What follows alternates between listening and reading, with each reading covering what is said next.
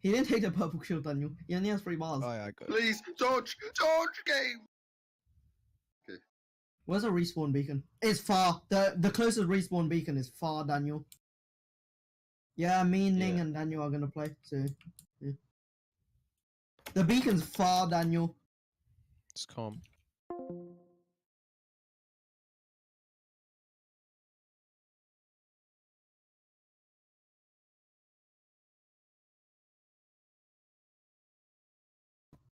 I can use that. Yeah. Alright, safe.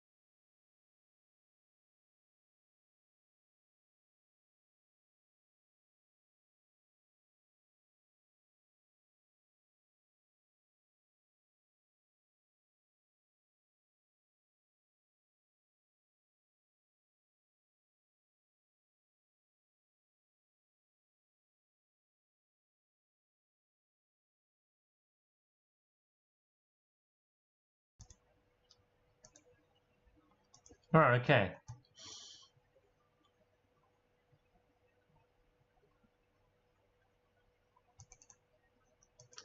It's time, boys. It's time.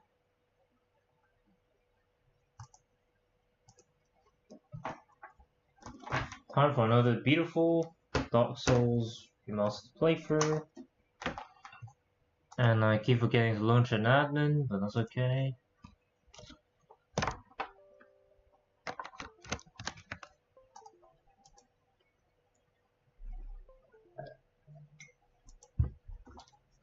Alright, let's go.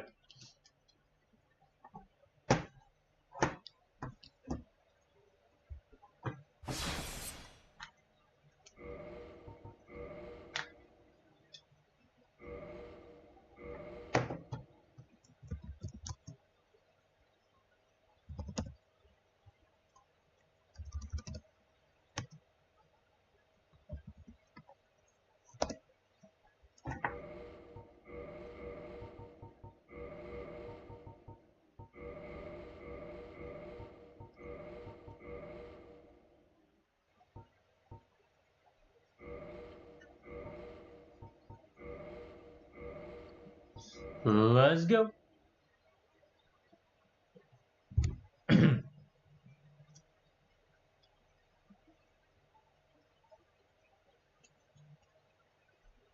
So I learned quite a bit from the run yesterday.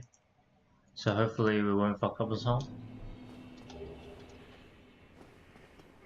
Be sure to tell me if my mic is a little bit too loud. I'm kind of looking at it right now. And it looks pretty damn loud.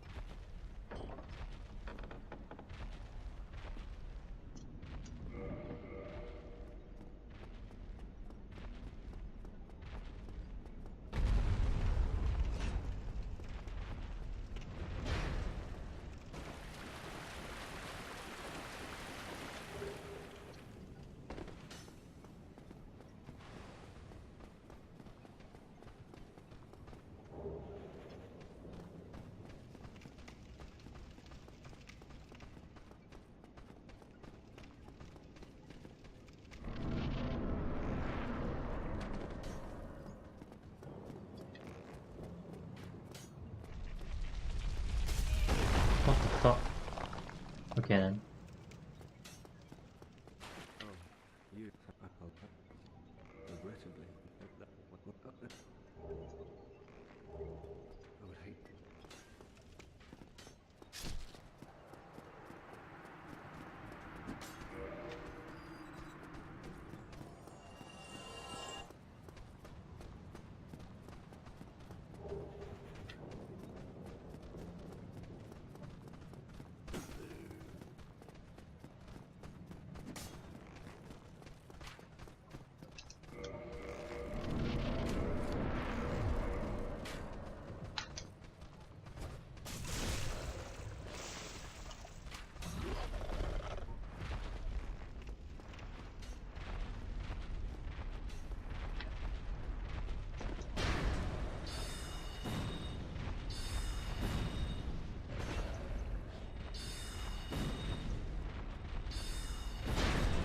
Oh shit.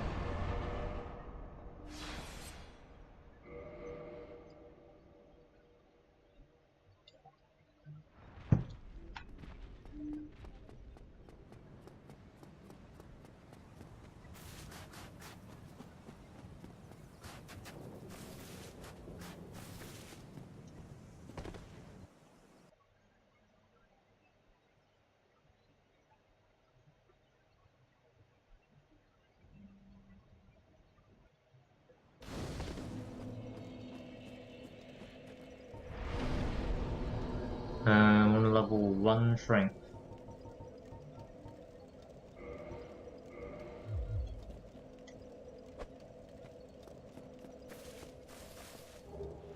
Are these?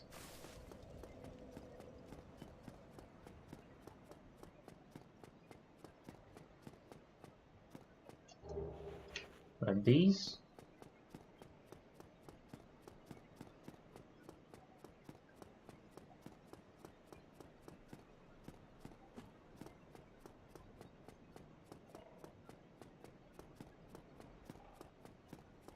And I want to grab this.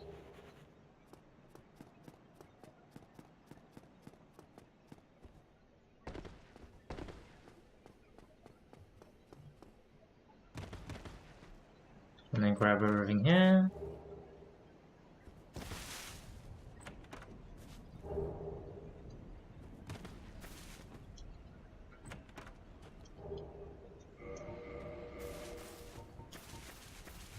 Actually 11 strength, we need 11 strength to hold that morning star.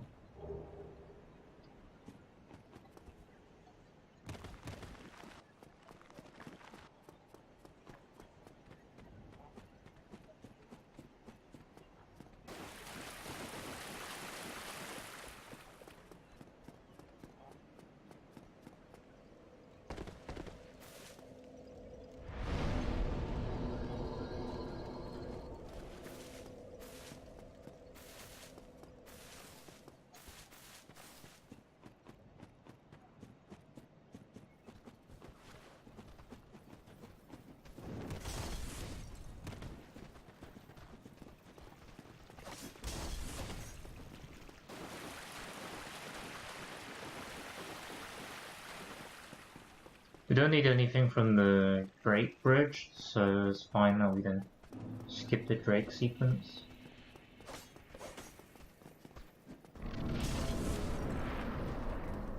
Don't need those 200 souls there.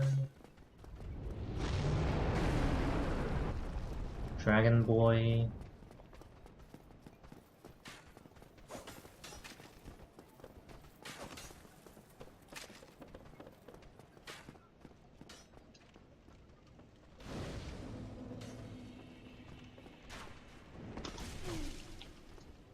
Oh shit. Let's quit out real quick.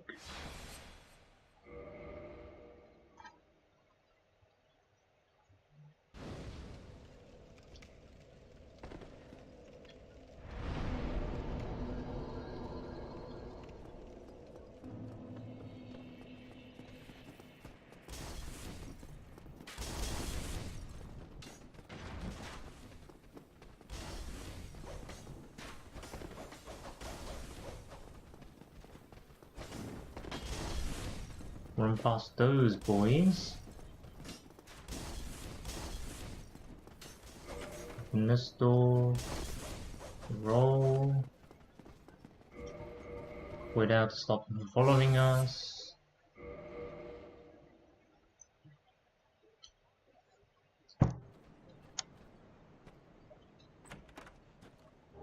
Grab these. Put humanities, iron resin, and bone on the bar.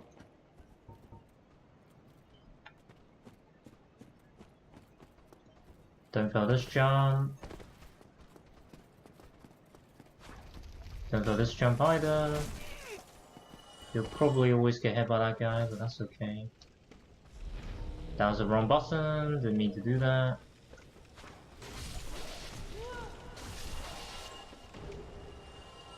And that's kind of awkward. Hi Dante.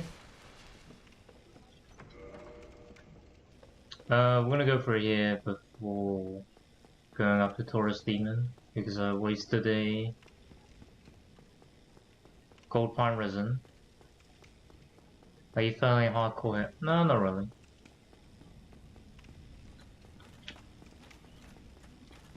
Get Rock Boy over here to do an attack, so that we get enough time to open the door and not get mashed to the pancake. And we should be good.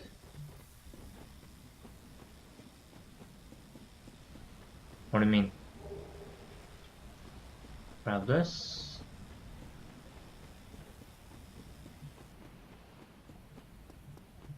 Then fall off the edge here, lol.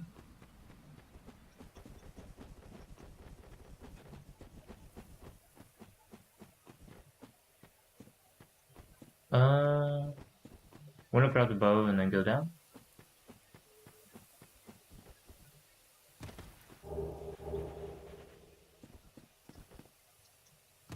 I need 14 depths. Oh no way, actually.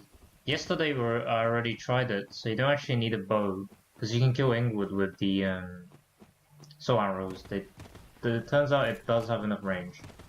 So don't actually need enough there. Oh, what the hell, man. Well, that's terrible. Fucking hell, man. That Knight blocked away though. That's pretty annoying.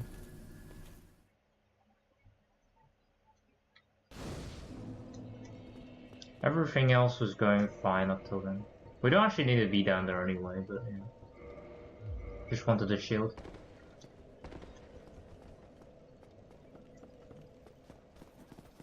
Right, now we can go Taurus.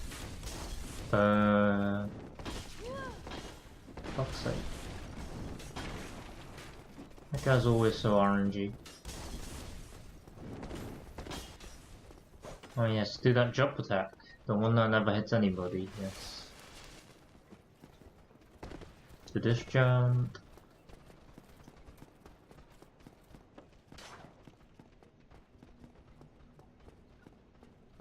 Do we need Twinkling Titanite in this run? No, not really. Though actually, you can drop other things, so we want to kill it anyway. On second thoughts, we're going to quit out first. Because there's too many boys chasing us.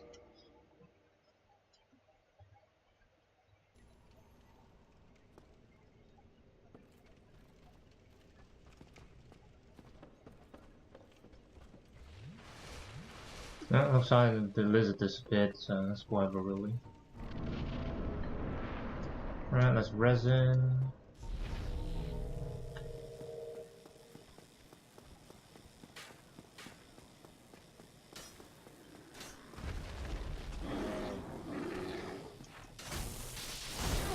Ow.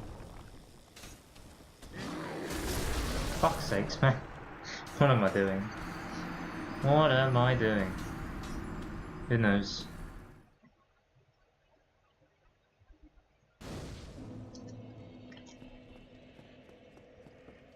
I'm being terrible at the video game today, that's what's happening.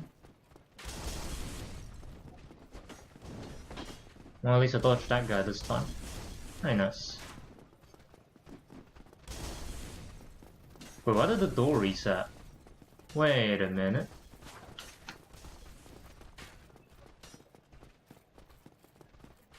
That's super weird.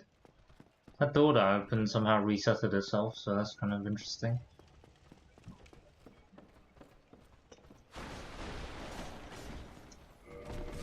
No, fuck off.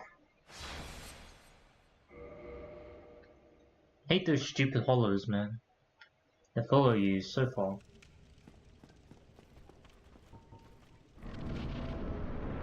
Alright, we can't fail. We only have one resin left. We'll have to go down. There is a backup plan if I fail, but not too keen on using it.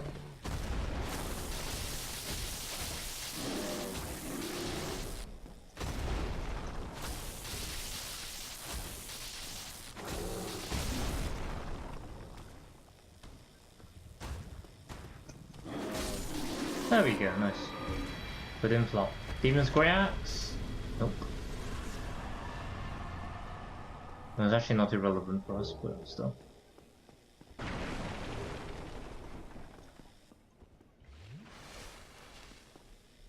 Okay, so now we go... Do we need Solaire? We'll talk to Solaire because why not? Doesn't actually do anything, but...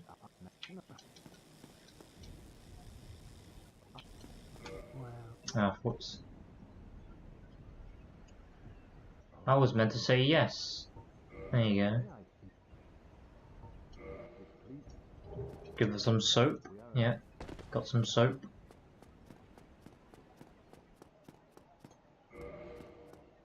Oh yes, we need to get basement key now.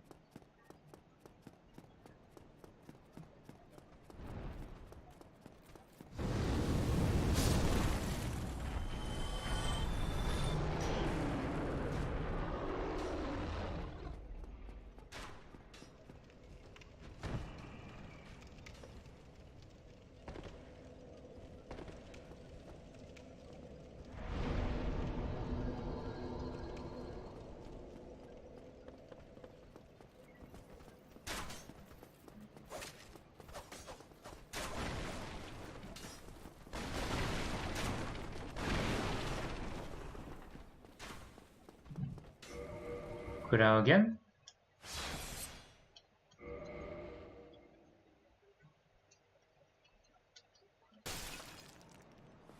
Well, then you What do we need from this guy? We need a weapon.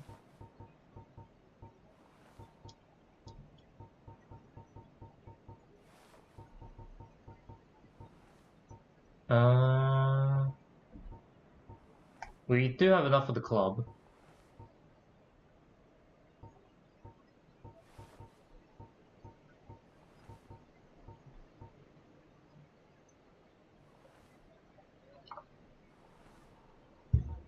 Club run? Club run. Yeah, club run. And we need a residence key. And we need to grab quite a few firebombs. That should be enough. you kind.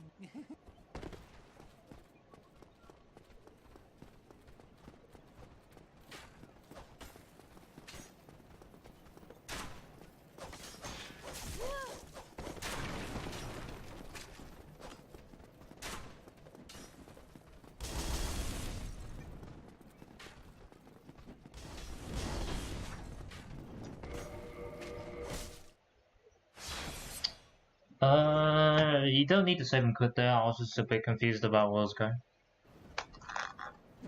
I was wondering if I should go through the harbour way or should I go through this way.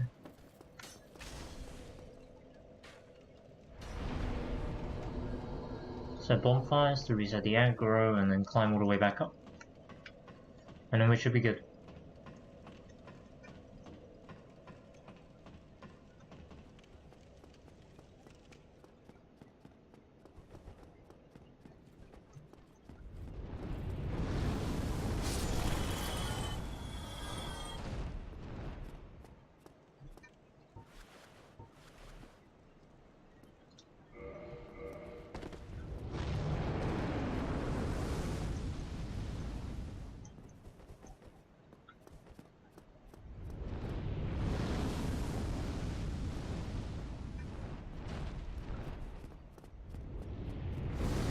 We're gonna have to somehow free aim and...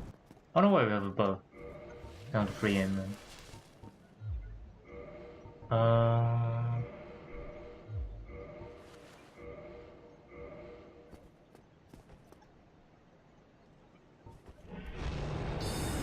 shit.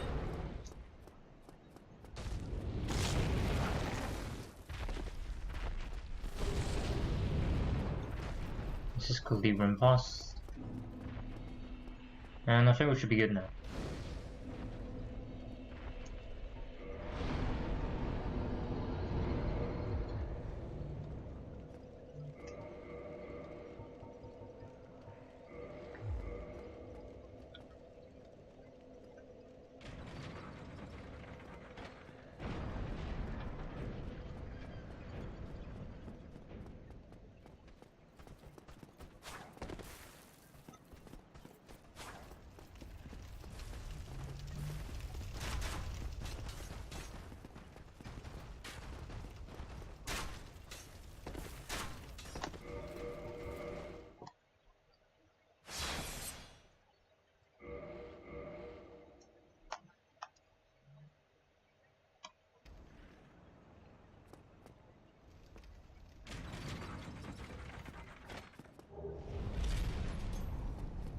Or do you want to play with Halberd this run, maybe?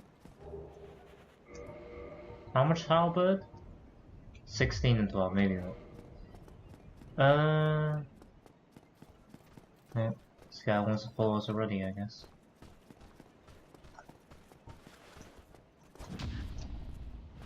Smack and smackdown. There's actually enough to kill him already. Okay. It works then.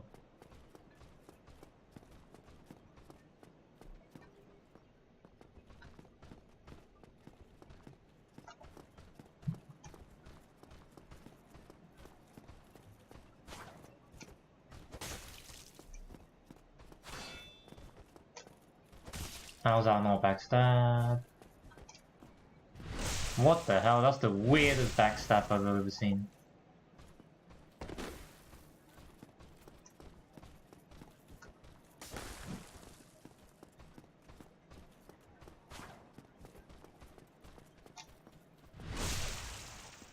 Another one of those weird backstabs, I guess.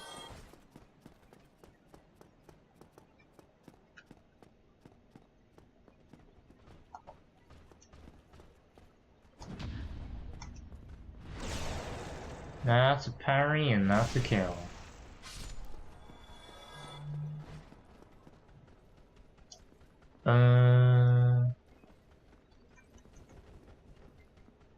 So what do we need to do now?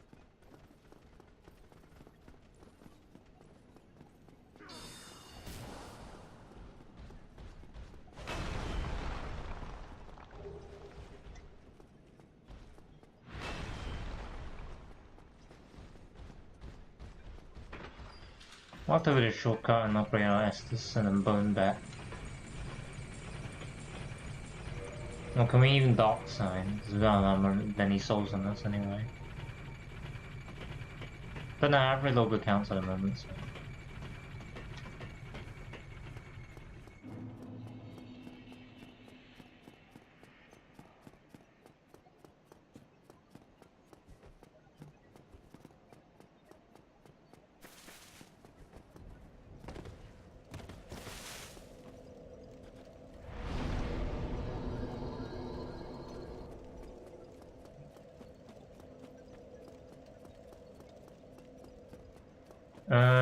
We're actually gonna go for the Harbour way. Not Harbour way, the Outer Basin way. Because we need to come down here to reinforce Estus anyway. I mean, go grab RTSR and kill the Halberd Black Knight for extra souls on the way. That should make it enough of the pinwheel strategies.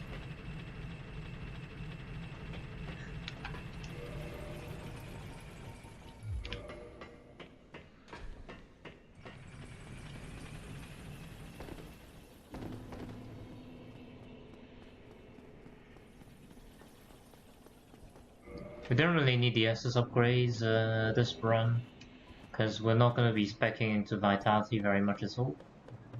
Until the very end, actually, so healing is not going to be too important since we're going to get one-shot pretty much by everything. The only help we're going to be getting is, for the first half of the game, I'm going to be wearing Fat Ring, which will give us some nice stuff. And maybe I want the Dotwood Grain Flip Ring as well, because the Ninja Boy Flip will be quite useful since we're not wearing anything most of the time. We're only really wearing just Crown of Dusk, like, for 90% of the playthrough.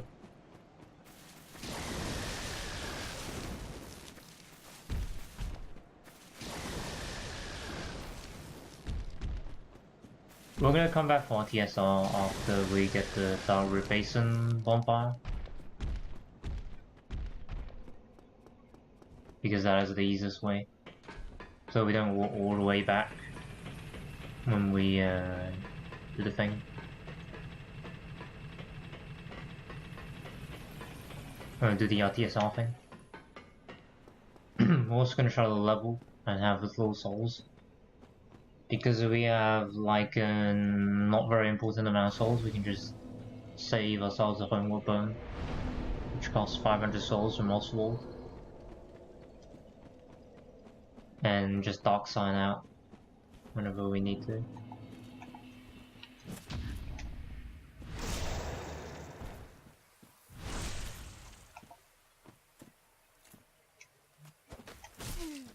Oops. Just gonna sneak in a hill there.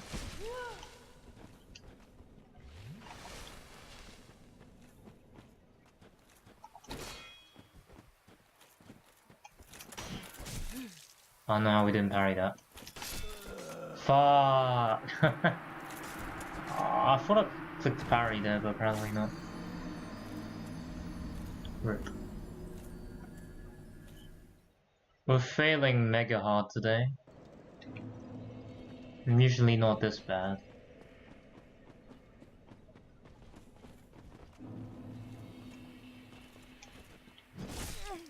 Oh shit.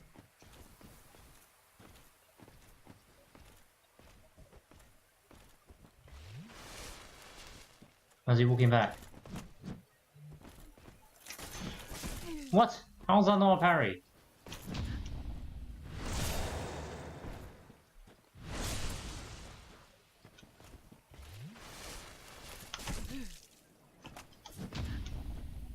Fuck you and your quick stabs.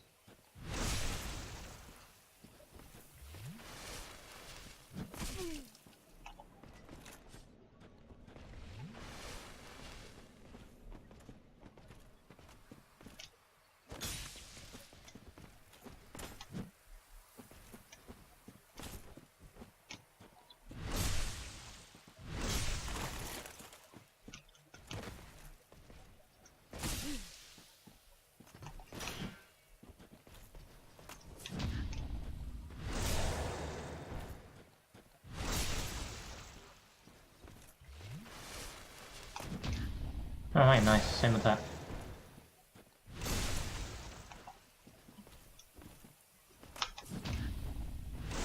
Yeah, we're just gonna repulse him to death. I never appeared to be able to actually knock him off the edge. Wait, what the fuck is that attack? I've never seen that before, what? What the fuck was that attack? What the fuck? Huh? What is going on? Did I somehow bug out the Black Knight or something?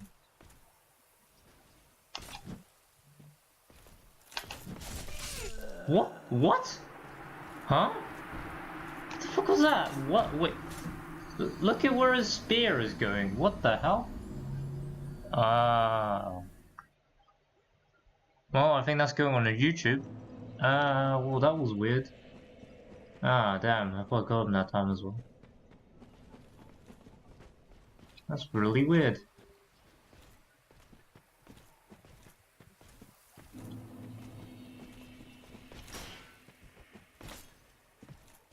No. Fuck's sakes, what the hell was that?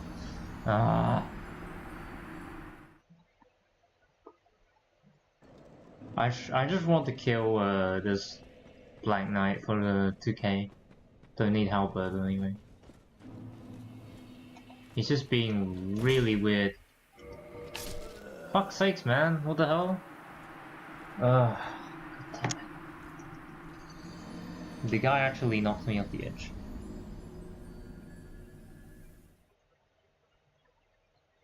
Okay, that death, where I nearly got him, just riposting him to death, that was quite bullshit.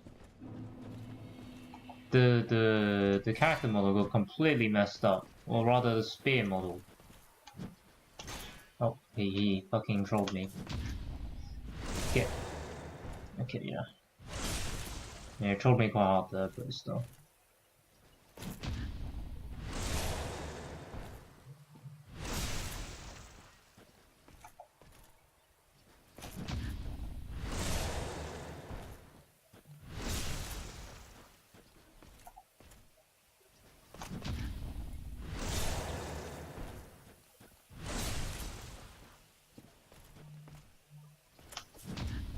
Honestly, I could probably do that all day. And there you go, off he goes. Oh, I didn't get a halberd this time. That's surprising. Normally I always get it on a non-halberd run. Oh, anyway.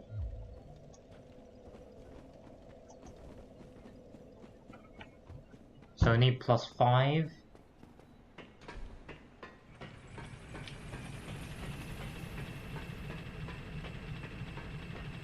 I'm probably gonna go straight to Hydra after this.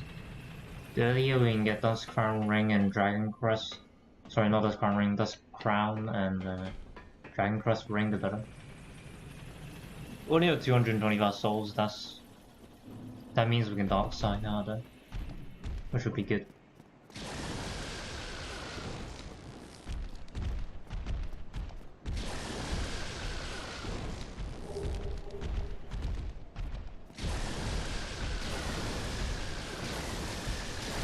Only grab that for Spider Shield. I actually find it easier to dodge those guys if I take the set, because then the first dragon starts charging me immediately, and it makes it really easy. Let's just go ahead and use Dark Side.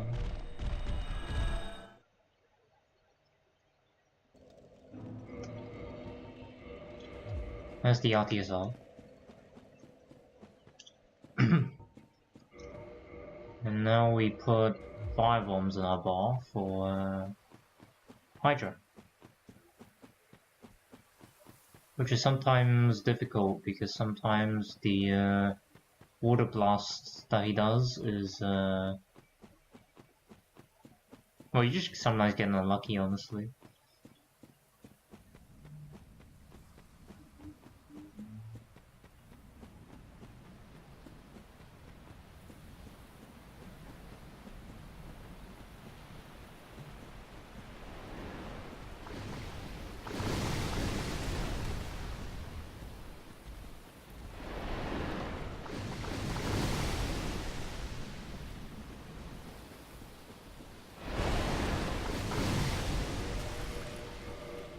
Cut out around the safe spot to stop the blue boys from spawning.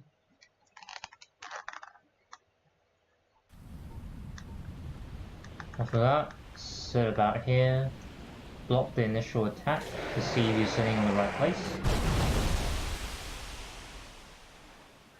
None of the heads hit you, then you know you're in the right place. Otherwise, just keep repeating until you find the safe spot. Or just chuck a few bombs to begin with.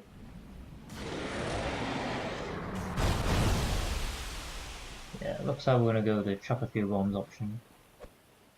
This will hopefully get rid of some of the heads.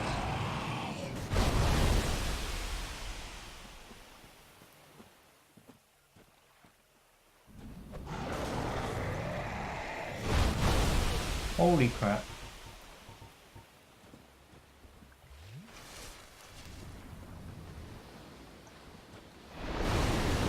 He actually shot Nani.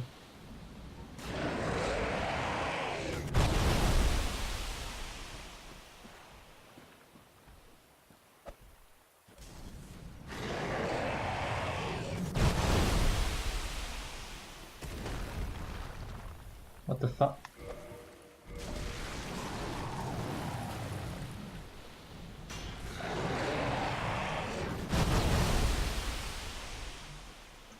We need this blue boy to like die. Ouch. Did he die? He died. Okay, good.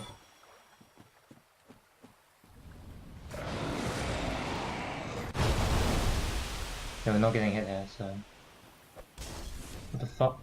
Okay, our camera just glitched out there.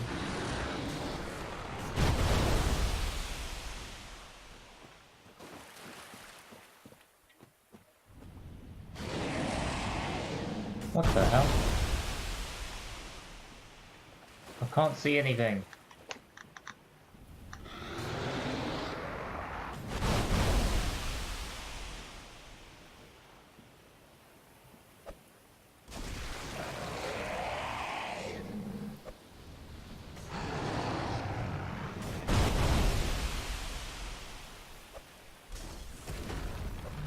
What? Another one came? Really?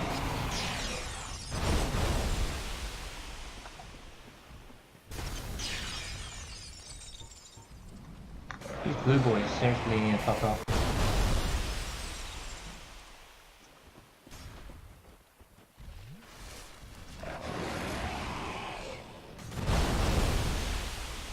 Come on, Hydra, hit this blue boy already.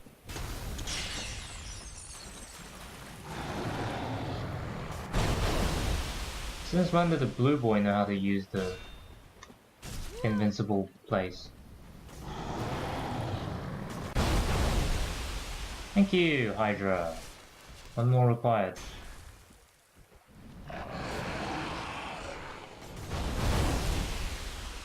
What? I can't see shit. That's it, no more Estus.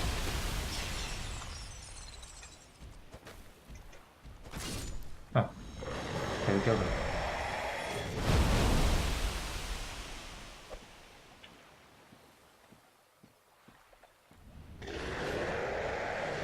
Now we just keep chucking fire bombs and we should die.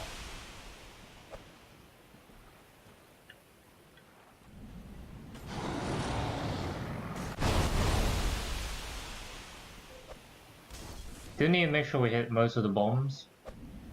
So we don't have that many to spare.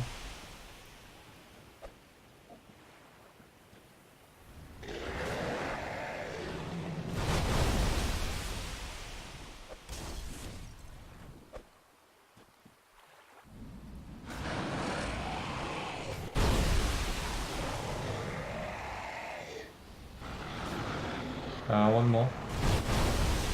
There we go. Nice, he's dead. Easy enough.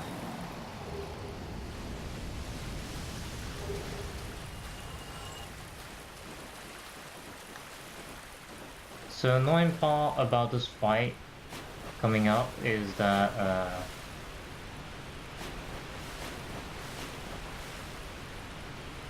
you need to somehow kill him when he's resistant to both your magic and your fire bombs, and your club is not upgraded at all, so it's a bit difficult to kill him. If you're Pyro, you do this exact same kill, but it's a little bit easier because the golem is not resistant to pyromancies. So if you're watching this on YouTube and you're following along, but you're doing a pyromancer and not a sorcerer, the only difference is, essentially the pyromancer is a lot more OP, and requires a lot less effort.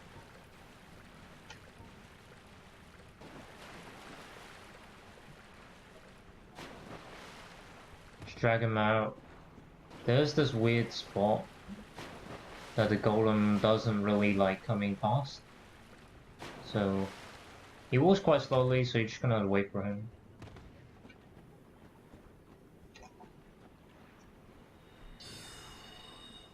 If you're bored like me, shoot off a random soul arrow. But don't try to shoot too many because you'll need a lot of them, since you're not going to be doing that much damage.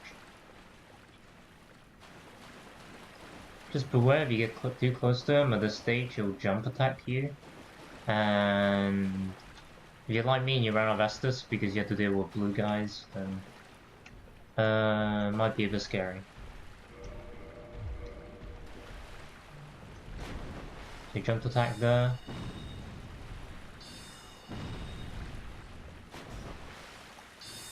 His range is larger than the normal blue boy's range, so watch out for that. So this is the point in the game where he starts acting really weirdly. Like, he just runs back and forth. He'll jump attack at you, but that's the only time you actually move past this point. Otherwise, he'll just start moving slowly backwards for some reason. I'm still not sure why he does this, but he does, so we're gonna take advantage of it. As you can see, he's only taking 15 damage, soul arrows, so you might have to whack him a few times with the club.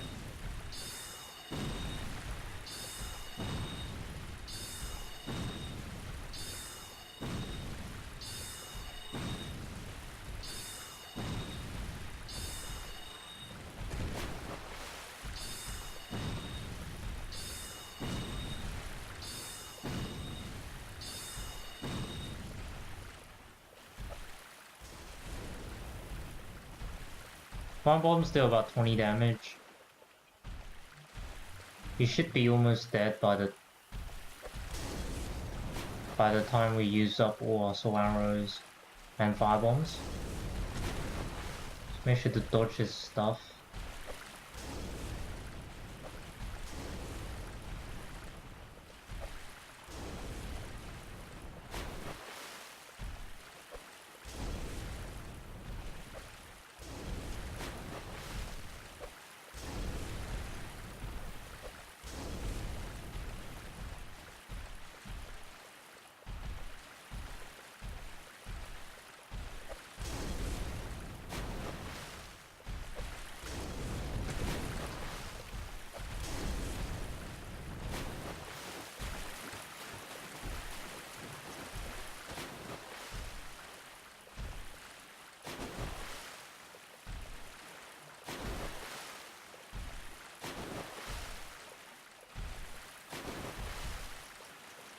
One more hit should do it. There we go. Took me 29 soul arrows and 13 firebombs, plus a few hits with the club to kill him. So yeah. Back to the merchant, I didn't buy firebombs using all my souls. If you did that, you should have enough firebombs so that you don't have to hit him with the club. But other than that, as far as I understand, there is nothing else you can do to make this fight more pleasant, apart from buying more firebombs. There are also some black firebombs in the Berg that I didn't pick up, because the black firebombs will... it's not really possible to pick them up without killing people, without killing the guys, and I usually avoid killing the hollows and the Berg, because when you stop killing one of them, the other ones will still chase you down, like the dog that you are. So just watch out. Wait, the ivory catalyst is so crap. What is this? Hidden body, anticipation, you know.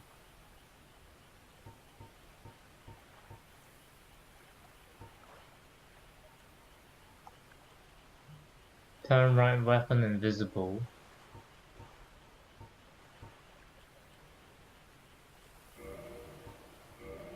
We're gonna buy that. It'll help in Bloodtown. And a few other areas. Now we burn out. It should return us to the the basin bonfire.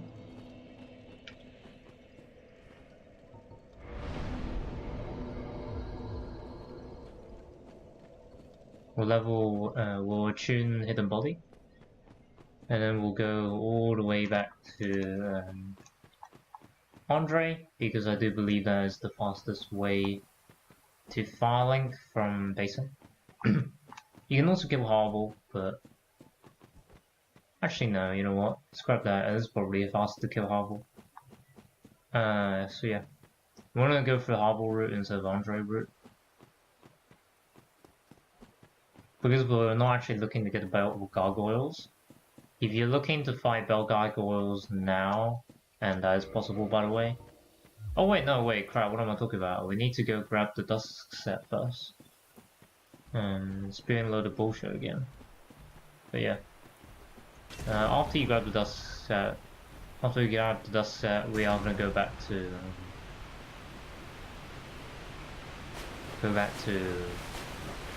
kill Harble. It might take a while, but Harble's really slow, and once you fall him once, it's really not that bad. And actually killing Harble is the one reason why I picked up the Morning Star, because Morning Stars bleed, which makes it slightly more effective against Harble than the club. But other than that, we're not going to be upgrading the Morning Star, we're going to strictly upgrade the club. You can use any weapon as long as you go enchanted and ascend the weapon to magic. So now that you got that, waste another homeward bone. If you're me and you forgot to pick up the actual set. Anyway, Crown of Dusk. So what Crown of Dusk does is raise our sorcery and pyromancy damage by about 20-25%, but also reduces our magic resist by about 30-40%, I believe.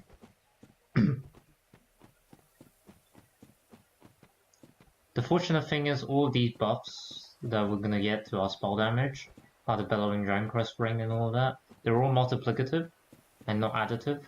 And what that means is that they're multiplied on together, which results in a much bigger damage multiplier than whether you just add the buffs up together.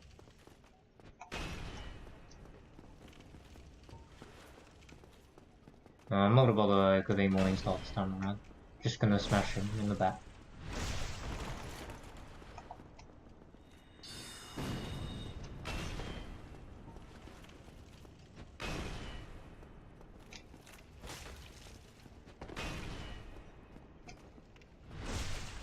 Smack him in the back.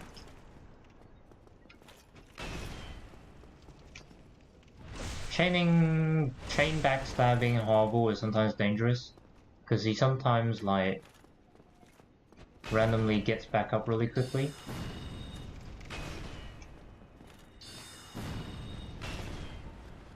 And to be honest, just whacking him with a club in the back is probably the easiest way to kill him. Sorcery is a bit risky, so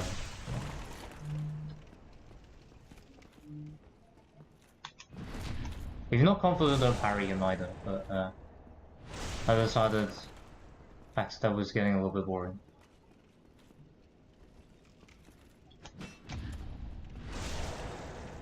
The only thing about parrying is, if you fail once, you're gonna die like instantly. So probably not very advisable, but it does more damage than backstabs. Yeah, like I said, a little bit risky.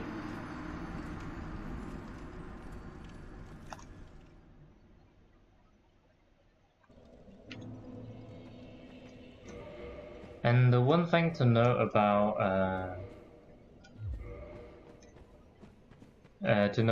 Harble is that his attacks look really slow. And while they are really slow, they also change directions a lot faster than it might seem. It is not actually possible to just walk around Harble unless you're far away from him. You have to roll his attacks, and don't roll too early, obviously. His tracking on that Dragon Tooth is actually insane. So even though it looks like he's gonna completely miss you and he's hitting you the other way, still roll because it'll still probably hit you. So yeah, that's my one tip when fighting hardball. Like, see how he completely changed the direction of his attacks? You don't want to get hit by that.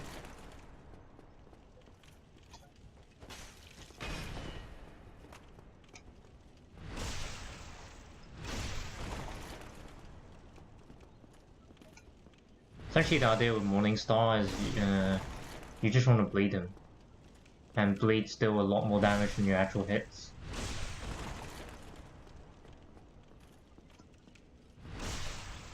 Yeah, it'll take a few backstabs to build a bleed meter up.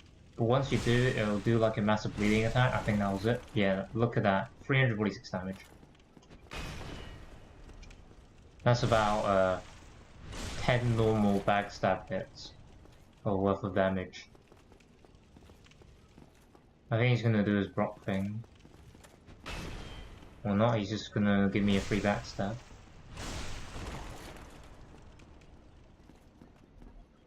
Don't try to jumping attack him because he will get up and beat your ass if you try that. Because you're never gonna stagger him outside of backstabs and riposts. Like, Hardball's armor just has way too much poise for you to try to poise break him.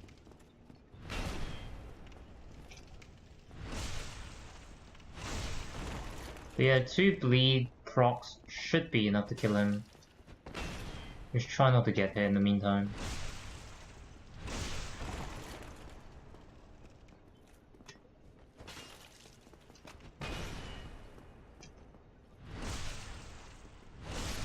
There you go. Second bleed. 2 bleed procs and he died, and he's not coming back. So yeah. Just gonna grab Hardball's ring and we're just gonna run all the way back up to where Taurus was. And we're running through the Taurus direction.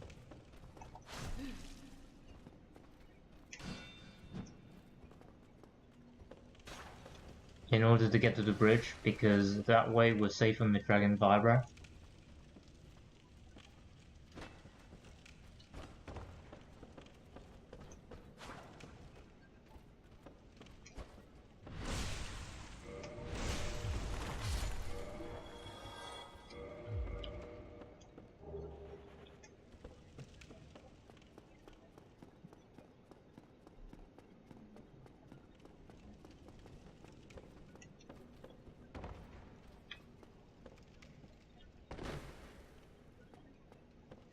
Just kill this crystal lizard real quick. Oh. Plunging attack did the trick. We only kill him because he might drop a green Titanite shard or a blue Titanite chunk. They're random drops, so you won't get them every time.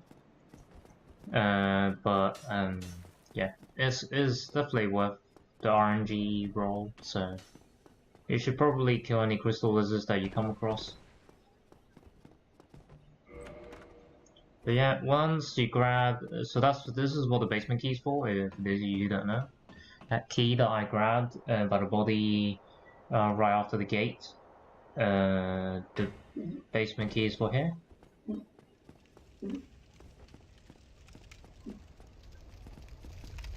And there are quite a lot of dogs, so you want to aggro them one at a time, and what we do is, not that. You want to let them attack you, and if they flinch or they miss their dashing attack, you can get a hit in.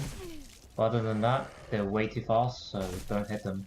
Unless they hit you first and they stagger, or they did a dashing attack and they missed. So yeah. You can also wear some armor, so the bleed from the dogs don't build up as fast. But it's not too important. Because you should never really get bleed proc on you, I don't think.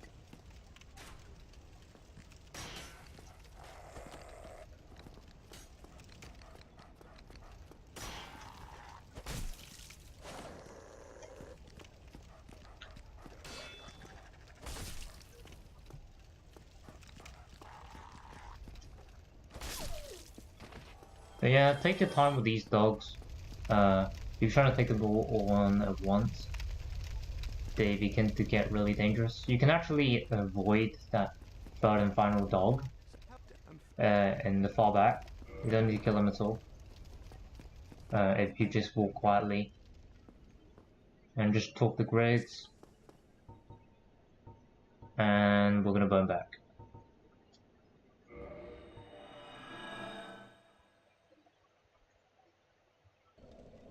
This will return us to the Dark River Basin bonfire.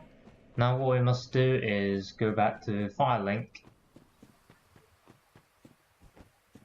and we're gonna purchase Great Soul Arrow, and we're also gonna go down to Pinwheel and kill him for free 15,000 souls, and we're gonna do a little bit of early Tomb of the Giants exploration. That's not actually mandatory, but it's nice to have a few more consumable souls in case you don't have enough souls at hand for whatever that we need to do in the future. So yeah.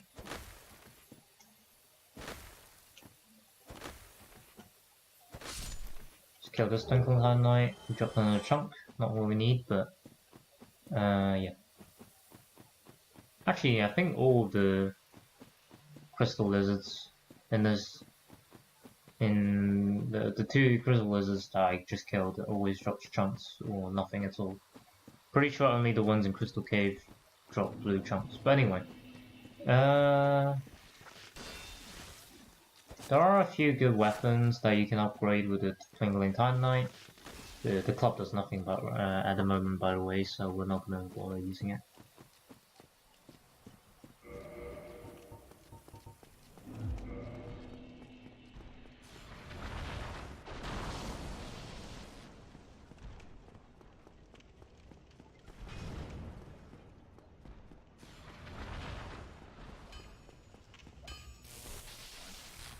So we need to save up 20,000 souls for the Bellowing Dragon Crest ring, which means we can buy the weapon smith box.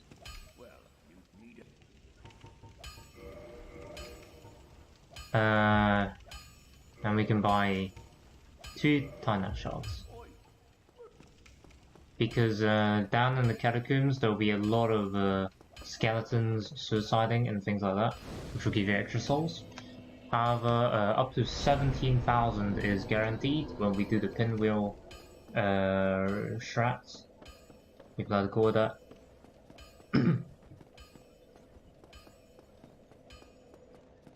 So yeah, I just rested the Undead Parish bonfire because then it becomes a walkable bonfire when you rest on it, which we will need later on. And is if you somehow manage to die to that extremely slow giant black-ish knight dude right there, then it's not as far to run. But it shouldn't be possible to die there, but so before going straight back to Firelink, we're gonna roll down here. And make sure to line your character up for this, and then just roll. You should make it every time. Make sure you roll straight. And we're gonna grab this key here, which lets us get the I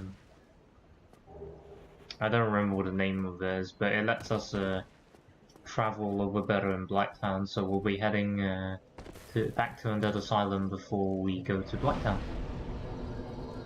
But before any of that happens, remember the guy that we saved, Griggs? Well, he's gonna show up here. Say yes to him, and he will let you purchase some nice spells, which we don't have enough money for right now, but we'll come back later for that.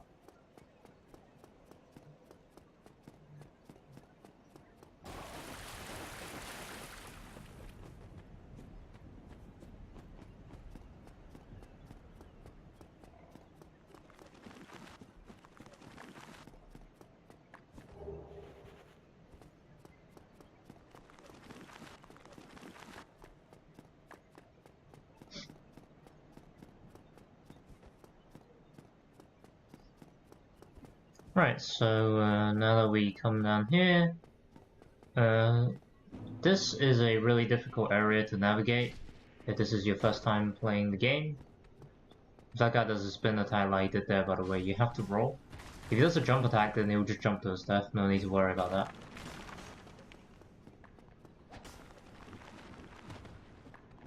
Once you get to about here, save and quit. This will unload the skeletons and makes it so that you can 1v1 the pyromancer that's in this room. Avoid the first fireball and just wail him in with the light attack from the club, and you should be able to kill him without him casting another fireball again. Like so. I'm not sure if you need the grass-cut shield for this, but grass-cut shield increases stamina regen, so I'm not sure you can do it with the grass-cut crest, but anyway. So the reason why I popped the humanity here is because we're going to take the bonfire and reverse, following back to the human. This is so that we can summon a phantom NPC to help out with the next boss fight, which is Leroy.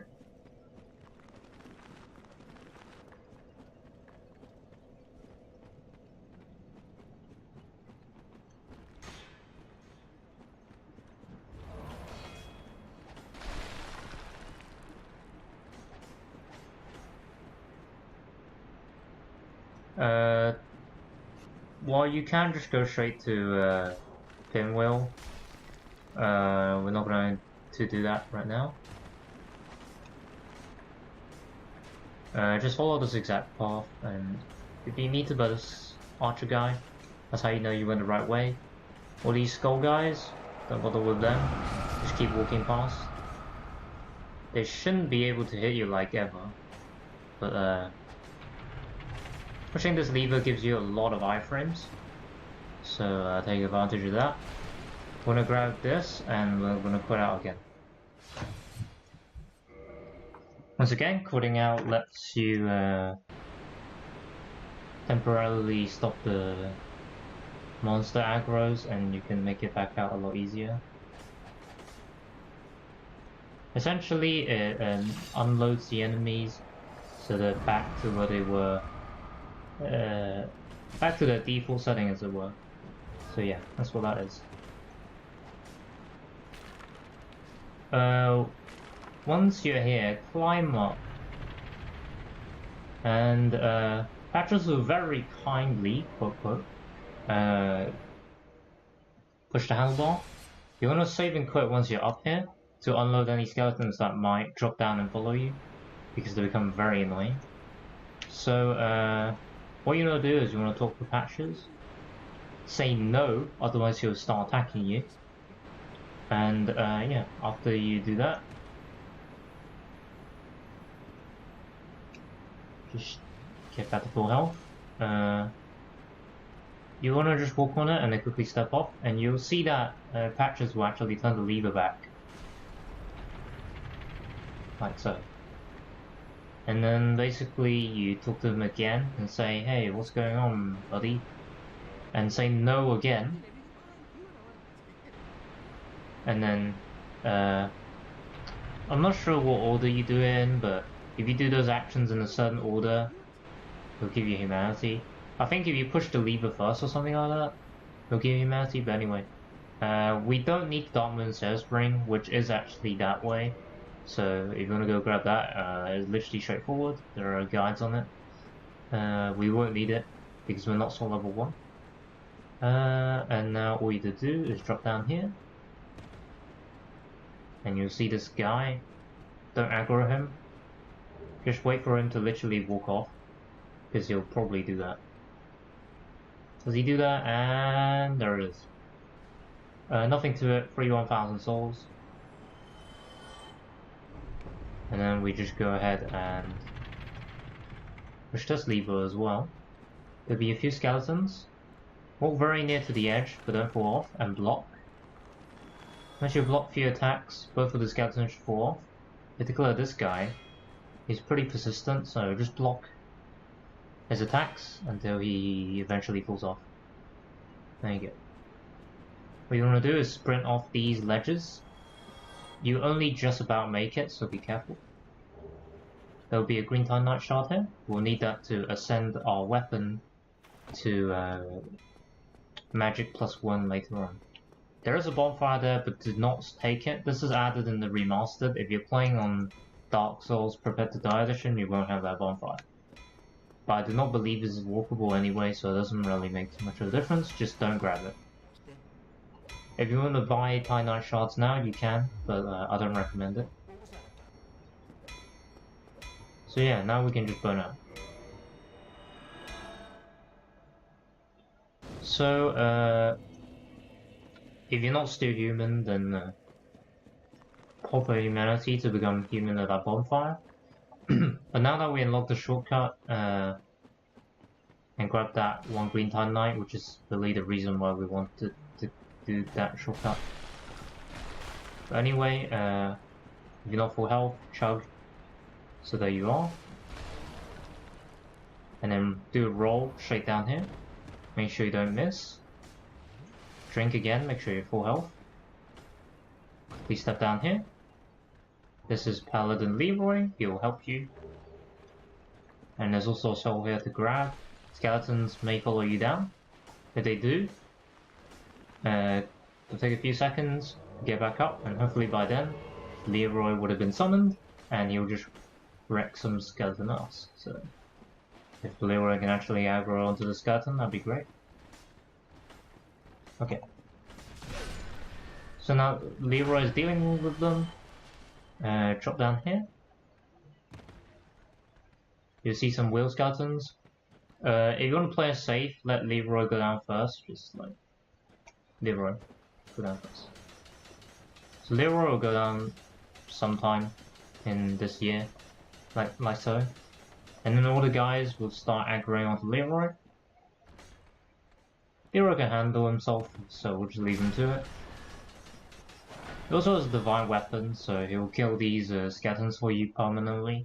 So you want to go explore in the bone zone a little bit more, and you can use him for that as well. But anyway, after you summon him, and he distracts the wheel skeletons, you can make your way safely over here. Wait till Leroy un-aggroes from anything and starts walking towards your way.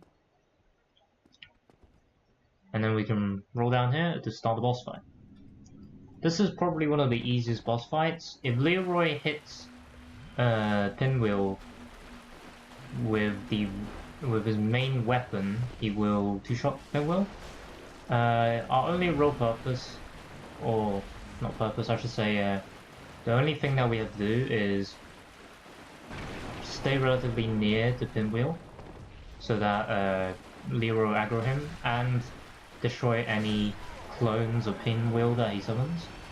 If you do that correctly, then you should be fine. I got Master of the Father here, but it's a totally random drop. You can get either Master of the Father, Mother, or Child. You'll get at least one last, but they're not too important in this build. So this is a part of the game where you have to be very cautious. If you're not very confident in exploring the Tomb of Giants early, what you want to do is save and quit the game. And if you're on PC, this is much easier, but it still works on Xbox and PlayStation. I'm sure there are guides on how to back up your saves. But what you want to do is you want to go to your Documents file, click on NVGI. I don't know what that means, but... And you want to copy this file. These are all the folders that I made, so they won't be there when you go on them. And then you want to make a new folder and just paste over the file. Copy the file that you just pasted. And if you ever die, you can just reload, paste the save back in, and reload the game. And you'll be back at the spot where you save and quitted. So yeah, just quickly back up your save here if you're not very confident. Really isn't too bad though, this beginning part of Tomb of Giants once you've navigated it a few times.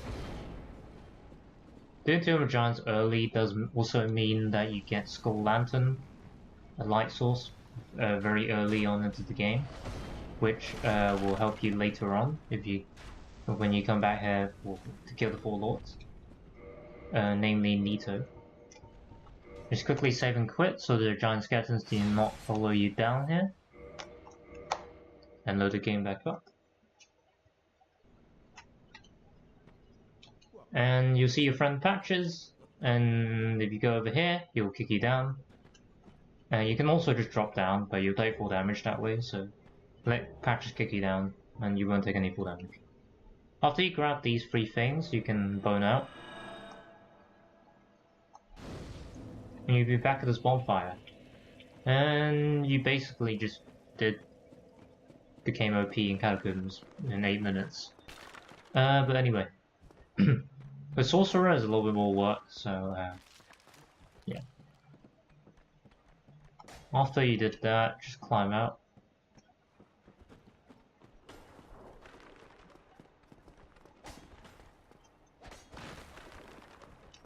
This guy's being stubborn, just hit him a few times to get him out of the way. And run back to Firelink.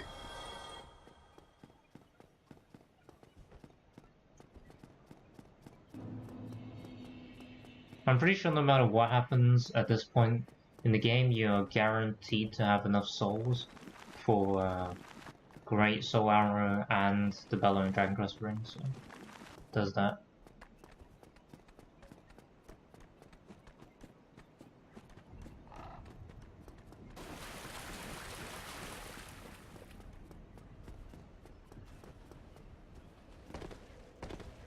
So I'm just going to set this bonfire here to reset my spawn location.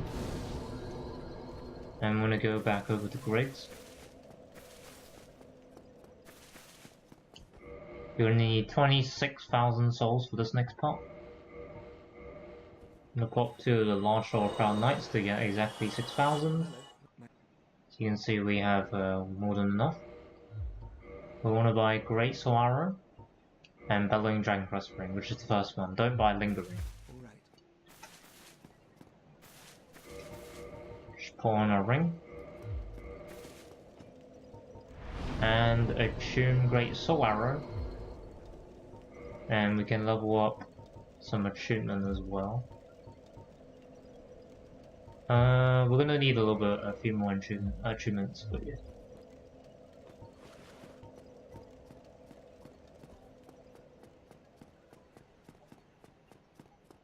Now that everything's done, we can move on to kill Bell Gargoyles.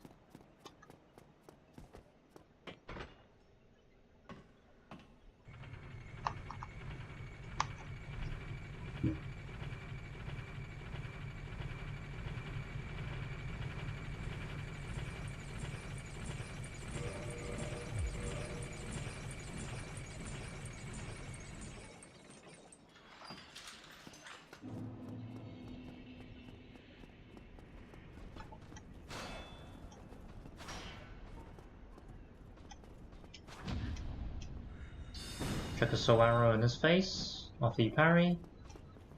And if he does that stance thing, then just soul arrow him again. Oh, he dropped the boulder set. 1 piece of the boulder set. So this next part is slightly annoying. If the channeler does the dance like that, that means he's buffing, which is good. So that means he stops shooting the soul arrows. And you want to block those first 2 skeletons, not skeletons, hollows, like I did. After that, you just want to climb out the ladders. And if you're still human, you can summon Soler to help you with this boss fight, but it's not necessary. Just wait for Soler to get summoned. Any second now, okay. As soon as Soler gets summoned, you can just leave that hellhole. You don't need to wait for Soler to come into the boss fight arena. As the Bell Gargoyles fight, this fight is not very difficult. Just don't be too greedy with when you use Great Soul Arrow, and you should be fine.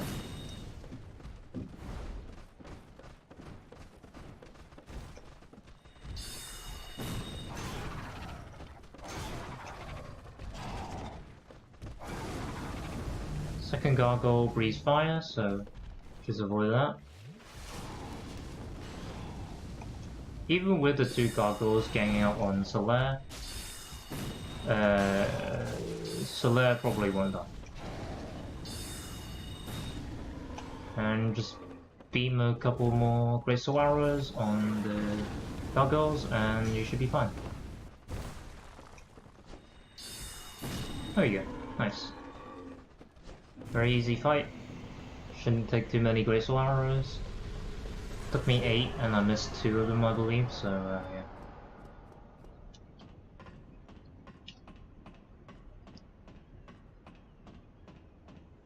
Now we climb up.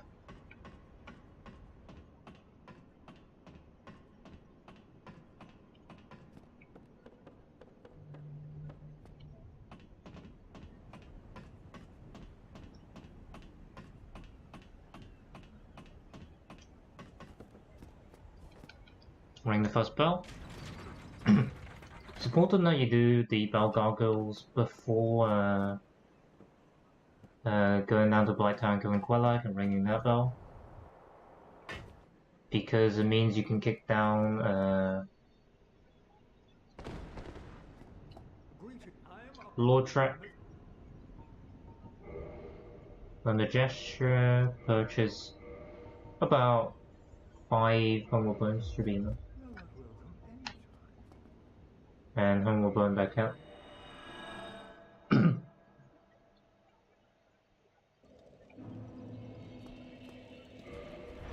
With all your souls, you can now level your attunement. 5 should be enough. And put the rest into intelligence. Hello, Dragon Valia. Just doing an explained sorcery run, so this is probably gonna go on YouTube. Now that we've done gargoyles, we can come down here and kill Lord Trek. Easiest way to do this is to unequip your melee weapon and kick him twice. Should fall off. After you see you gain 1000 souls, save and quit, and you should see the fat ring on the ground which you should pick up.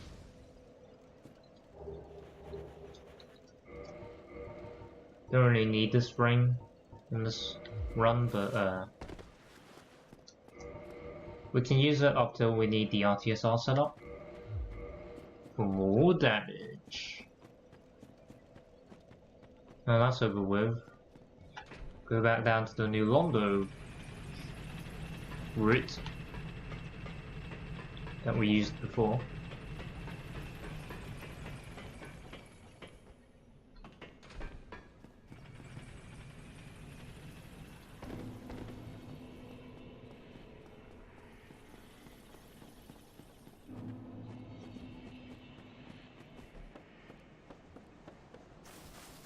Come through here to get Blight Town. Whoa, we're in the best area in the game now.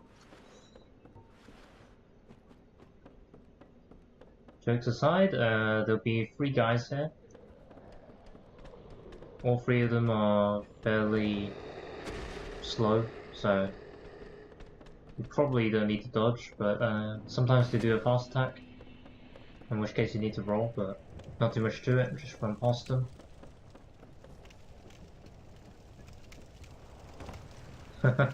Yes, he's joking, I know. But yeah. Up down here, you shouldn't die. Make sure you're back to full health.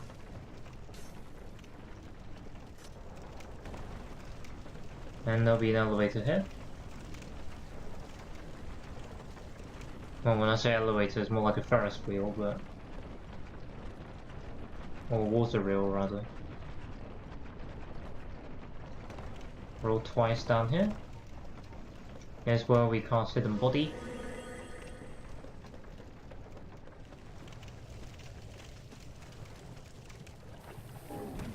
Actually, all this means is if we stay still for long enough, they won't see us.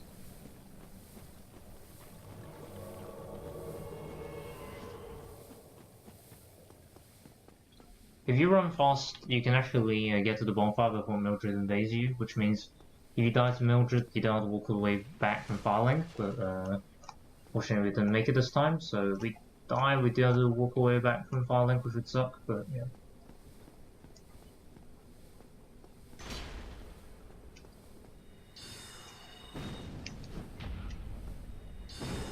Parry Mildred or backstab her, doesn't really matter. Great Soul Arrows deal a decent chunk of damage.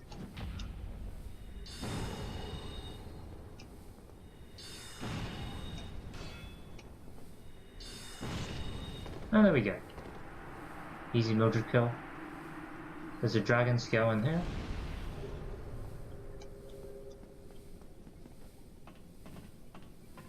Now we can climb back up. And collect the humanities and Mildred's weapon.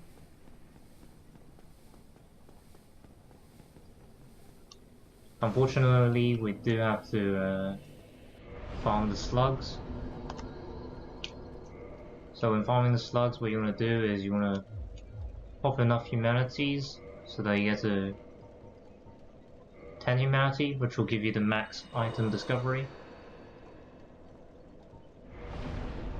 And we're just going to level up real quick.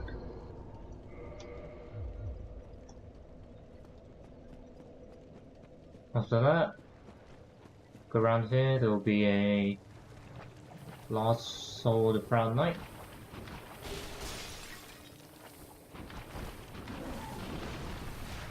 Just gonna cast Hidden Body again. Save us the hassle.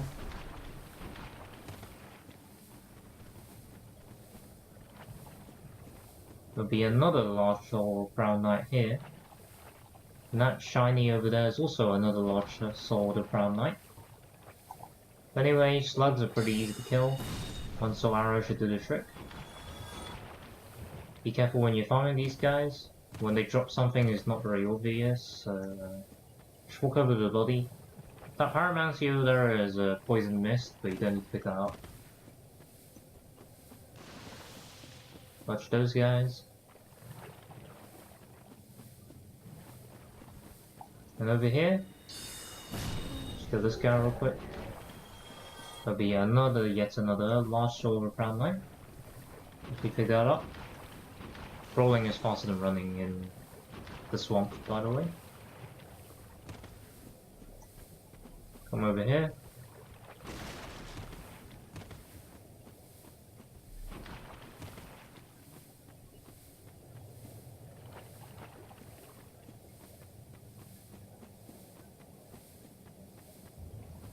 And you should find loads of slugs everywhere, and first I like to come in here first. There should be 1 here and 3 over there. Lock on and fire soul arrows. Once again, should be 1 shot. Right there I got green Titanite shards, they drop in bolts of 5.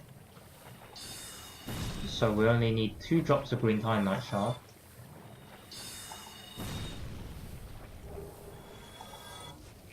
They also drop 1 large Titanite shard, so there are 2 drops. But with 10 humanities, the farm shouldn't be too hard.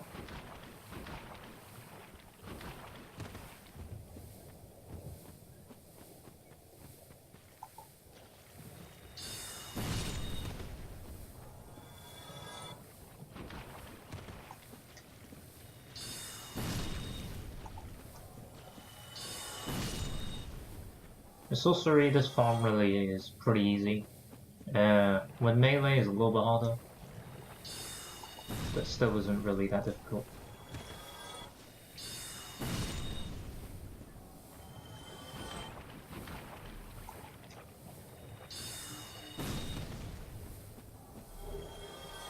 Large Titanite shard here.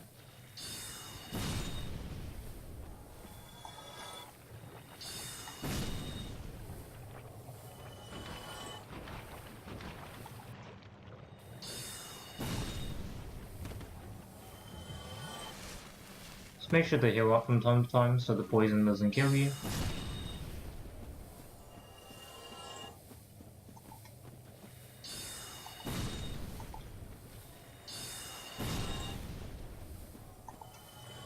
Haven't got a drop in a while actually, so it'd be nice if we got one.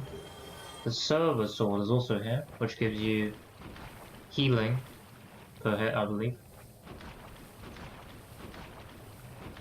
I don't think it's that great of a sword, but it's there if you want to pick it up.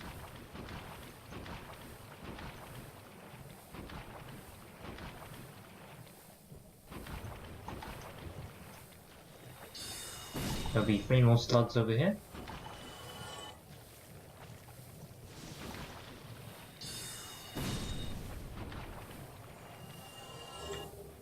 Another large dynamite shard.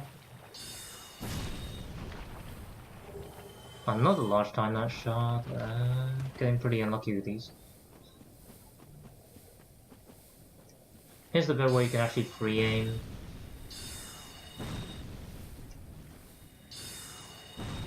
To safely kill this one. If you can hit it, unlike me. But anyway.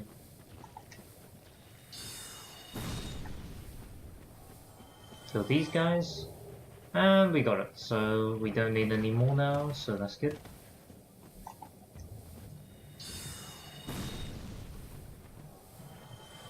Expert marksman. Anyway. There's also a green Titanite shard here, but you're still gonna need 2 drops.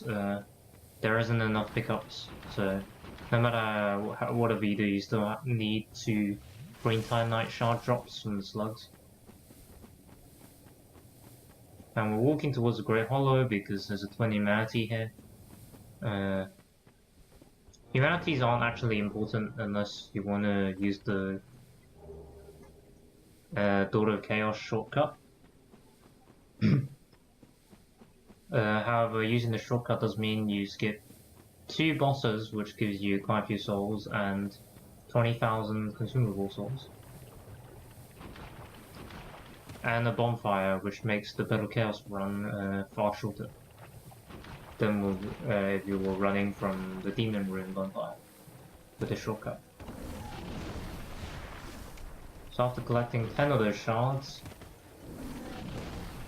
go back to the Lower Blight Town bonfire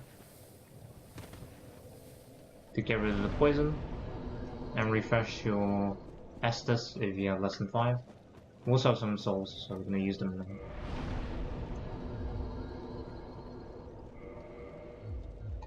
Essentially, all we use souls for in terms of leveling up is int until 50 intelligence. Then we can start spending it on some other stuff like dex. Because if you didn't know, dexterity actually improves the cast speed of spells. There's not particularly significant, so yeah.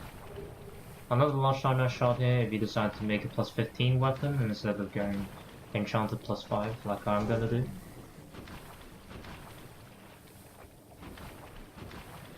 It's not specific to the sorcerer build, but if you roll to the right and approach quite like this way, you can completely avoid those bullet throwing guys. They won't aggro you from the far side of the map. And we're now in Collags. If you somehow manage to die while farming the slugs, you're gonna have to spend a humanity at the bonfire to become human. Because for this fight we will need the help of Mildred, mainly to draw aggro from us so we can spam Great Soul Arrow. But she also does some nice damage if she decides to ever actually hit Qualag, because her AI is quite bad in this fight. Anyway, as soon as you see Phantom Man-Eater Mildred summoned, you can go in the boss fight. Check out the beautiful cutscene! No, I'm just kidding, let's go. But you can watch if you want. So, this is probably one of the easiest boss fights as a ranged character. Whenever she does her lava spewing stuff, she stays still in one spot for a very, very long time. So you can literally just spam soul arrows all day. And we're using great soul arrows because they do more damage.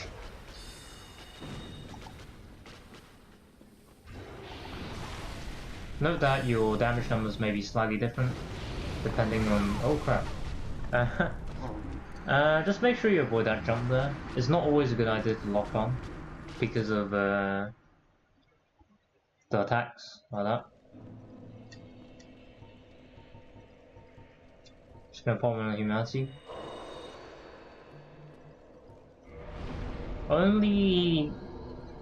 Basically my advice for this fight is to just stay to the side of Quellag. Don't be directly behind her, because if you're directly behind her and Mildred's directly in front of Quellag, then she'll do like a Nova thing and kill your Phantom Summon very easily, and you don't want that.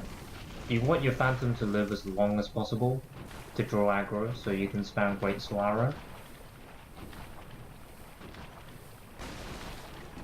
But yeah, like I was going to say, yeah, exactly, yeah. She can also do a leg stomping move. That's actually quite rare, but that shouldn't be a problem since we're not melee, and that really only hits people at melee range. Also seems to have triggered the bowler guy there somehow, but that's okay. But yeah, in short, avoid her jumps, avoid the AoE, and avoid the stomp, which shouldn't hit you anyway. But yeah. And watch out for Mildred. She will walk into the lava a lot, so try to guide her around the lava if you can. But she's not too important this time, since we don't actually need her to kill the boss for us, we just need her to draw the aggro away from us. So let's grab our souls. Don't immediately go for your souls, because almost certainly Quellag is gonna do that jump if you're so and so distance away. So grab your souls after she jumps, rather than at the start of the fight. Once again, Mildred's being absolutely stupid.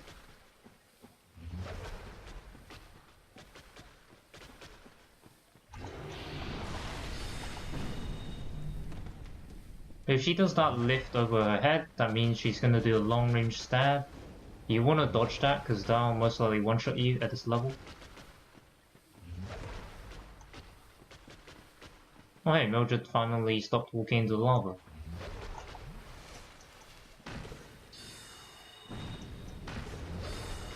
As you can see, Mildred actually does quite a lot of damage if she manages to stop walking into lava.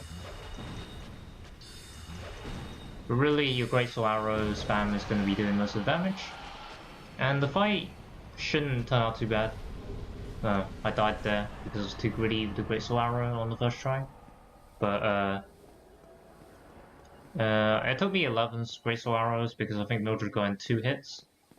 It should pretty much take up all your Soul Arrows if Mildred doesn't hit the boss at all, because, you know, she's stupid. Yeah. So ring the bell and you should get a homeward burn. Jump down here, you won't die. Estes back up.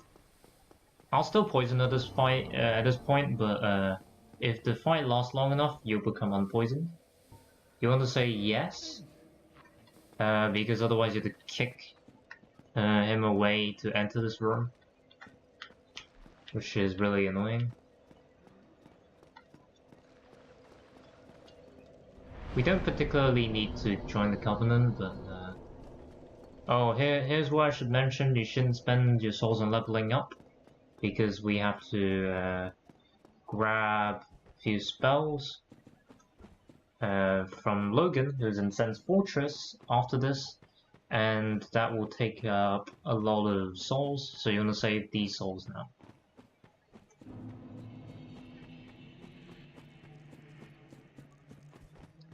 So drop down here. If you're playing on remastered and you time the rolls right, you can actually avoid taking full damage. But I'm very bad at doing that, so yeah. So coming up now is Ceaseless Discharge. I don't think this is necessary, because you should have enough consumable souls to get a 40,000 to purchase Soul Spear from Logan later on. But I'm gonna do it anyway, because it's like practically free 20,000 souls. And normally this boss fight is actually quite difficult, but there is, for whatever reason, a really simple cheese. where you can kill ceaseless very easily. And we'll be doing that because I'm bad at the video game, so yeah. So that's ceaseless, but don't get worried because he doesn't attack you unless you pick up this shiny over here, or you hit him with a ranged attack. But yeah, after you pick it up, he'll aggro. Let him do his first attack, which is always going to be the lava spewing thing. Right after that, start running. You want to be fast rolling, which means maximum run speed for this. That first attack that you may be able to hear in the background, that'll never hit you. You can come for this shortcut, or you can run around the outside, doesn't really matter. You'll always be faster than Ceaseless Discharge, because he's one slow boy.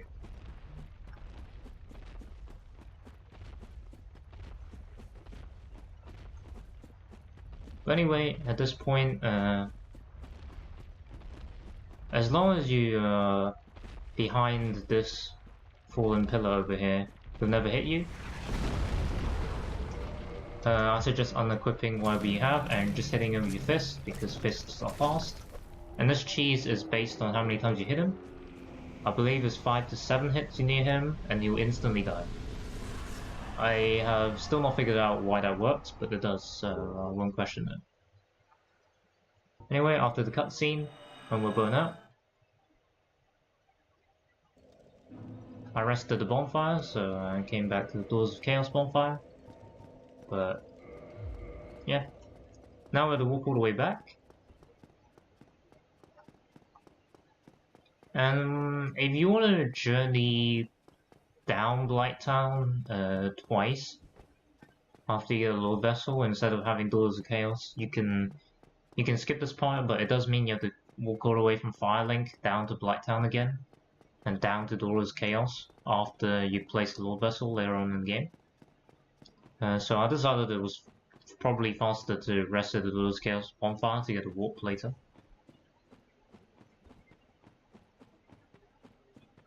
Because he's losing his grip, and then he falls and he dies because he loses grip.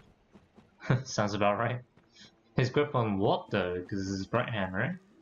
Wink wink nudge nudge. Anyway. So at this point you should have around the same amount of souls that I have, about 40k. Because you get about 20k for killing Quellag, and you get another 20k-ish for hand. Is that? Yeah. But anyway. We're just gonna use Hidden Body, so those annoying boulder boys and the flies won't spot us from as far away.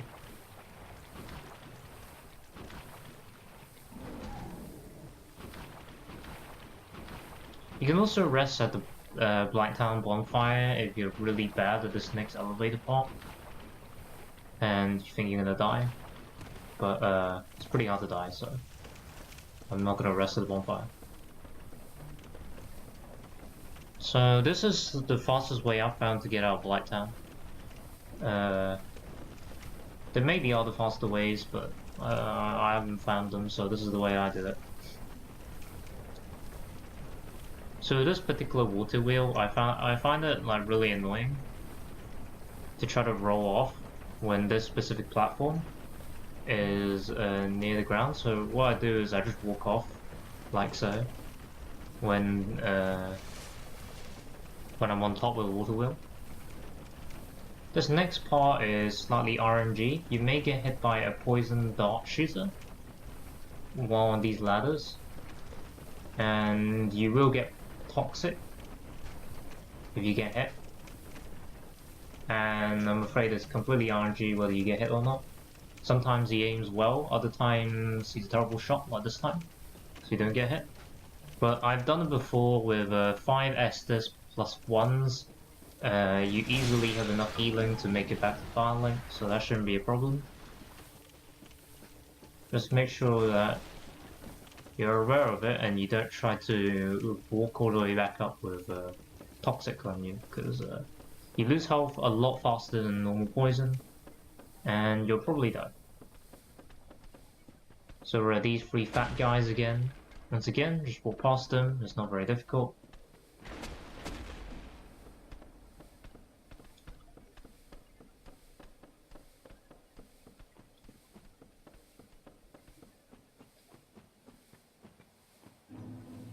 Right, so just come over here to go all the way back to Farlink.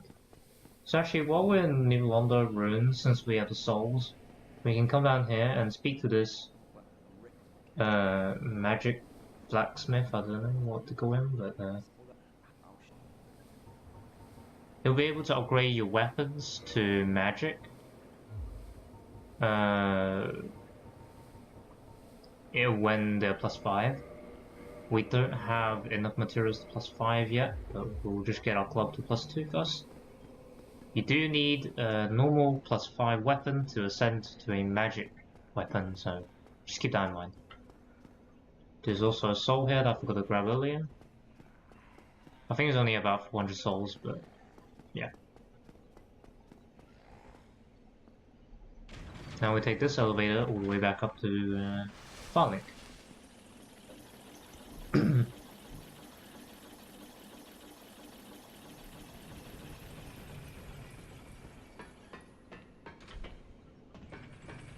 4,000, I'm pretty sure it's 400 Dragonvillia. Soul of a nameless soldier, I think I grabbed. It should be 400. Oh, whoops.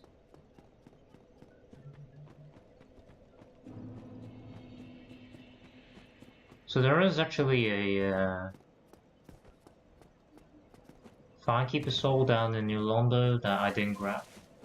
But once again, like I explained earlier, we're not gonna be grabbing an awful lot of Firekeeper souls, only the ones that are on route, because we don't actually need to desperately upgrade our Estus.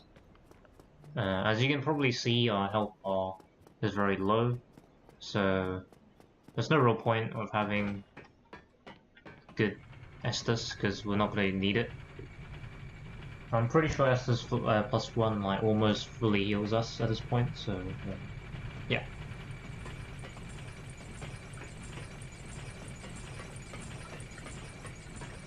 Just gonna head back up now. And we're gonna go for Undead Parish to get to Andre the Blacksmith. And this time in this run we can actually afford the Crest of Artorius, so we don't have to kill him. At least we should be able to afford the Crest of Artorius, but yeah.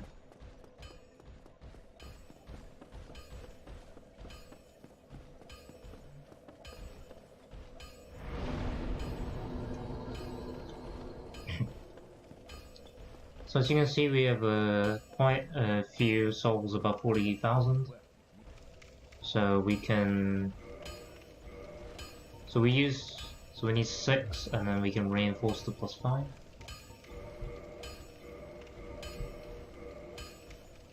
Oh, no, not. Okay, only about one more. There we go, +5 club. And it doesn't matter too much that we're not at 40k, because there is 15,000 consumable souls coming up very soon in Sen's Fortress.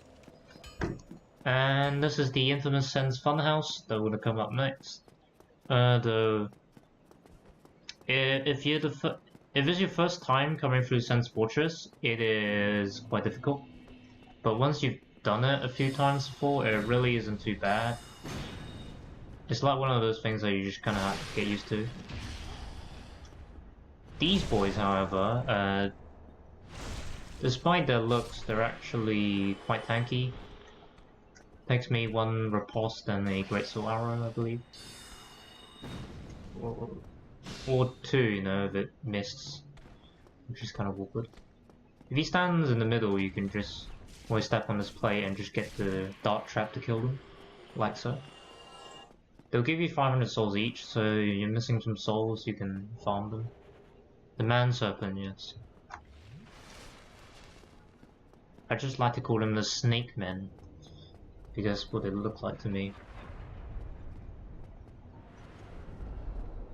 This part is not too difficult, just run through. Try not to stay still for too long on this platform, because there is a mage up there shooting lightning bolts at you. That guy sometimes make it through like he did right now. Just riposte him to death.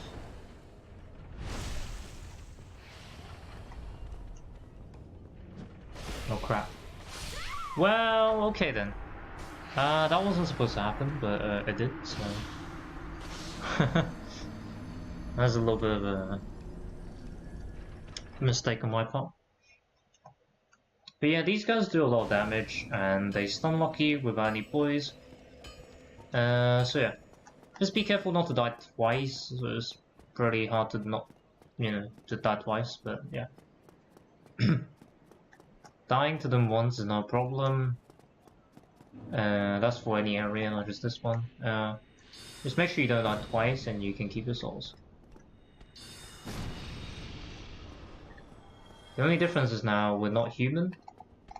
That's not going to make too much of a difference in Sense Fortress, but in other areas it might make more of a difference. So I'm just going to kill this same guy, the second guy the same way. And kill him with a dot trap. Or it can go straight through his hitbox, that works too. And there we go. I'm not sure how the dot trap literally went through him, but I guess we can get over that.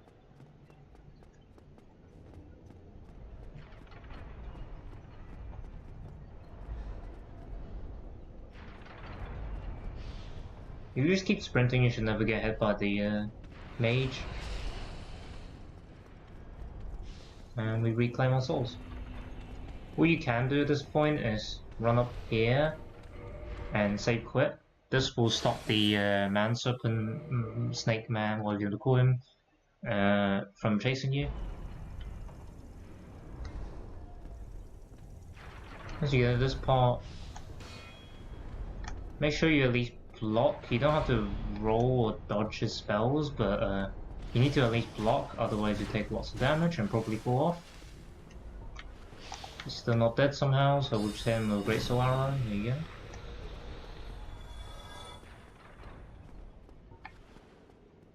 Now you're gonna fall down and just slap this guy to wake him up. And you don't want to kill him yet. You're actually gonna need him to break open this wall over here. There is one particular attack, like that one, that he does, which is the stab, which is enough poise break to break through the wall. Ordinarily, you will need a boulder to break that, but with this guy we can bypass that bit completely. So yeah, after you learn that, run over here to pick up 10,000 souls. I'm not sure why that's actually placed so early into the game. Normally you don't get the Soul of a Hero consumable drop until much later, but you know. So we're gonna grab Master Key, and well, yeah, we have Master Key, so we can open the cage. Once you did that, make sure you wanna make sure to Homework Burn, because while we still have the souls, we want to run all the way back to Firelink. I know there's a lot of backtracking in this route, but this is the safest route. Alternatively, you can come here after finishing the entirety of Sense Fortress and grabbing the Lord Vessel. Logan does not disappear from Firelink until after you place the Lord Vessel in Firelink Altar. So before you do that, you can still buy spells from him from Firelink. After you place the Lord Vessel, however, he'll move to Duke's Archives, where he'll start selling the crystal variants of his spells, which are more powerful variants, but they also cost more, so keep that in mind. I'm only going to be buying one spell from him. Normally you'll need 60k to buy both of his signature spells, the Soul Spear and the Humming Soul Mass, but we're only buying the Soul Spear. Because upon testing, that's really all we need. So we're just gonna pop one of these souls. Should give us enough. Yeah. And it'll be exactly here. And now you can buy this signature Soul Spear. I will stay here for the time being. Speak. And now if you like me and you didn't rest at any other bonfire, you can homeward bone straight back to the Undead Parish bonfire, which will let you get access to Sens a lot earlier. Just make sure to attune Soul Spear, even though we can't use it yet. We'll be able to use it very soon. So if you have any consumable souls, just pop them now and level up your int. We won't be needing to save souls for a while, not until Anno 1 though. So yeah, just pop a few souls. I like to keep a few souls, just in case I need them to buy anything, but yeah. Looks like we still need a few more souls to 36. Let's pop a few more here.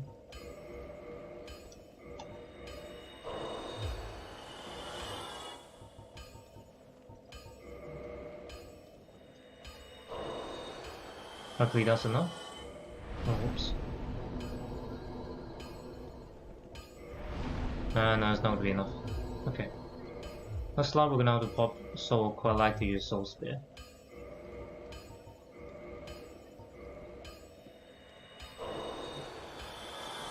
Soul Quelag also makes the Blade of Chaos.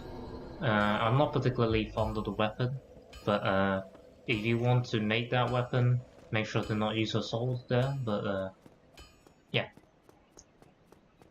Now that we have all the spells we need, we can now head straight for the Iron Golem on top of Sen's Fortress. Actually, that's a lie, but there's still one more detour to do. You can actually kill these guys, by the way, you can just run past. It's just that earlier I had loads of souls on me and I didn't want to risk it, but by all means you can just run past them.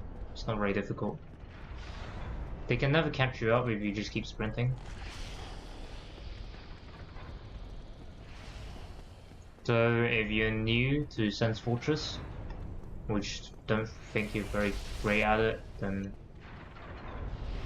by all means, your cat had a seizure? Oh, I'm sad to hear that, Dragon Valley. I hope your cat's alright.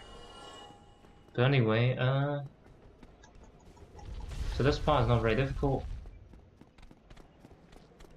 Just come over here,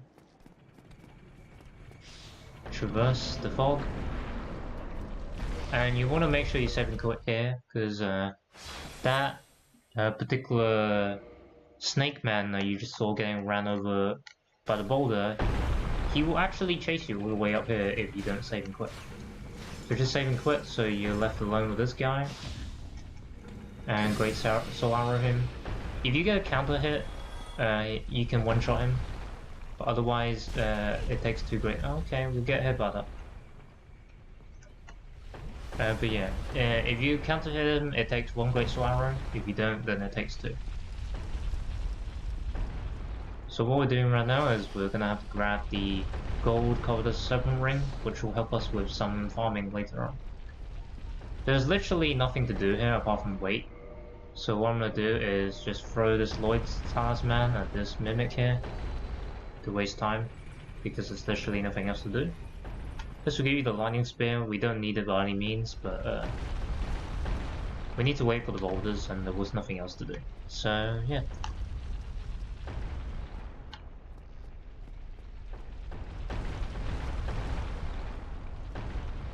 There's a few more boulders now.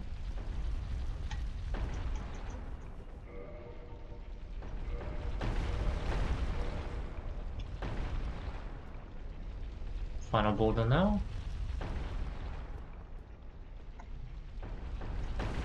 Okay, now that boulder busted the wall, we can grab the gold covered serpent ring. After you do that, quickly run back before the next boulder crushes you. And there's actually a sneaky little elevator here.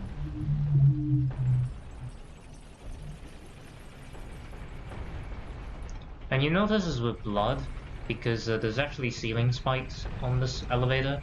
You want to make sure you get off here immediately, otherwise you'll get...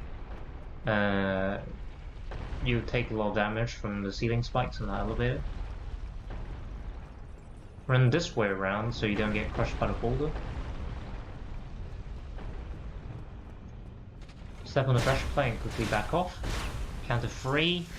Once you do, the shooting darts will be over.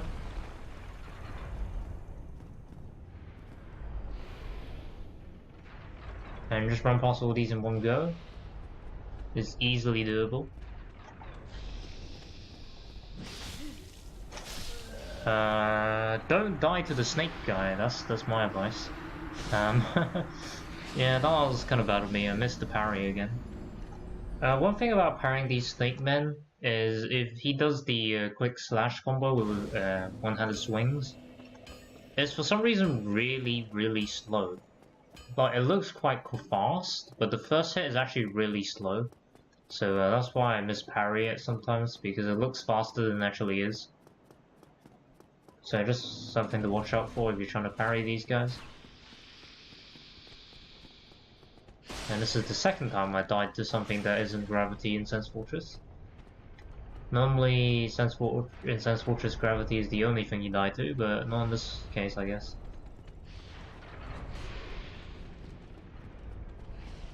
So yeah, we're just gonna have to run all the way back. Now that we know how to save Logan, it's much easier to run through now, so... And we got rid of all the fog gates and everything like that, so it's not too bad anymore. We'll just wait for the boulder. Should come any second. Unless it doesn't. Because I'm pretty sure it gets switched direction.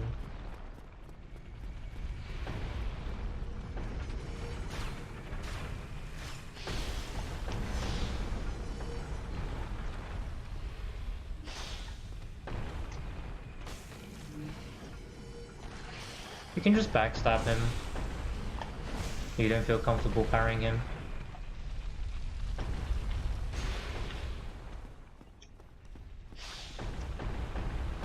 But it'll take quite a few backstabs. So just spin a Great Soul Arrow in there and it should be good. This part, wait for the boulder to go right past. After that, run as fast as you can. Do a jump to get as fast as possible, and then save and quit. This will reset the boulders to before they drop down from the giant above, which will give you enough time to run past the boulders without getting smushed. Stand on this pressure plate again.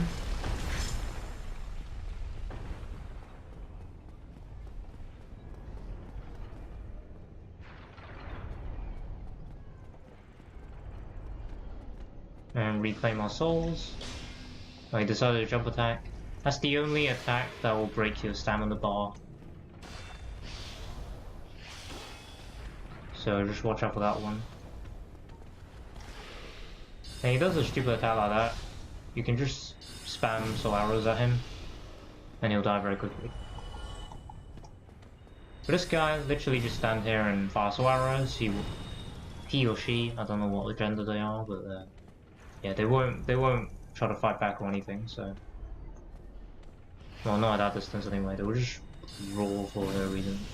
Great Soul Arrow that guy, he should die in one hit. This will leave it to be a lot safer to run past here. It is once again not necessary to do that, but it makes it slightly ERB, yeah, see you later Dragon Velia. Hope you had a nice time.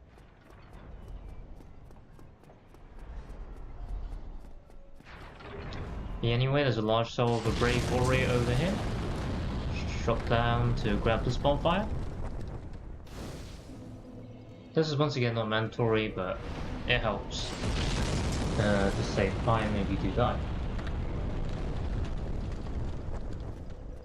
Use up all your remaining souls because there's a boss fight coming up, and you just want to save as many souls if you do die as you can.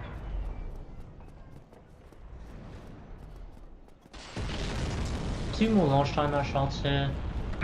There's also a shop, or I should say merchant, over that side that sells large Titanite shards and green Titanite shards.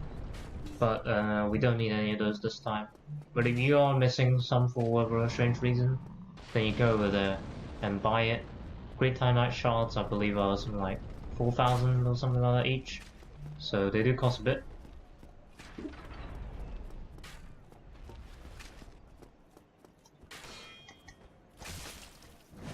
Welcome back, Gendelia. We'll just smack this guy off. Before going to the boss fight, we're gonna come up here.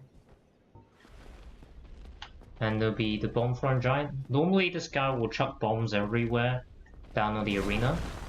But if you do this first and kill him, then he won't drop bombs and makes the boss fight a lot easier because you actually have the whole arena, not a narrow bridge.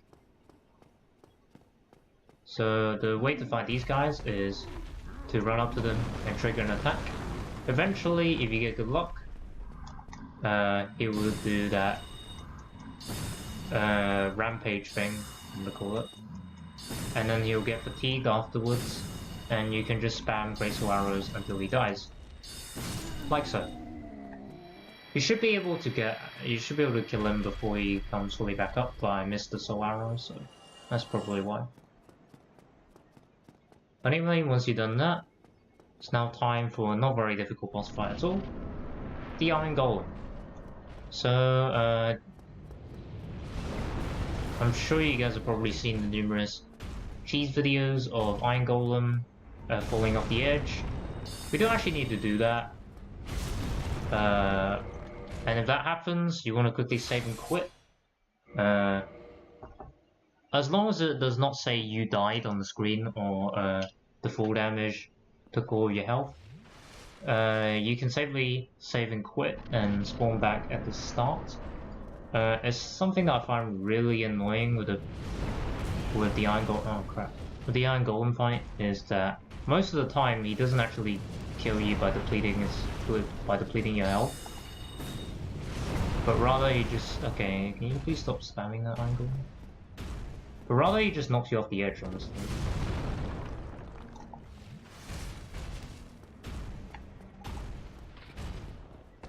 One easy way is to just roll under his legs.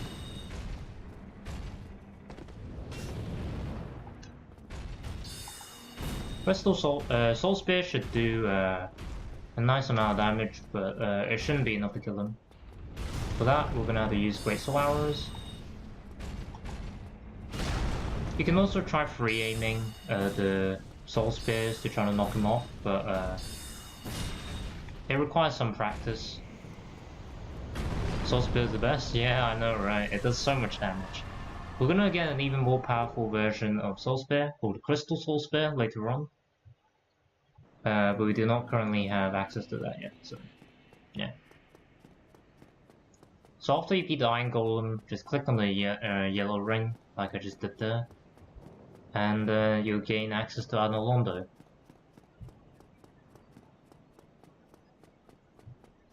And this is where the infamous Rafters and Anolondo Archers are, which are both a pain in the butt, so I'll recommend mentally preparing yourself for that.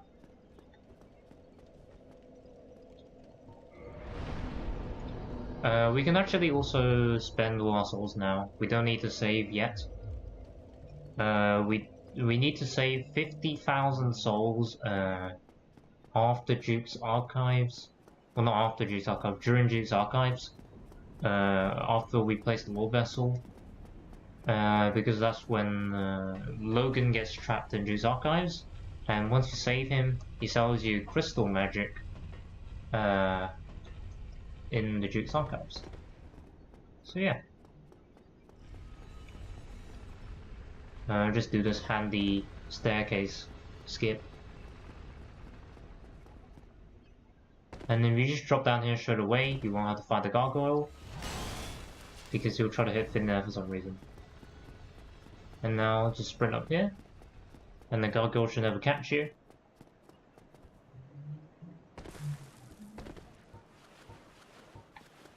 And this is perhaps one of my least favorite areas in the game. Which, this guy's easy enough though.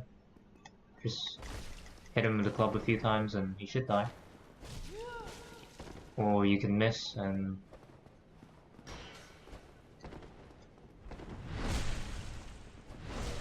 Just gonna save and quit so I can reset the second Painting Guardian's location.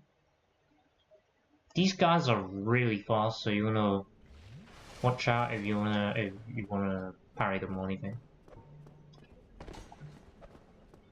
They're also, however, really squishy, so one soul spear should be enough to kill them. I mean, not soul spear. Oh, okay, maybe not. Okay, we're gonna switch to grey arrow, soul armor. It's worth noting that hidden body does not really work against these guys.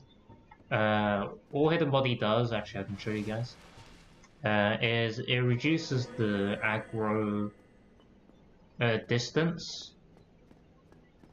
And if you don't sprint, as you can see we're kind of fainted out, the Painting Guardians shouldn't aggro you until you're in like melee range. Like so. So you can just walk all the way past without them throwing knives at you. And if you make this jump, which is not that tricky really, you can skip most of the rafters, which makes them fairly easy. But the next part is the harder part of the parkour course that we like to call Anolondo. But before that, we're gonna crank this thing. This will trigger a gargoyle fight.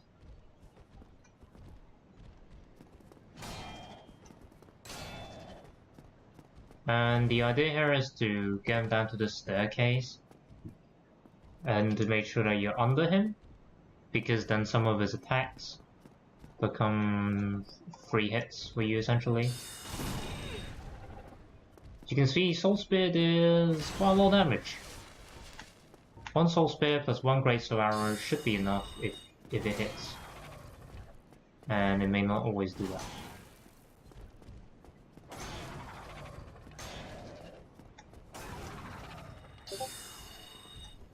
Okay, that really should have hit.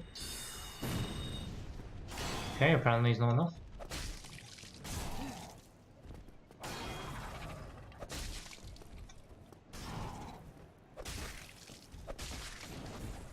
Okay, this guy should really die soon. I'm just hitting him with a catalyst, but still. He's on literally no health. There we go. Right, anyway. So if you're lucky, you'll also be rewarded with Gargoyle Halberd. We don't need that necessarily, but I guess it's there if you want it. So I'm gonna cast Hidden Body now.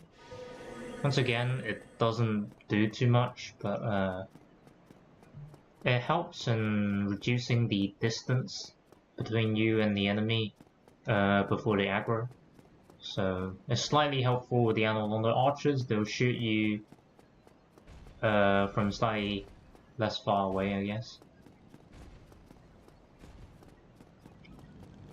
None of this commentary has made any sense in the last like 30 minutes, but we'll get over that. For this part, you just want to run, roll that attack, do some zigzags so the archer shots do not hit you, as well as the gargoyle lightning spear doesn't hit you. After you do that, you should be here now, and make sure that doesn't hit you, and you have to keep dodging until he stops firing, which is sometimes a little bit dangerous, but one Soul Spear is enough to kill him. As you can see, it did 1000 damage, and that's with 43 intelligence. So yeah, Soul Spear does quite good damage, especially against targets that don't resist magic like Silver Knights. I'm gonna come in here and take the safety bonfire. I'm not sure why Solaire doesn't show up for me anymore in Anolondo, because I talked to him on the bridge and he's supposed to show up in Anolondo next, but doesn't seem to show up for me ever, so yeah. You'll find Solaire right here if he somehow manages to show up in your game. I'm just gonna pop a Soul of a Lost Undead to level up, because we had just about not enough to level up. Now we have 44 intelligence. We can do the ONS boss fight.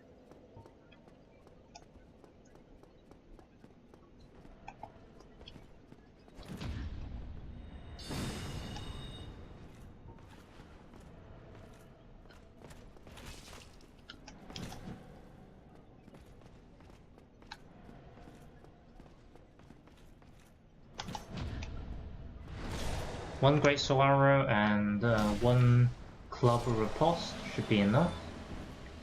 And for the ONS coming up soon, in the second phase, we're going to be going Ornstein first. It's not actually relevant what health you're on. Super Smo, if he shovels and hits you with a second attack, you always die. And there's just no way of getting around that. There is no Tears of Denial in Dark Souls 1, unlike Dark Souls 3, so you will die in one shot. So just beware. While Smo is generally easy, if he spams shovel, which he sometimes likes to do, it might be a bit troublesome. We're gonna start with a Soul Spear because I recognize Ornstein Phase 1 as the harder part of the fight. You're supposed to roll that, but somehow I didn't roll that, so... Okay, we should have rolled that as well. Oh god. I have to say we're not doing so hot.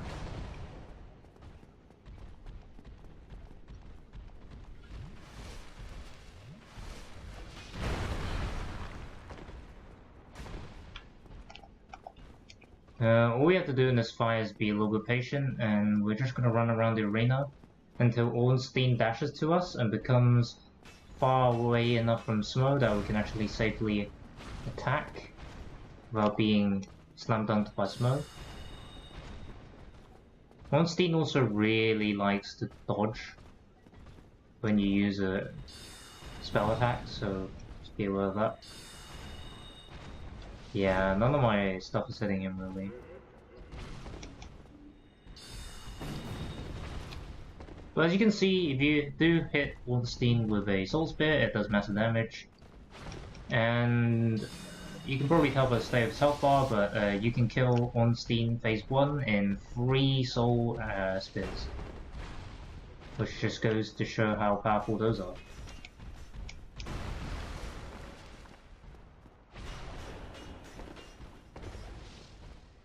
If Smo shovels, it basically means you can't hit Ornstein because I really hate that move, but it just closes the gap too much for you to be able to safely attack Ornstein without getting absolutely demolished by Smo.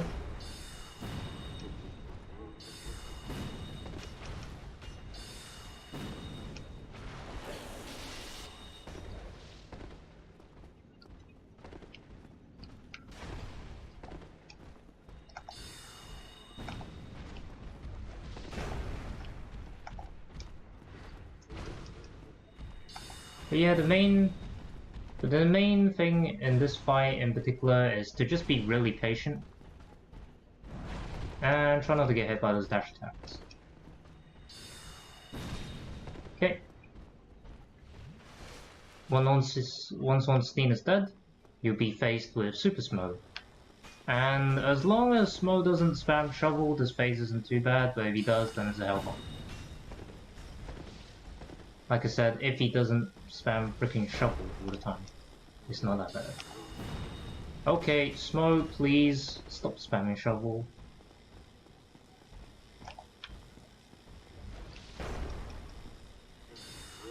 Okay.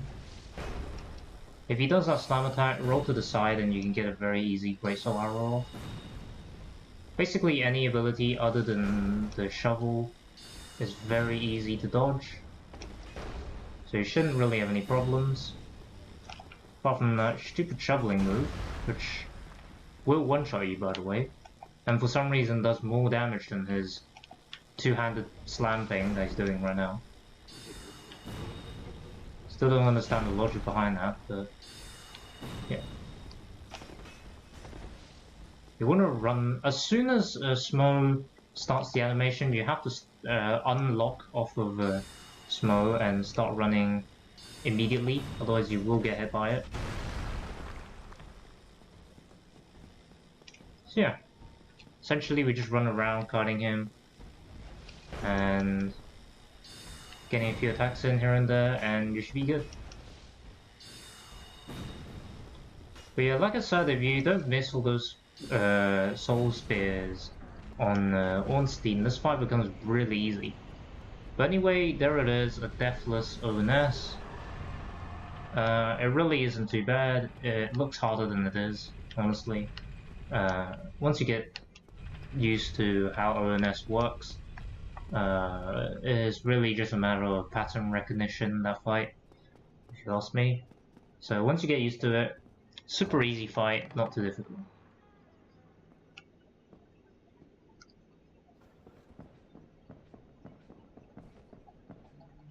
So now we're not going to kill Guinevere, because it makes absolutely no difference. And we're not in the speed run, so which can filter, grab the war vessel, and what we're going to do now is walk back to Firelink Shrine. And the reason why doing this is we need to quickly go to Seath for the blue chunks and the blue Titanite slab, and Logan. And we need to go to Duke's Archives for the DLC key. Remember that Hydra we killed earlier? Well, if you kill Hydra and go into Duke's Archives to kill this particular blue golem, you get a broken pendant, which is the key to the DLC.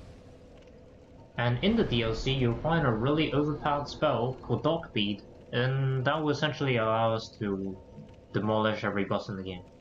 So that's why we do what we do. But first, trip back to Firelink after you place the Lord Vessel, because we'll need a Ring of Sacrifice, and the easiest way to get one of those is to come over here to make this jump. So we'll go ahead and do that real quick.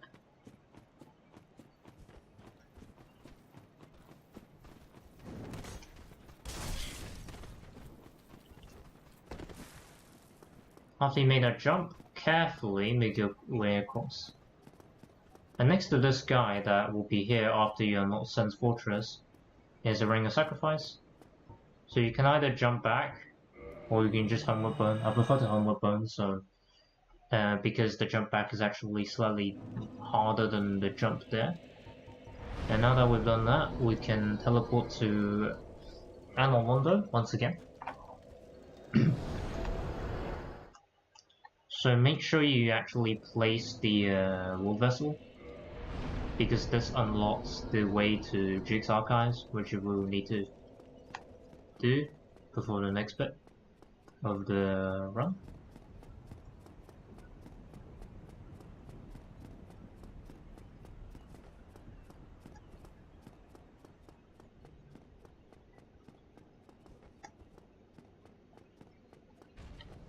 So from the on the bonfire, just run this way and you the giant sentry isn't being a dick.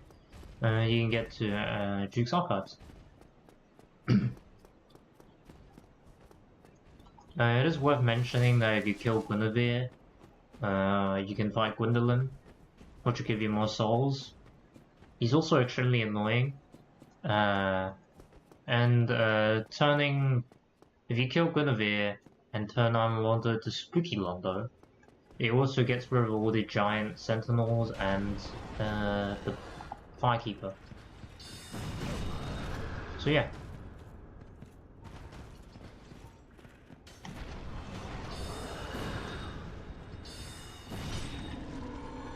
So 1 soul spear plus 2 great soul arrows will take care of these guys. Just make sure not to be directly in front of them, otherwise they'll charge you. And they can also side hit you, and you cannot backstab them, unlike that iron ball that we saw all the way back in under Parish.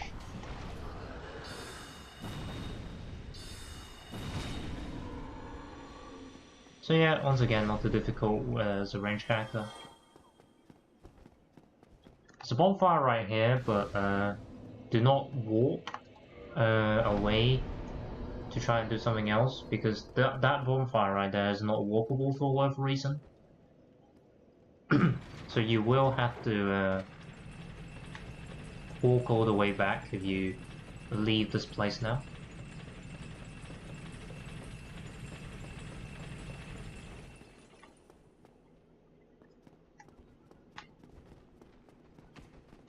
So for this particular area, there's not really too much that can be done. You just have to kill everyone. Or get killed. That works too, I guess. So the annoying thing about those crystal hollows is that they resist magic damage, which means our magic isn't gonna do crap, and our club is only +5, so it's not gonna do much damage here. But regardless, Soul Spear should one-shot them. I'm just gonna reclaim our souls real quick.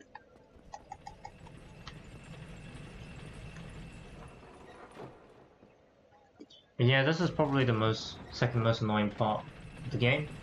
The most annoying part is the DLC, but I'll leave that surprise till we actually get there.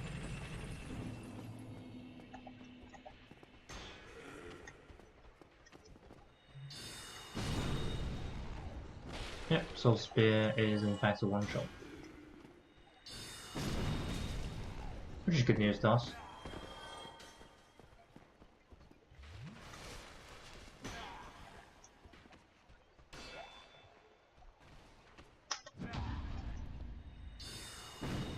Okay, I'm not sure how that missed, but it's okay.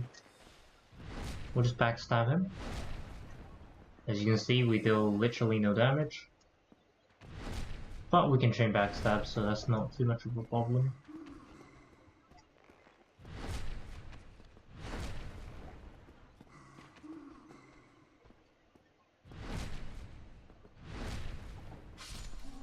Oh, he died after about 14 billion backstabs. Pistol straight sword,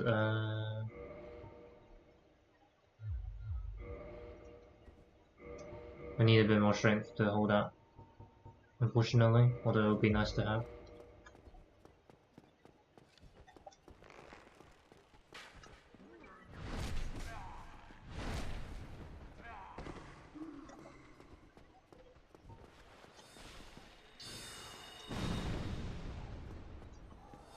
Also, one thing to mention, unlike Soul Arrow, Soul Spears are slightly AoE, so if you can group them up, Soul Spears do in fact kill all of them.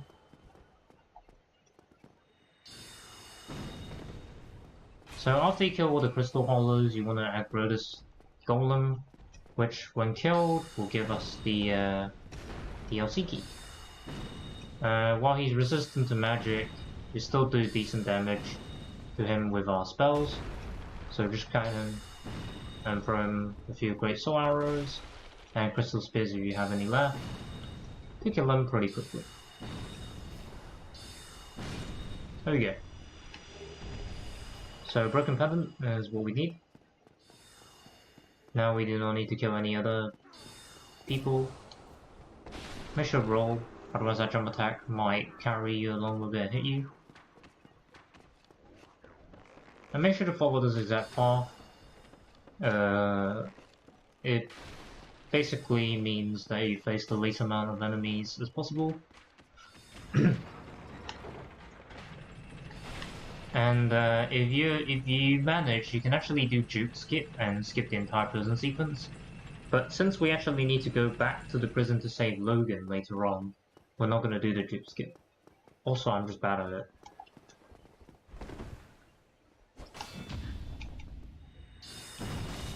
Oh god. I'm not sure how that Great Soul Arrow didn't hit him there, but...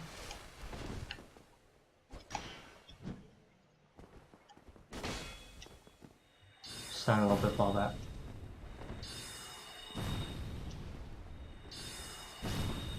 Okay. Well, he didn't dodge anything, so that's good. So this guy will give us another 3,000 souls, which is very nice.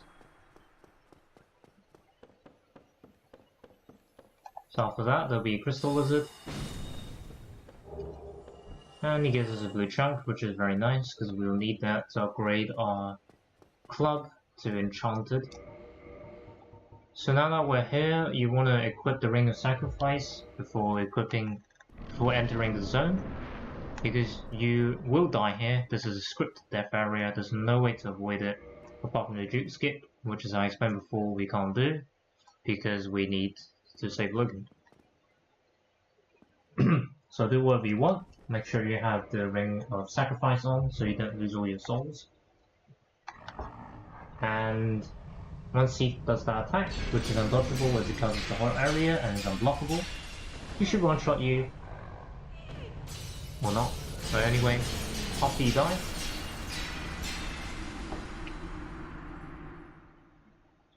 your Ring of Sacrifice will shatter, but also protect your souls and your humanities. After doing that, you'll spawn here and set the bonfire. And just to save some spells, this guy actually has only one hit worth of health. You can hit him with a fist and he'll die. So yeah, hit him with anything that go past the prison bars and you'll be fine. What you want to do now is run down. And you start seeing those spooky dudes coming up.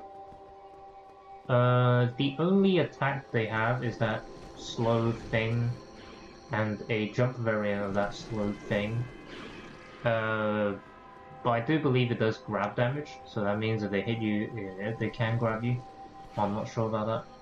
But either way, if you get hit by one of those things, you might want to just save and quit.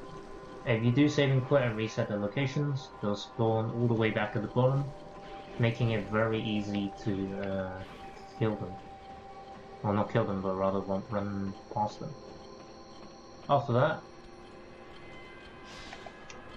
come up here and you'll be greeted by 3 guys. Just kill them one by one if you can. I accidentally aggroed all 3 of them here, but that's okay. As you can see, Soul Spear kills them quite easily, even through their shields. And it'll just one-shot them if they do not have their shields up. I accidentally cast the hidden body there, but it's no problem. Great Soul Arrows and Soul Spears should easily take those guys out. Afterwards, Home will burn back, which is just a quicker way to walk all the way back up. And unfortunately the prison key is not located here in the prison, so we have to go all the way through Duke's archives to actually gain access to it. So this next portion you may have not seen before in speedruns because speedrunners usually skip past this part, but yeah. There will be a crystal hollow behind you and a crystal hollow to the left of you by the archers, or archer. But you don't really need to worry about them at all. This guy, you can kill him if you want. It makes your life a little bit easier, just make sure not to be killed. I like to save and quit here if you see the hollow following you before you manage to go channel the guy. Otherwise, the crystal hollow might just kill you, so just be aware of that. 2 soul spears, or soul spear plus literally anything, will kill the channeler. Or not. That's unlucky. Well then, this is going to be slightly awkward.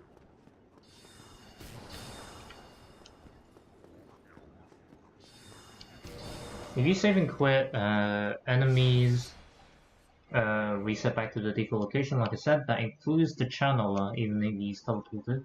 So he'll be all the way back there now, and he shouldn't aggro you from this distance. which very easily allows you to come over to this guy, give him a great soul spear to the face, it'll die in one shot. After you did that, spin this rotating staircase. There'll be another crystal archer boy. You can actually maybe run past this one, but I just like to give them more greater soul arrows to the face so they don't shoot me in the back.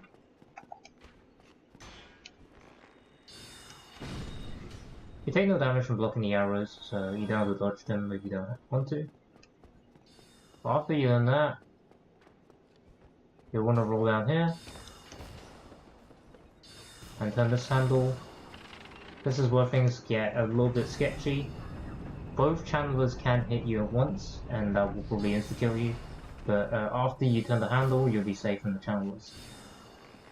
Afterwards, don't bother about our crystal skeleton. He will never hit you as long as you slide down the ladder. Make sure to pull this lever to activate the bonfire shortcut. And come over here. I believe it's this one. No, not this one. Maybe it's this one.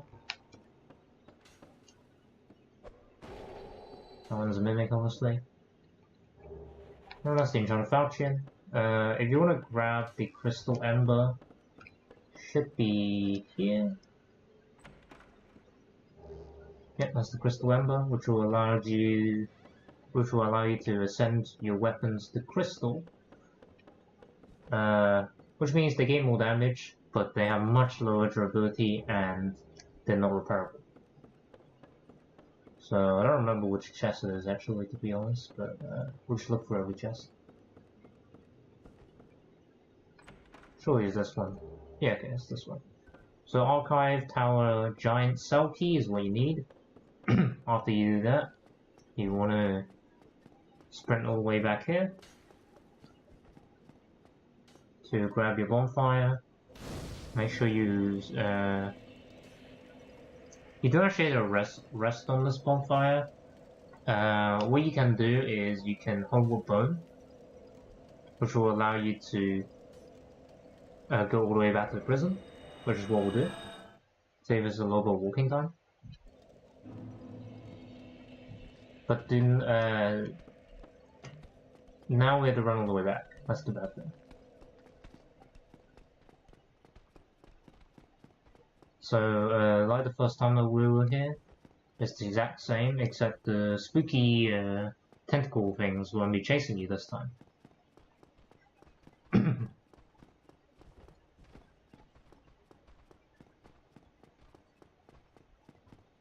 So just run all the way down.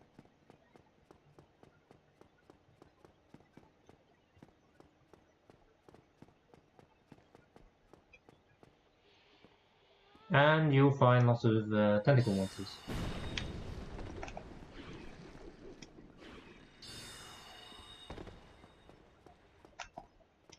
Once again, Soul Spear does slight AoE and it pierces, so try to use that to your advantage if you can.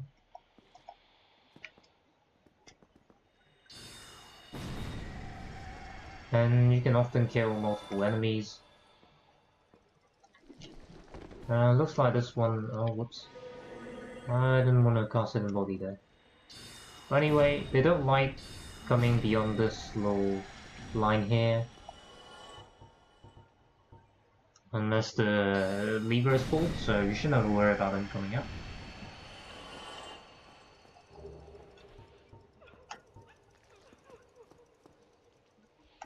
So those two guys in the corners that are not standing up properly, they are much tankier, and they're also neutral, which means they don't aggro you, and you don't have to worry about them. They do drop 2 miracles that are not useful at all. So yeah. You can open the door, they won't care. And just talk to Logan. I don't think you need to, but I'll talk to him twice just to be safe. And I'll move him all the way to the bookcase room that we were just at before. And grab the Firekeeper Soul while we're here. They're asleep. Yeah, they don't actually attack you unless you do a certain amount of damage. I'm pretty sure you can hit them once and they still won't hit you. But yeah, they dropped the Miracles Bountiful Sunlight and Soothing Sunlight, I think, which both give you health regeneration, I believe, or healing. I don't remember one of the two. But at any rate, escape the prison of the Hummer Bone again. Though it doesn't feel like much of a prison once you've unlocked all the doors, but yeah. So this part is basically the same, except we don't need to do all that switching things, just run past this guy. Run downstairs. All the way down. Try not to get killed in the process.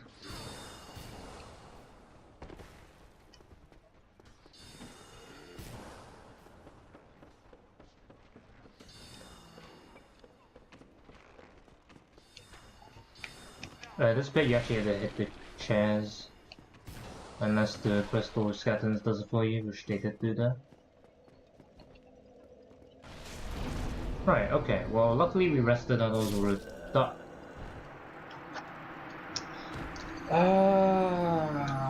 Thank you, Dark Souls. Well, that means we're gonna have to go all the way back. Well, not, because we sat at the bonfire. Prank. Anyway. So yeah, don't let that happen to you. If you don't manage to stay on the bonfire, if you get killed by that, it's a long way back, so try not to do that. But after you save Logan, he'll be here. And we actually need to pop some souls real quick. Because we need 80,000 to purchase both of his spells that we need from him. Which are Crystal Soul Spear, which is an upgraded version of Soul Spear. And Homing Crystal Soul Mass, an upgraded version of Homing Soul Mass, which we didn't buy earlier. To be honest, you can skip on buying Soul Spear as well. It's just that I feel like it's so powerful against bosses like ONS and Iron Golem. I decided to buy it earlier. Someone tried to break into your house, Drambalia? Well, that's kind of odd. Right, so afterwards, we're gonna do some DLC preparation before heading to the actual DLC.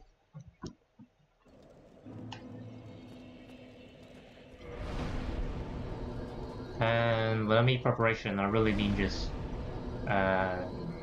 shooting some spells. So we're gonna use Homing Crystal Soul Mass instead of normal Soul Spear, normal Soul Arrows. And Crystal Soul Spear in the final slot. We're gonna replace Hidden Body with Dark Bead once we get that. But before heading over to the DLC, we're gonna upgrade our Estus because we picked up that Firekeeper Soul. Actually, Twitch chat, maybe it's better if I put Twitch chat on screen so it doesn't sound as odd. I believe I already have a chat box, I'm not sure why it's not registering.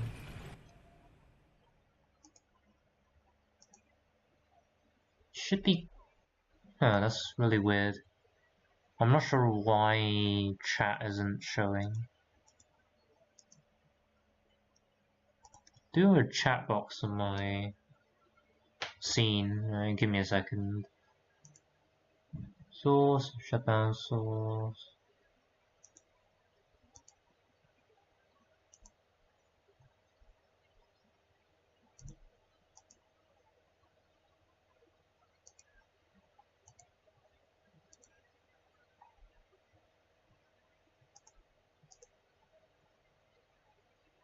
That's... Wait, the background's black. Maybe that's why. That should be okay.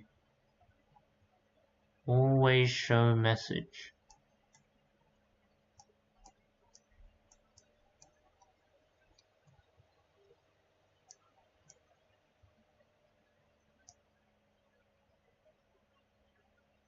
Sorry about that, guys. Just trying to... Yeah, I'm not sure why is not showing the chat. Should show chat now, I'm not sure. Well, anyway, Just gonna quickly do the grading. So remember how I said we needed green. Wait, what? Oh right, no, that's crystal ember. Right. So we're gonna ascend to Magic Club, and we're gonna upgrade our club all the way to Magic +5. There you go. Beautiful.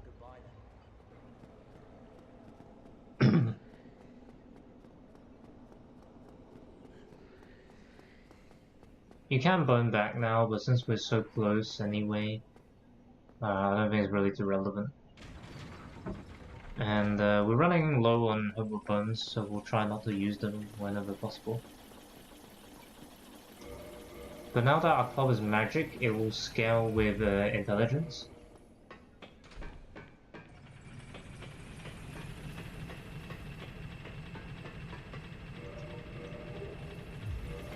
And now it's doing a whopping 339 damage, which is pretty good for a club.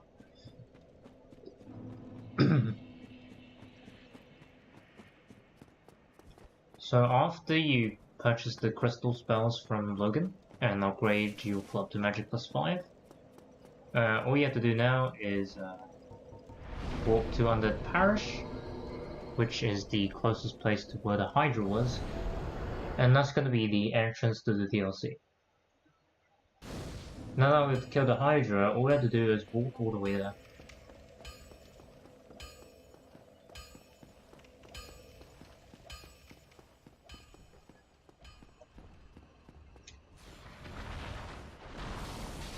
If you want, on the way, you can also just kill this guy to make any future journeys through here a little bit more pleasant.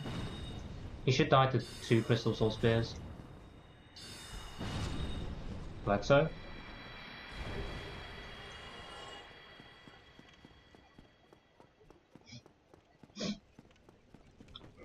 So we're nearing the end of our journey here. We only have the 4 lords to do, and 1 spell to grab.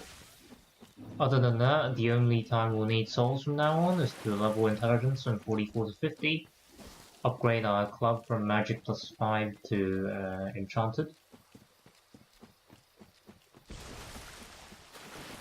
And one thing I should mention about Enchanted versus Magic +10 is Enchanted gives you a better base damage when you turn... Wait, why am I heading this way? That's a completely wrong way. But anyway, if you upgrade your weapon to Enchanted, it'll still scale with Magic, but it'll be worse scaling than Magic +5.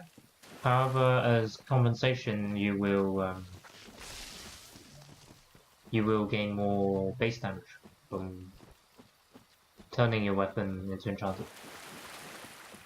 And Enchanted +5 also have the same scaling on intelligence as a Magic +5 weapon.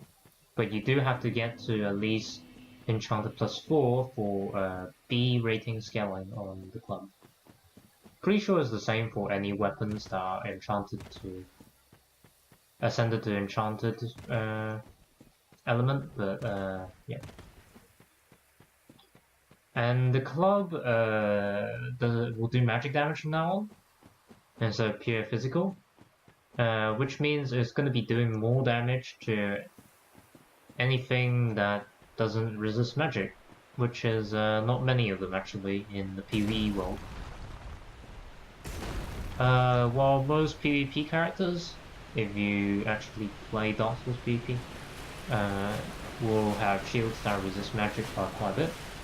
In PvE, there isn't too many enemies, especially later on in the game, that resist enemies. Resist magic. The only exception being Crystal Golems, pretty much anything in Duke's Archives, and Crystal Cave. And Artorias, which we'll fight soon. And that's really about it. There's not that many enemies that actually resist magic.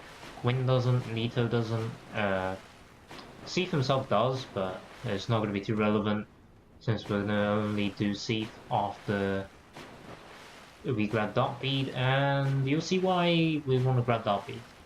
But yeah. But for those speedrunners out there, this part is not entirely necessary. It's just that Darkbead is really goddamn strong, so it's definitely worth picking up if you're not speedrunning or anything. If you are, then skip out the entire DLC portion of the video. Also, additional note, we won't be killing Manus because Manus is a really hard boss. And there is a way to cheese him. I usually don't cheese things if I don't need to. Also, I feel like doing Manus will kind of mess up the point of it being... Also, we don't have Bellowing Dragon Crest going on, that's why we're not doing any damage. Yeah. Century Guardian isn't that hard, by the way, I just forgot to sort rings. So. We'll just quickly put the Bellowing Dragon Crest ring. I forgot that we had it off from doing the Ring of Sacrifice prison sequence skip kind of thing. Yeah, Century Guardian, you just have to be slightly more patient. We're not using heavy, we're not using... oh god. Well, that's not good. That's kind of bad. But yeah, we're not using heavy Soul Spear or heavy Soul Arrows, so it's really not too difficult to land an attack. There's quite a lot of attacking windows. And overall, Century Guardian is not too hard on NG because you only have to hit him with something like 3 Soul Spears, I believe. Crystal Soul Spears. So it does kind of suck that we lose our humanities.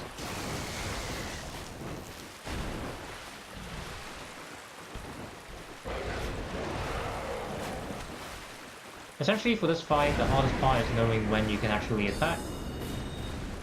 Because there are some abilities which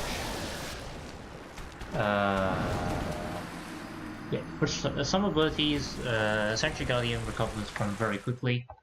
And scrap that bit when I said Century Guardian is easy. He seems to be taking more effort to beat than usual. But yeah, notably slow abilities from Century Guardian.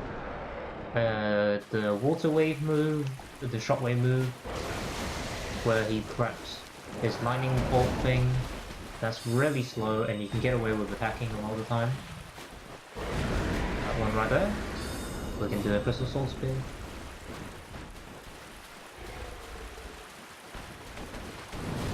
Just make sure you dodge these charge attacks as they do a lot of damage.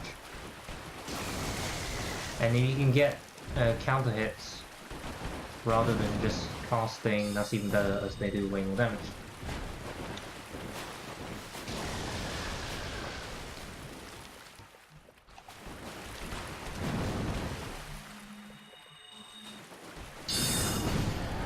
And there we go. Not too difficult of a boss fight, hopefully. Took me a few tries there, but it really isn't supposed to be too difficult, so...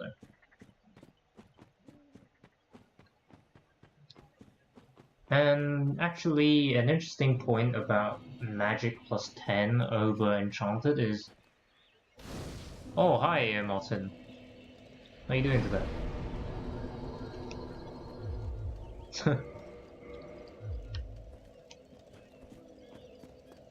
Yeah, Martin, go on, I'm listening. Oh, whoops.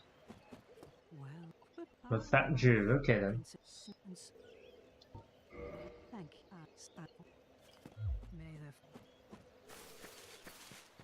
No thanks, Martin.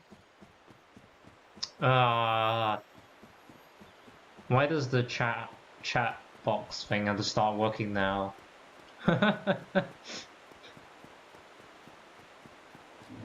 Literally as soon as Martin joined, the chat box started working.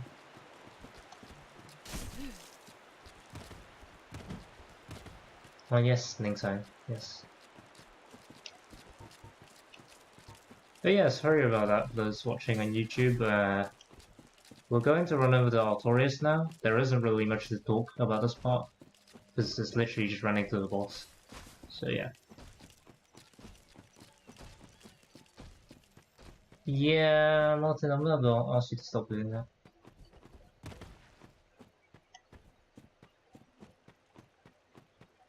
Oh boy, dragon on a bridge time, how original.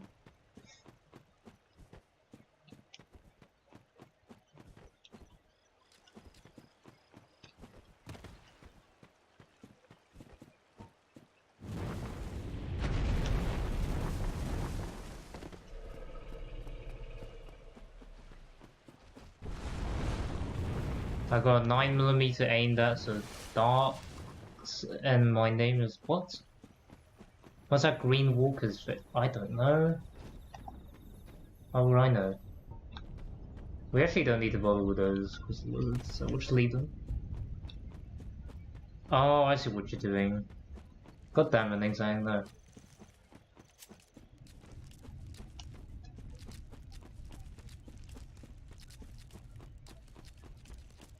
So yeah, just running over. What was it, Martin? I'm listening, Martin. Don't know what you're talking about.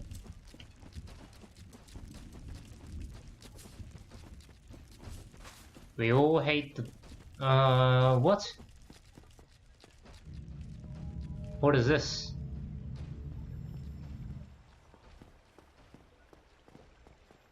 Oh wait! Oh, that's insane! No way! No way! Okay, that works. That works. That works. Okay. Chatbot saving me though. Chatbot actually saving me. Thank you, chatbot. I appreciate it.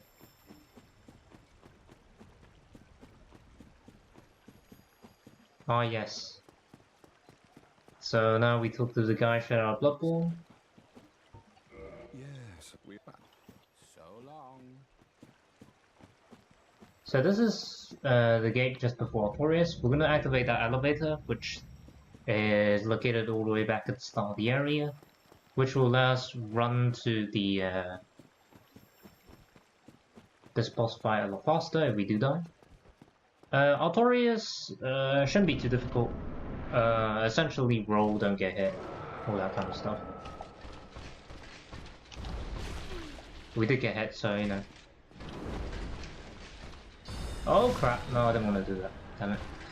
Okay, yeah. This is like a lesson to not be too greedy with Artorias. Artorias is really hard to judge sometimes because of how fast he is actually. Sometimes you can't even hit him, even though he just didn't attack, because casting spells take way too long. However, if you're using something like the Black Knight Halberd, even, which is already usually a slow weapon, you can still hit him. It's just that casting with no dex is really goddamn slow. So just watch out for that. Martin, why are you trying to get past my chatbot filter, dude? Stop trying that.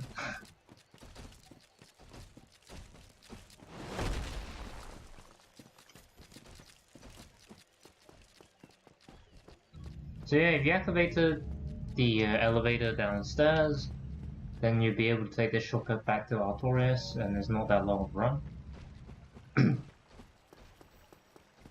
So yeah, make sure you activate that. It's not really too much of a detour, so yeah. Right, back to Artorias we go.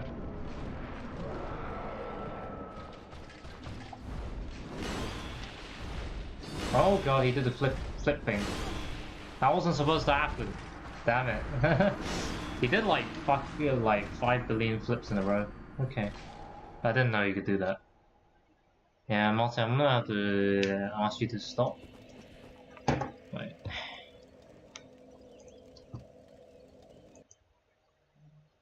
How do I do this?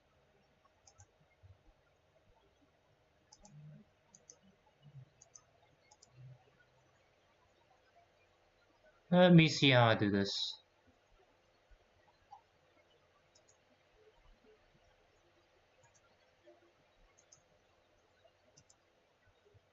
Chatbot is not really doing his thing, huh?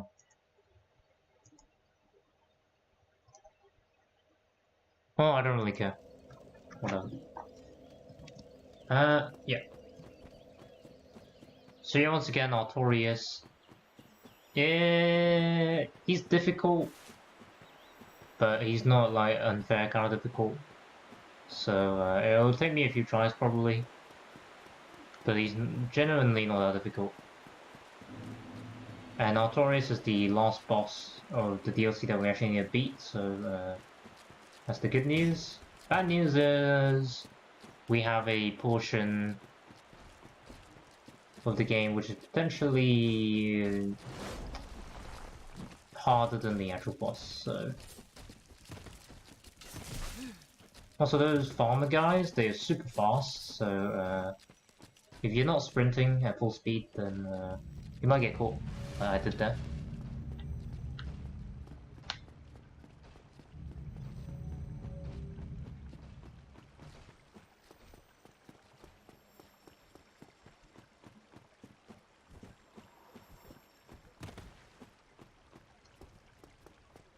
Martin, what are you even doing here? Aren't you playing Apex?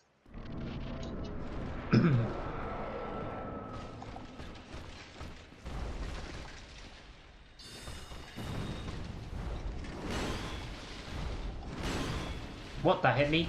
Nani? That hit me as well? What? That's bullshit! Ah! That's so bullshit! I'm so tilted right now.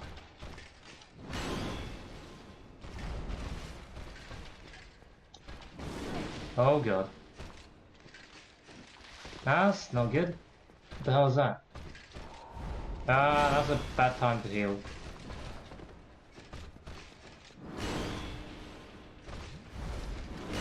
No! Damn it! Ooh! God damn it. Okay, the hitbox is a little bit awkward. Oh, Artorias, why are you being so annoying today?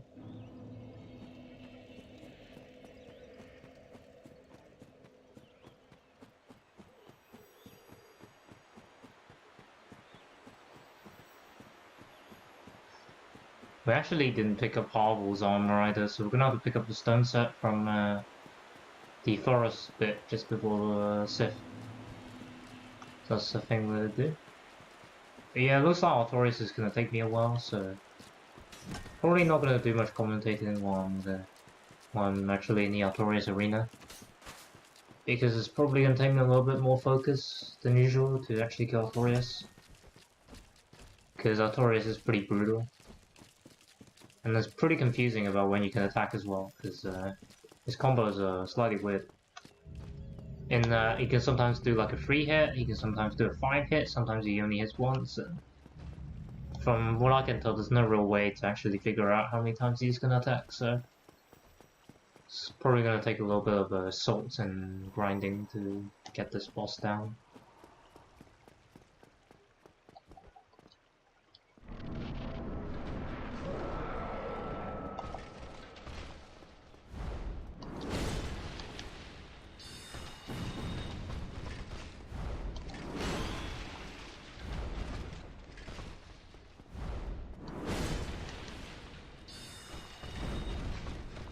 I actually rolled away from that, that's like really tragic. Ah, he didn't roll away from that one.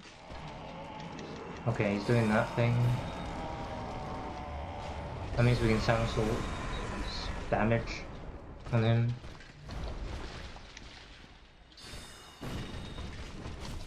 Oh god.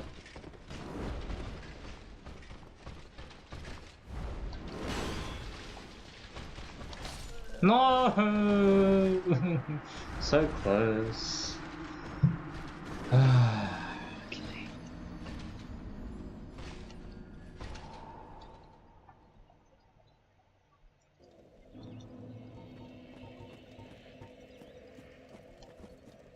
To be honest, I don't think it even matters that we have Fat Ring on or whatever. It might be better to go with an RTSR setup and kill Artorias in 2 hits, but RTSR is a little bit awkward to set up on Artorias, because there's no ledges nearby. So probably gonna have to use an enemy to set up RTSR, and I don't want to do that, so we'll use the Fat Ring for now.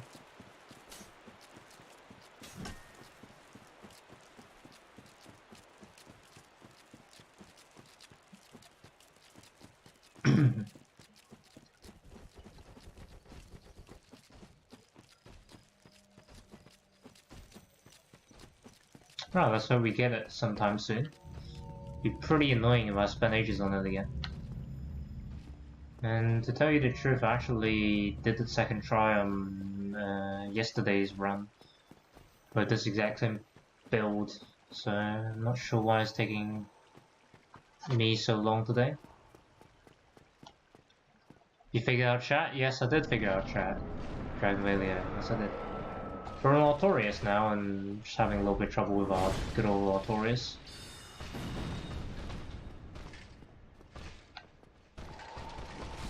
Ah, goddammit. No! Okay, that's not good. Somehow dodged it. Okay, it's gonna do that thing. What? Double hit? Damn it. No, I didn't want to roll backwards.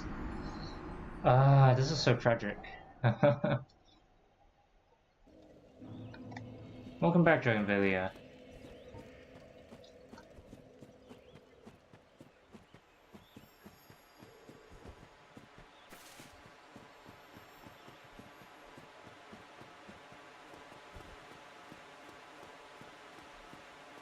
While I do have the chat box working, I'm like confused why my chat bot didn't time out that guy for spamming, but yeah.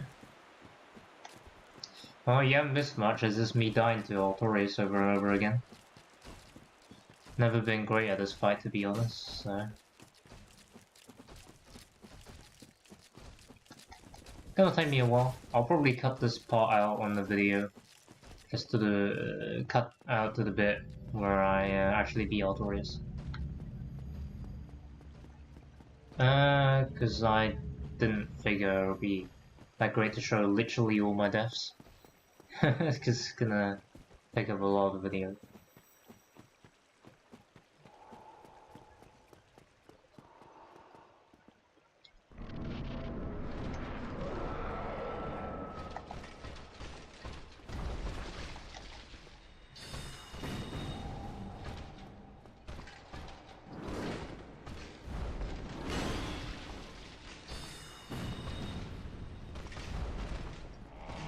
No, not again.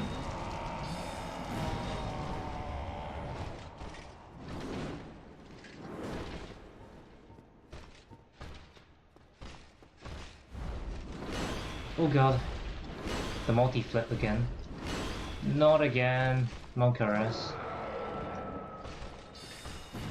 Oh! I didn't figure he'll recover so quickly from the wall.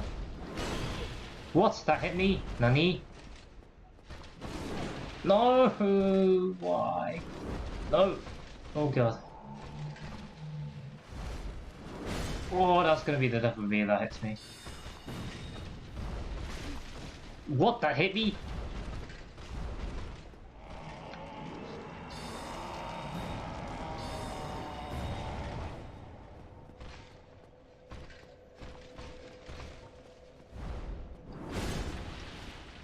Yes!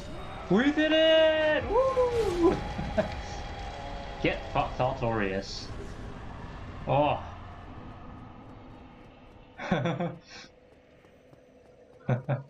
We did it! Yes! Okay, maybe we won't cut that out. It wasn't too bad. Only a few deaths. To be honest, Artorias isn't even the part that I'm like kind of dreading at the moment. It's actually this next part that I'm particularly dreading. I'm actually gonna level some decks for cast speed. We have 50 int now, so we don't need any more int.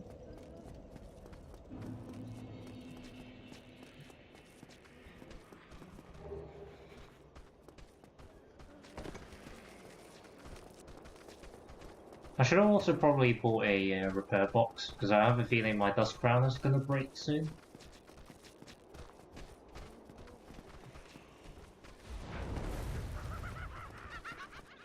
Well, for this bit, don't fight any of them. Quit out once you're here.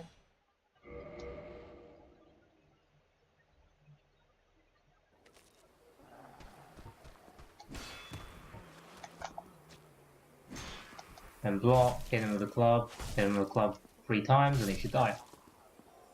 Easy enough. You can throw Lloyd's Talisman for the very good carving on this mimic. But to this day, I have no idea what this carving does. So, yeah. Buy gold in his imprisonment. Well, I have no idea what that means, so I'm just gonna leave it. Anyway, this next part is somewhat tricky.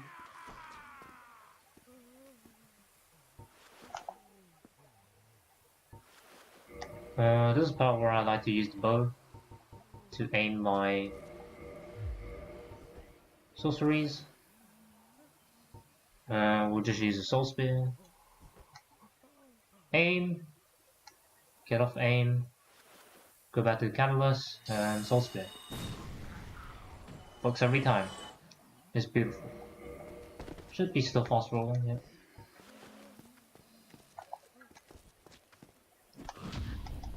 Just gonna... Actually didn't find out that you can actually riposte these guys until like yesterday. Oh god. Oh, we accidentally triggered that guy. Just gonna heal that up to full so he can survive 1 hit.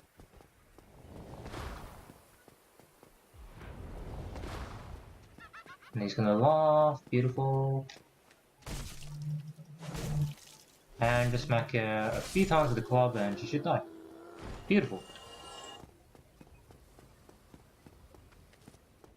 So this part is slightly annoying.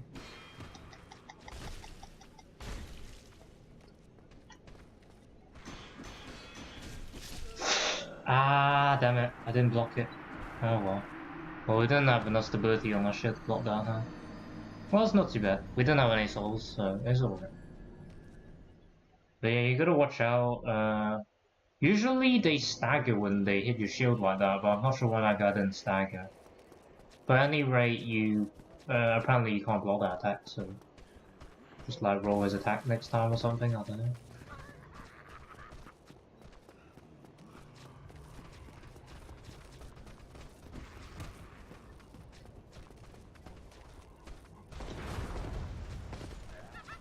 Okay, once again, just quit out once you're here. I somehow got hit by that guy, but that's okay.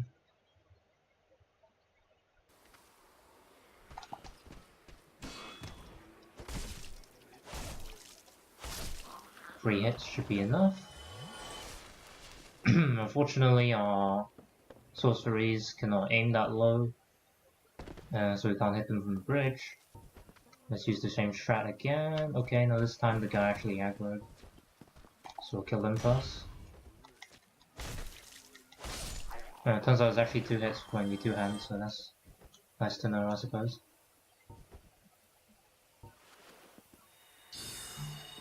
There you go, aimed, and good. Roll.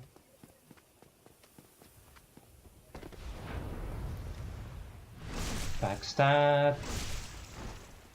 Should be enough, yep. And we can reclaim our souls.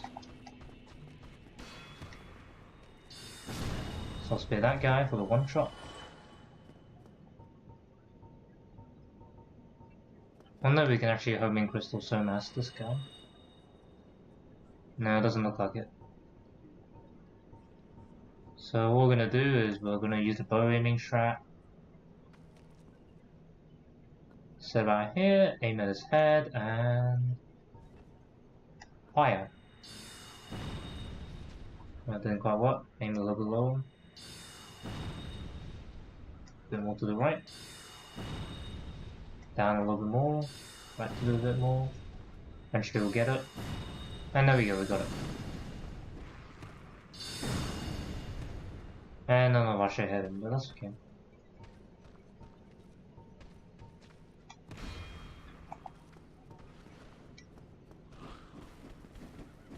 Avoid that attack and hit him.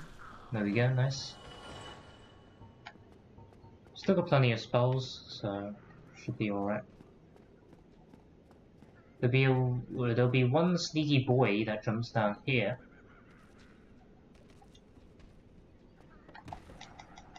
And we'll just hit him twice while two-handing the club. That should do it. Rubber share if you want to pick that up. And for this part I prefer to just bolt for it. It's not too much for it, just run. You will get that and get butt raped sometimes, but I think that's still the best way to do it. I tried killing all of them before, but it's really difficult and takes some more time than dying about 5 times there, I think. So it's more efficient to try to run past, and if you get it within the first 5 tries, then actually kill all of them with the bow aiming strat. As good as the bow aiming strat is, it takes a long time. So yeah. Okay, I don't know how that's supposed to be missed, but we'll just run past them then. Actually, we can just run past all these guys, if I'm honest. To hell with caution, right? Oh god. I don't know how we dodged that, but we did. Now we save and quit. So somehow I managed to run past the entire portion of that area, so that's good. But there's no shortcut yet, so we need to be very careful still.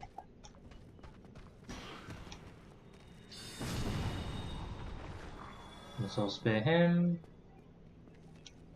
Let's all spear him.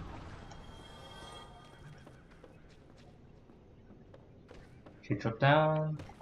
So spare you. Or not. Whack him a few times with the club. He dies. Beautiful. And claim our souls. Well, I guess we will go with a bow aiming strat. Just make sure to stand close enough so it's actually gonna hit. And launch the soul spear.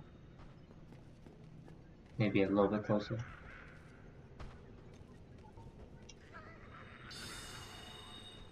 No? Okay.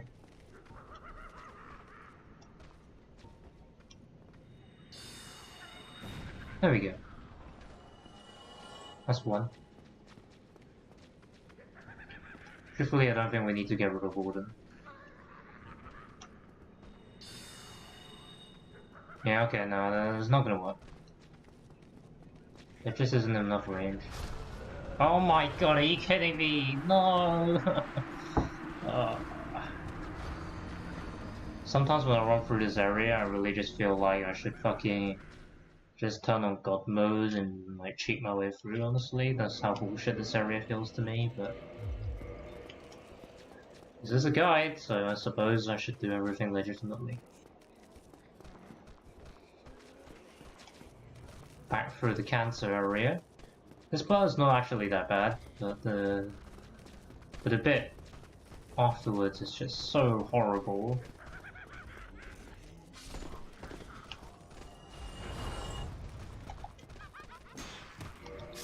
Fuck's sakes, okay. Well, I don't know.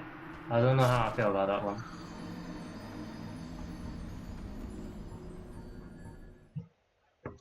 I think I'm just gonna back up the save and try to run through again. That's what I'm gonna do. I'll back up a save on those stairs that we died at last time. Or last time, I should say. Because I just think this running is getting a little bit tedious now. My plan was to finish this in one play session, but I'm not sure that's possible now. Just go ahead and just put out there.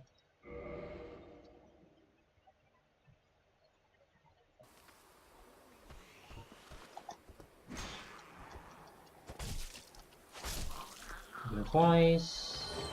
Large tower night shard, very nice.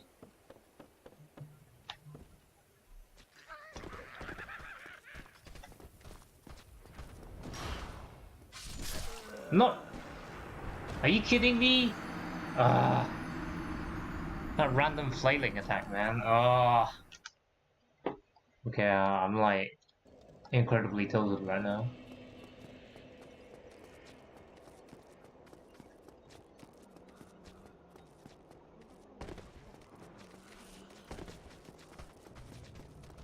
If I ever make a top 10 worst Dark Souls area, this will probably be pretty high up on the list.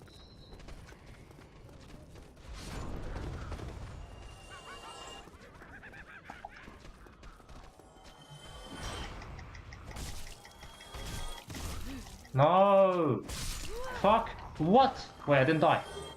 No! What the? No! Are you kidding me? The drop actually killed me? No!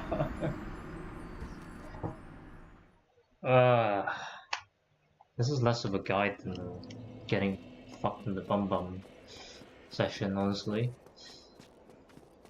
I died so many times yesterday in this area as well. That's just adding to the tilt.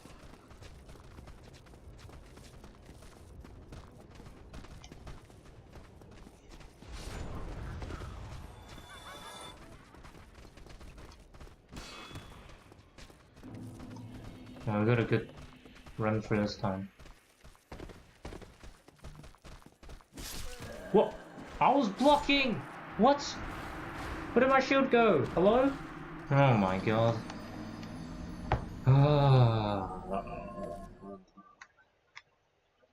Okay, I'm getting pretty pissed off at this point, honestly. I'm pretty sure I was blocking there, so I'm not sure why.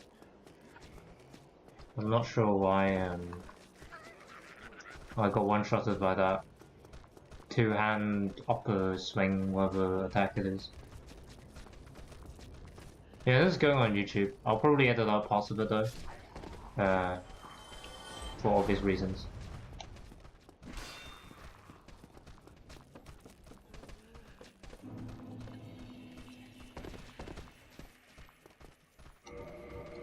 We're just gonna save and go and play this safe from here on out. We won't be doing Manus because I think he's too hard of a boss. To be called Done Chill or whatever, Done Casually or whatever. I do have a YouTube channel, is the same name. I think it's linked in the description, might not be there, I don't know. If it's not, then I'll link it later.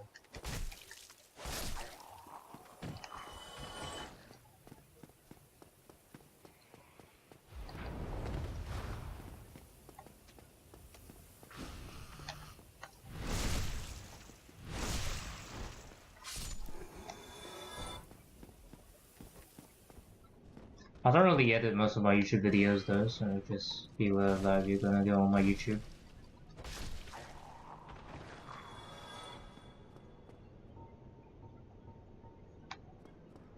Soul Spear should kill him. Yeah.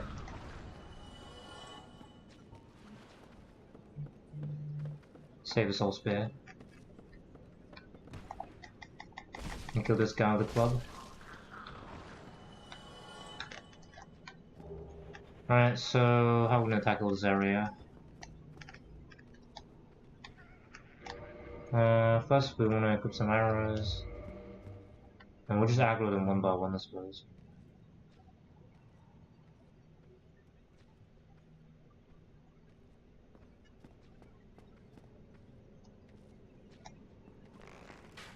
I did have the two kings before, that's true. It is on this exact same build really, actually. So yeah. It was two kings, and it's actually a lot easier than what I did. I should have just used Dark Bead. I wasted one Dark Bead and didn't use Dark Bead at all for some reason for the second king. And used Crystal Soul Spear instead. But that two kings, it was my first two kings, so I decided, it's nothing special honestly, but I decided put it on YouTube because I thought, yeah, I felt pretty good doing that for the first time. If I do 2 games significantly better this playthrough, then I'll upload this one as well.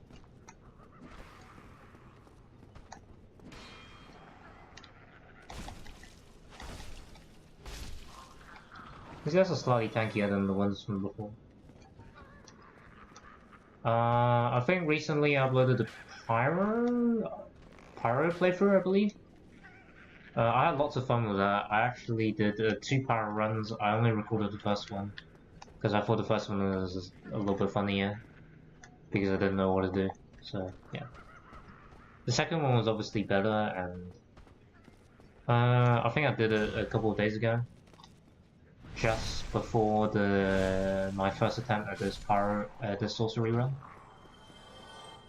So I did Black Knight Halberd, Zwei or Giant Dad build, and I did some other stuff as well that I can't remember.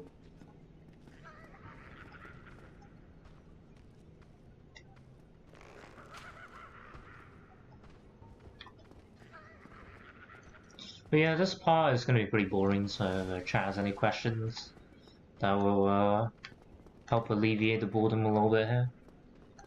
There isn't really much to talk about here, we just use an arrow. It doesn't matter if you deal 1 damage or don't have enough dex.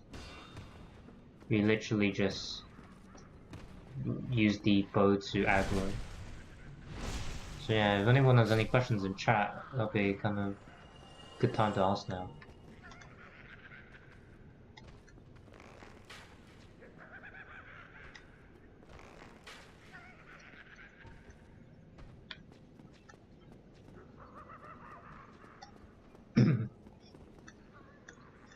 I do play other games as well, by the way. I don't just play Dark Souls. It just so happens that I wanted to do this run today. Oh hey, I actually got 2 counter hits somehow.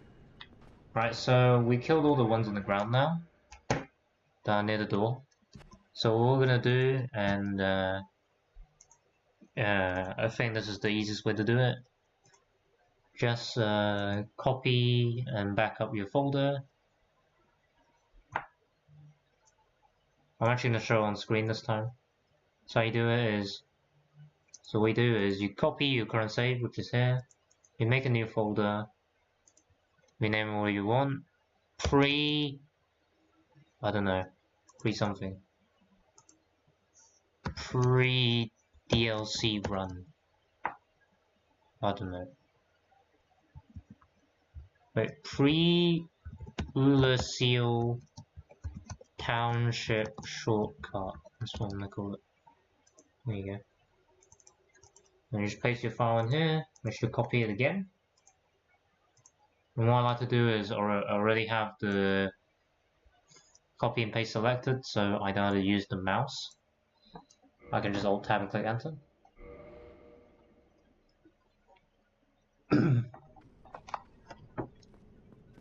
Right, okay, so now that we backed up our save, we can just go for this run.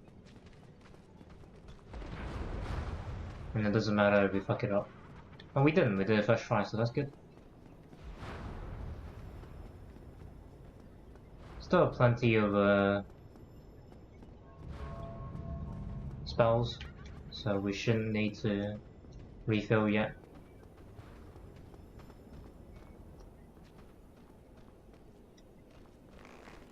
Let's aggro that guy. Oh shit, where did this guy come from? Where did he come from? What the hell? Oh, well, one of them fell over somehow. Ouch. That's another backstab. Okay, there we go.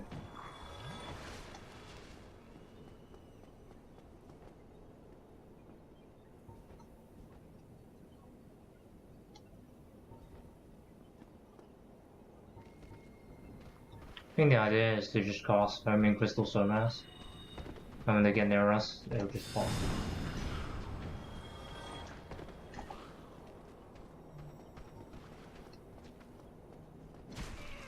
Ouch. Hey, get the backstab off. Oh, this is getting. This is more tiring than I thought it was gonna be.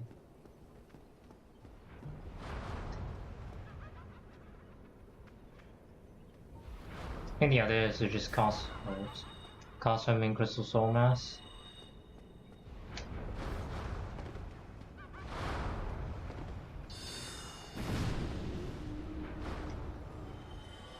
And if all of them connects, should kill him. No, I was so close. No. Fuck. Well, at least we got a shortcut, so it really isn't that far back.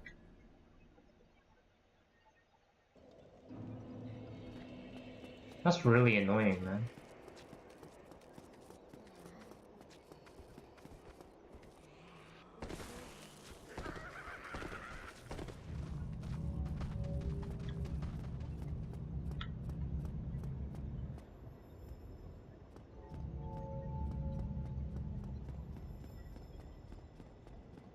But yeah, I think sorcery is the easiest way to do 2 kings. I guess you can also go like dragons. Was it? Dragon King Great Axe or something like that? Whatever it's called. That's probably pretty good as well. Nope. Are you kidding me? What am I doing? No! That was so easy. This is more like a struggle than a build guide or a run guide, if you ask me. But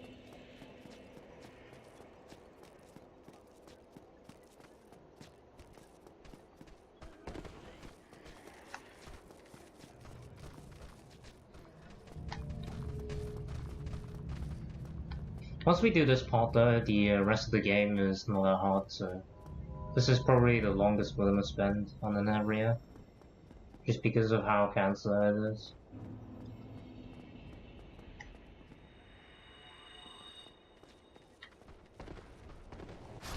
What? What? Oh my god.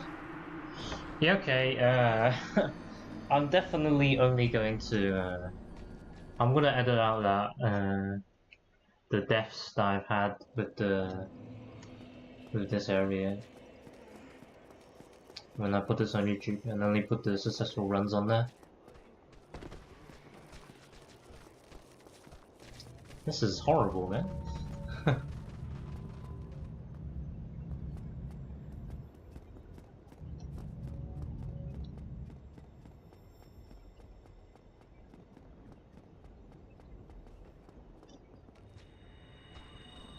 Do I have a death command? What do you mean?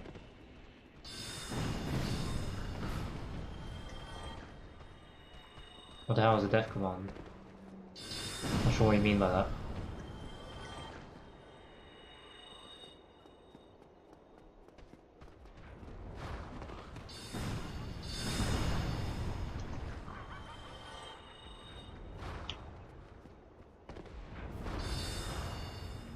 Are you kidding me? He dodged it.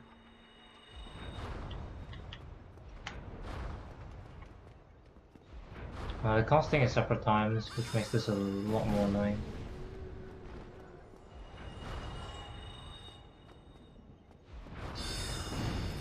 Easy! We got it! Finally! Oh my god, yes. That shouldn't have taken so long. Alright, so we'll cast Soul Mass. We'll run towards this guy. Cast all our shit. Stagger, cast once more, and he's dead. I'm actually not sure who that guy's supposed to be. If anyone in chat can enlighten me, I actually have no idea who that guy is.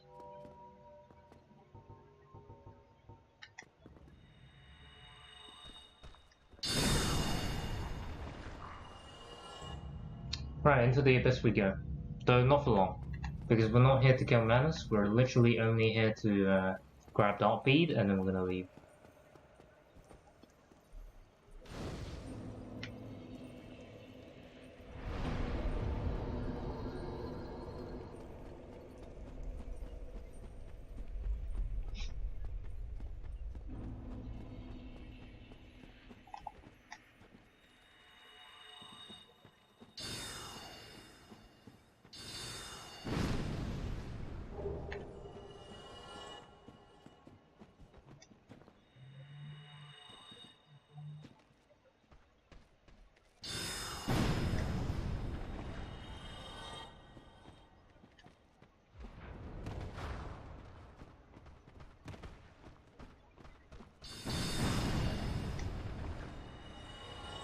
No! Damn it! I can't see when he's actually casting when he's in the dark like that. With the Skull Lantern, but the Skull Lantern isn't going to reveal that far.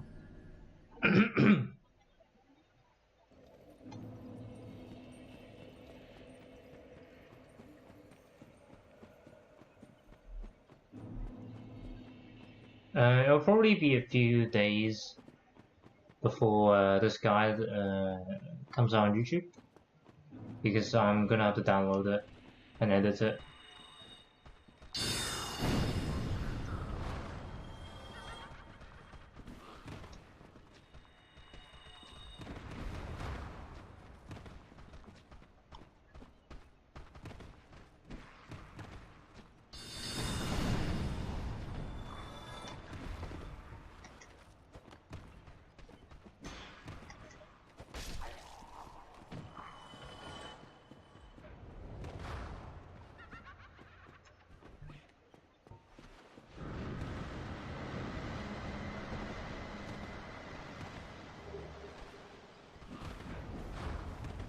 We're done!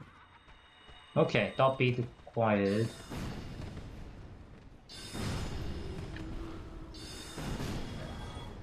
Beautiful. So we're not at home with we only have 2 left. So that done, we're actually almost done with the game. All we have to do is 4 lords, and that's it. And Duke's Archives is already done. So that's one more thing.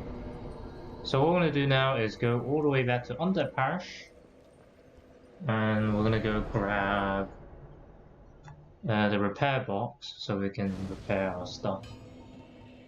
And if you haven't already got it, you should grab the weapon smithing box from Andre as well. They're all 2,000. They're not very expensive.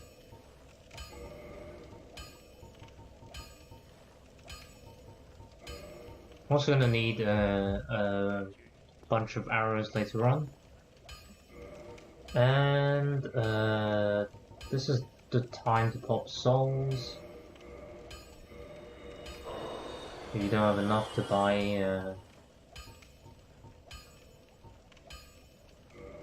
you don't have enough to buy a Quest of Artorias. We don't really want to kill Andre because he's like the last easy to access blacksmith that we have, like, unless you count Vamos as easy to access, because I don't. But we'll finish off what we started first and do, and just actually dot real quick, and finish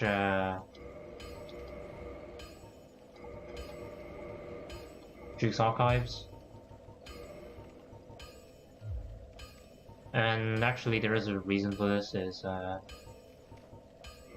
we need to farm blue chunks as well, so that's another reason. Here's where we're gonna part ways with the fat ring. We don't need it anymore.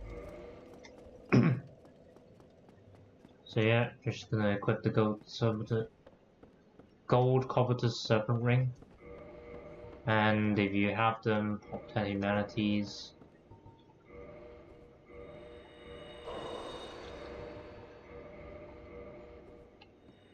There you go.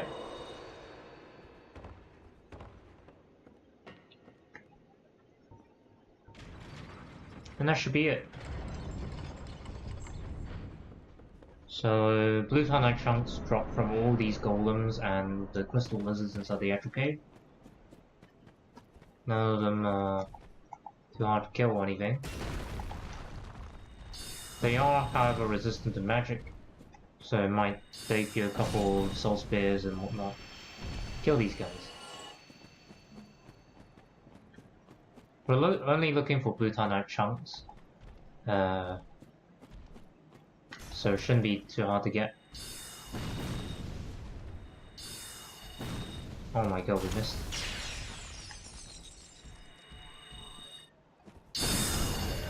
What? I'm not sure how we got hit by that. Because it definitely didn't look like I got hit by that from my angle. Well, that's kind of weird. Ah! Luckily, the souls aren't that far away. And we'll just rest at the bonfire to save us the loading screen every time we die.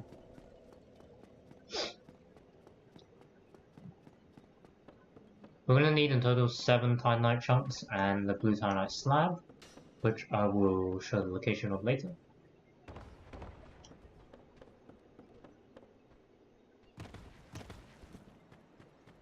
Just cast Crystal Soul Mass now.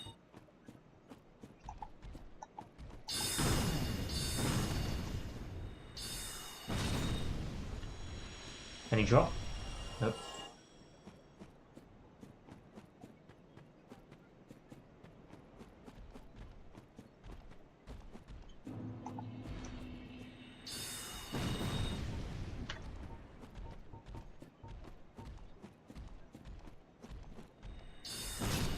There we go, nice.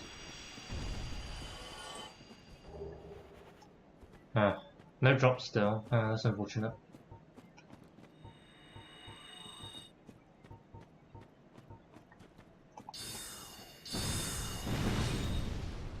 Oh, cool. So it looks like the strat is homing Crystal Soul Mass plus a Soul Spear.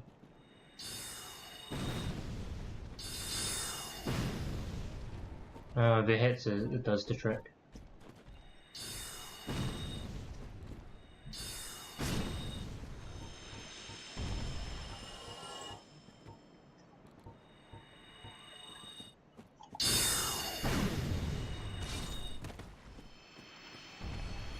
Oh, finally, 1 drop. So we have 5 chunks already, so we only need 2 more chunks. And are exactly 2 crystal lizards, so we don't actually need to farm anymore. We can actually go move on to the crystal cave now.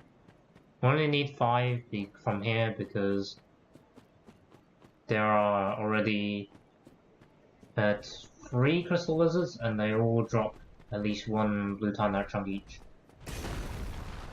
So that's all we're gonna need. RTSR is probably not necessary for Seath.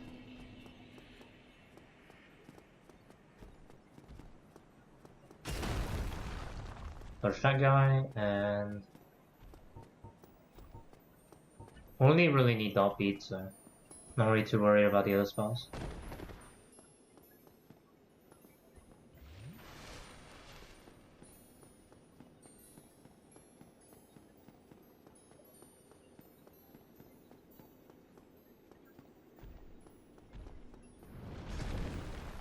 Touch that guy, and we're gonna drop down here for the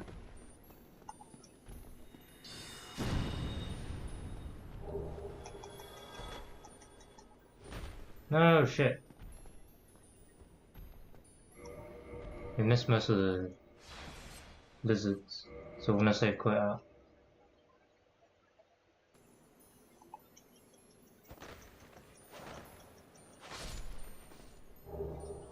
There we go, 2 chunks. Beautiful. So we have enough now, and we should have enough spells to kill Seath with. This is the time where we can take off Chorus Ring and put on this again.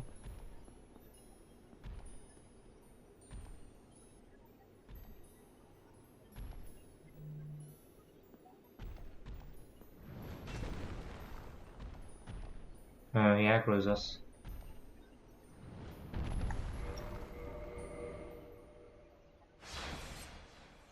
I think this is the part where Hidden Body is actually useful, but we don't have it tuned right now, so we can't use it.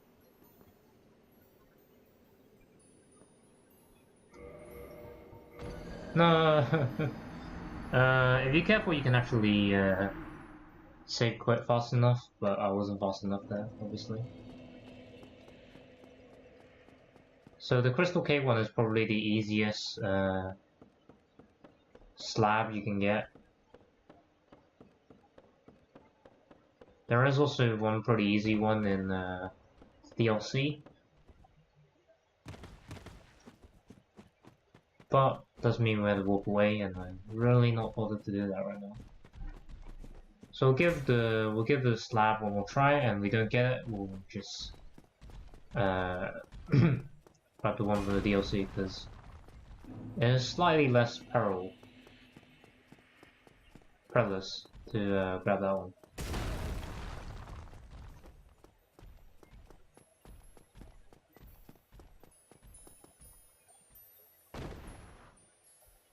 Dang, no RTSR setup, I guess.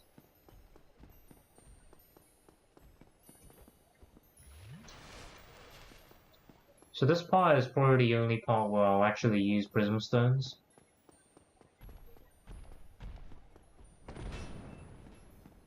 But you don't have to. Save and quit is fast enough. You do it properly.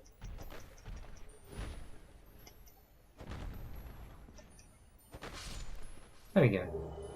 4 chunks, that's more than enough.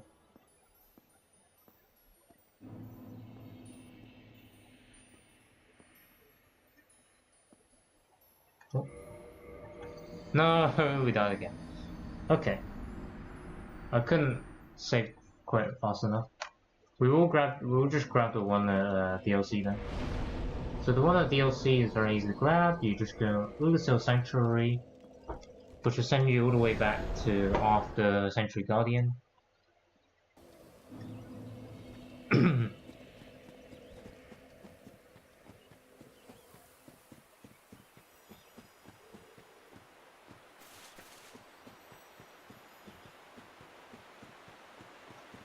And the slab is actually just hidden in some grass, so it's very easy to find.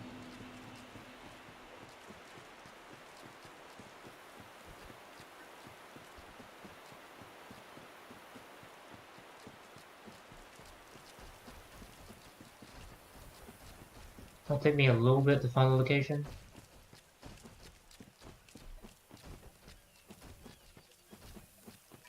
And this bit is where Slumbering Dragoncrest Ring comes in really handy because it lets you avoid all these enemies. Well, the chest for is right there. There's just quite a few enemies around it, so we're gonna have to clear them out.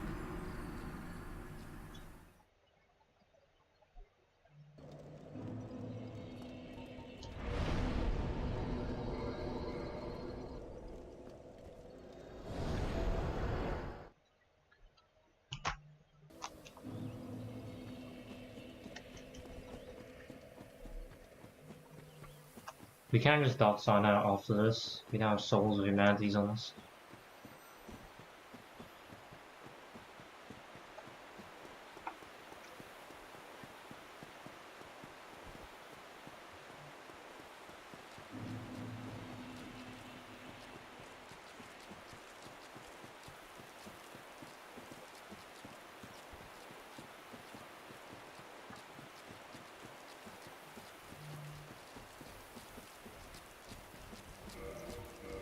Saving quite about here. So we only have to kill the enemies that actually aggro us.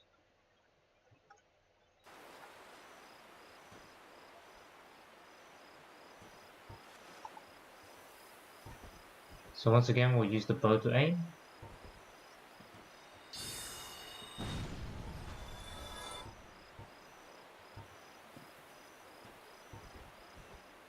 Bow aim, swap, cast.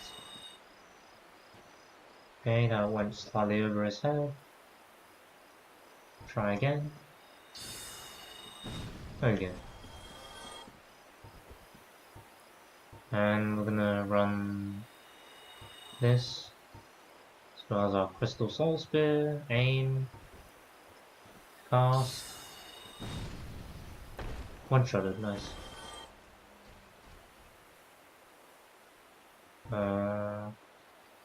It's up to you and YT. Thank you, Giant Video.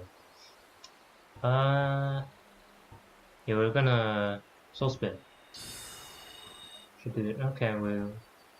One thing to know about bow aiming is that once you swap back to sorcery, it'll cast to a slightly higher place than what you aimed at. So just be careful when you do it. There you go.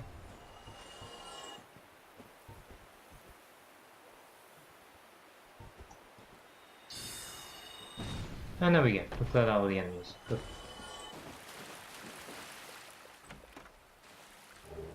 There we go, a little slab. Now we can bone back. We should have actually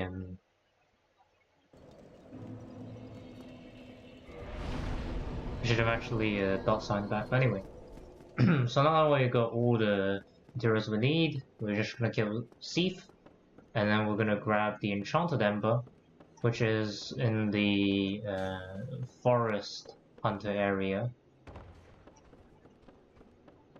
So we'll do that after we kill Seath, since we're here anyway. We'll kill Seath. All we need for Seath is Dot Bead, and that's about it. Because of how big Seath is, I don't really think you need RTSR, because Dot Bead is always gonna hit him.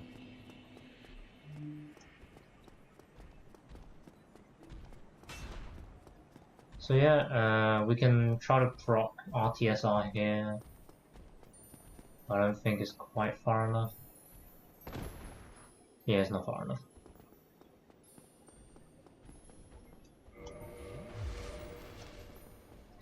I believe RTSR makes him something like one-shotable, but even without RTSR is a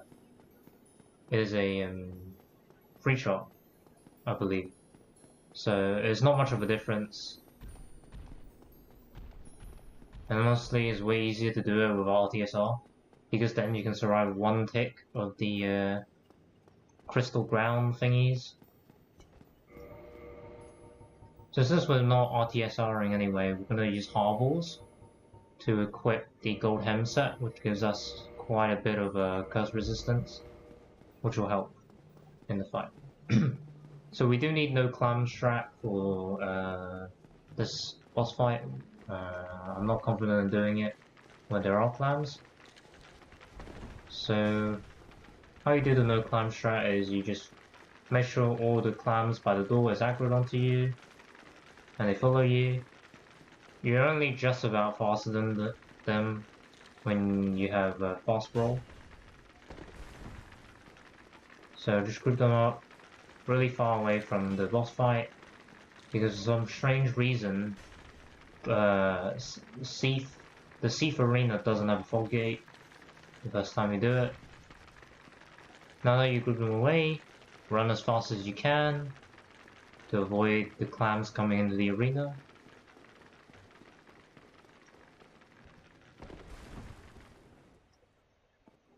Like so, that should work.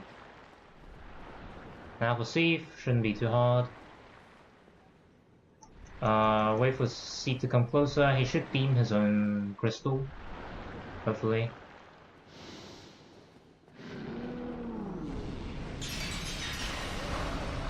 No?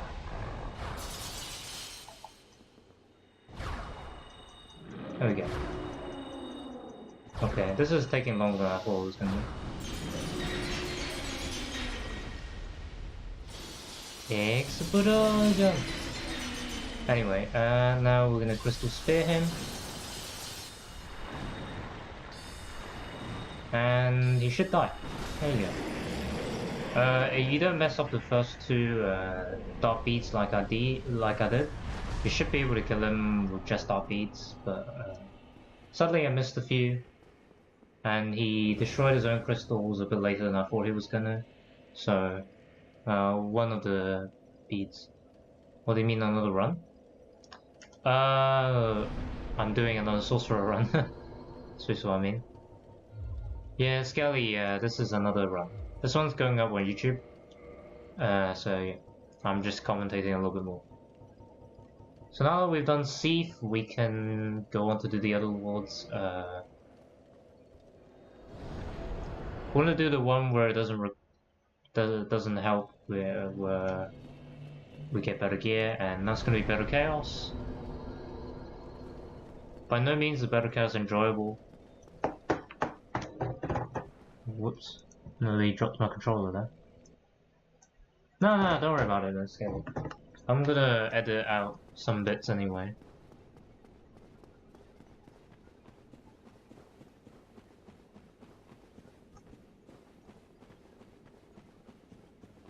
And honestly, you joined at a pretty mediocre time anyway, because there isn't really much going on, so I appreciate the messages. Makes it less boring, I suppose you can say. So for Demon Far Sage, I usually go for RTSR setup, because it literally doesn't matter what you do. The thing about Fire Sage is he's gonna one-shot you at his vitality. You're gonna add him. No. It's just that if I die a lot in places, then I'll edit out Skelly. That's all I mean. Like I was going through Elysial Township, and like, oh my god, that area is so horrible. Didn't even need to dodge. There you go.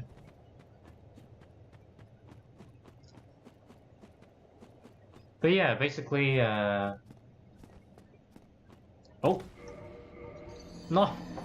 What did I just do? No! I can't believe I fell there.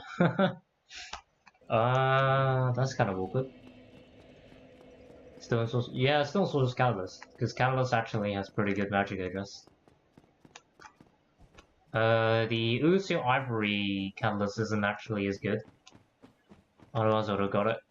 And no, Dusk actually survived the Blue Golems this time, so that's good. Dusk did not die to Blue Boys this time.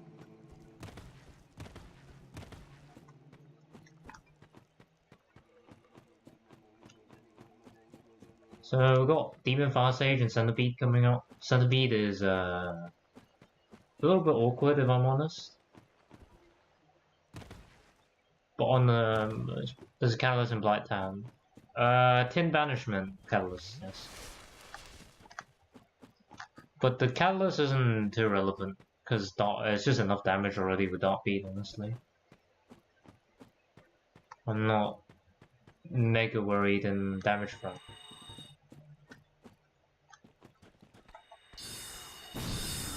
Oh, well, Soul Spear one-shotted him.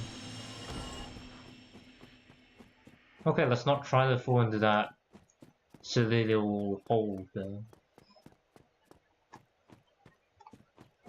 Dark Beat is very strong, yes it is. And we're not going to try to kill Manus to, this run through. I tried it last time, and let's just say I gave up.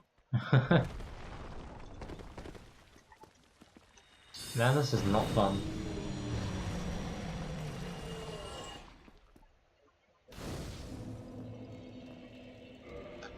So last time I went through this area, I actually had a lot more vitality.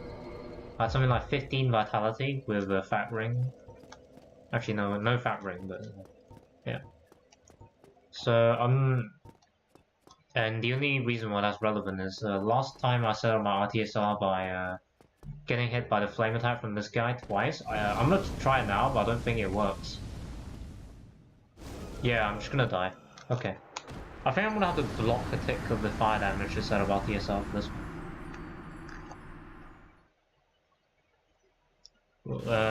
Yesterday when I did this exact same run, I had about 15 vitality because I leveled vitality, not dex. So I was able to survive 2 hits. Since I didn't level vitality this time, I'm gonna block one of the hits. And then there you go.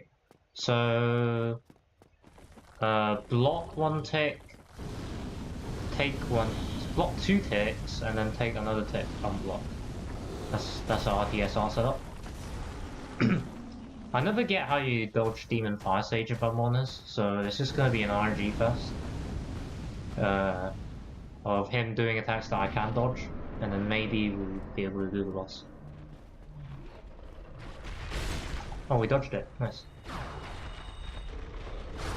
And there we go, that's how you kill Fire Sage. If I recall correctly, the Demon's Catalyst isn't actually as good. Yeah, it's nowhere near as good.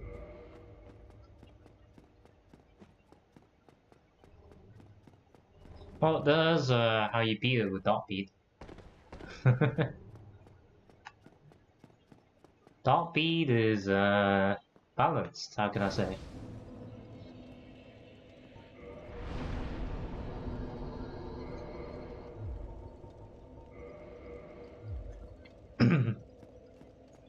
So how I set up RTSR here is to use Dust Crown Ring. for half my health. And then I believe it was dropping exactly here? Yeah, there you go. That'll get you into RTSR range every time. Yeah, it does, but we already have a magic +5 club for melee. We don't need melee.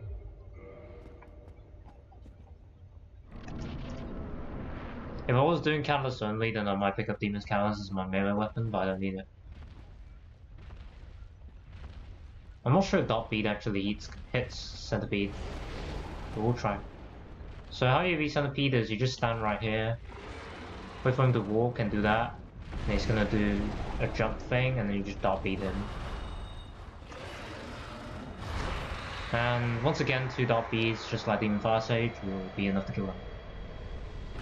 If you have power from within as well, it should be a one-shot, but I'm not covering the power of Pyromancy this time around. With power within is ultra hyper mode, and for Centipede is not viable. You need Sanctus to stop the life drain from killing you before you get a chance to hit Centipede. So that's why I don't do power within, because it's a lot more gimmicky to set up.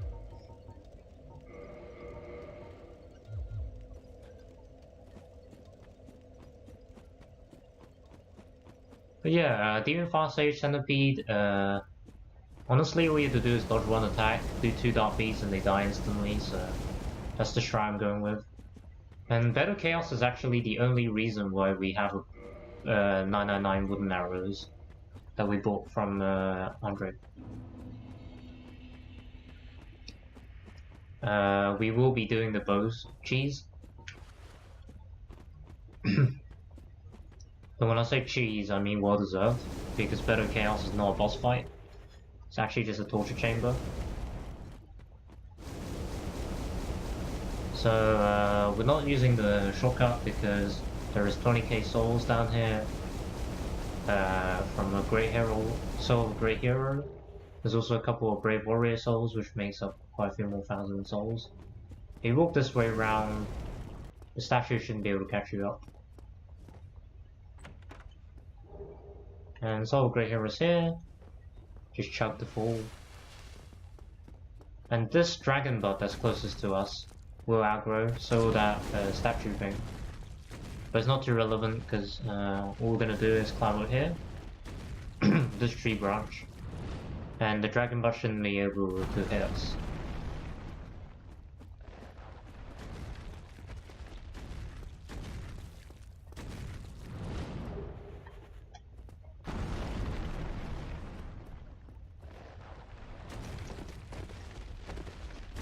And there's an illusionary wall here, which will give you a bonfire. Honestly, this bonfire is the only thing keeping me from going insane after the millions of deaths I have on Battle Chaos.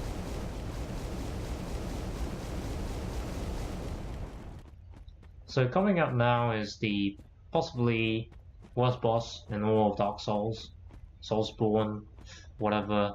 Probably in the universe, which is Better Chaos. It's not a boss. It's actually not a boss. It's more... I'm running out of negative adjectives to describe Better Chaos, to be honest, but... if you can think of a negative adjective that describes something, then you can probably use it in the Better Chaos.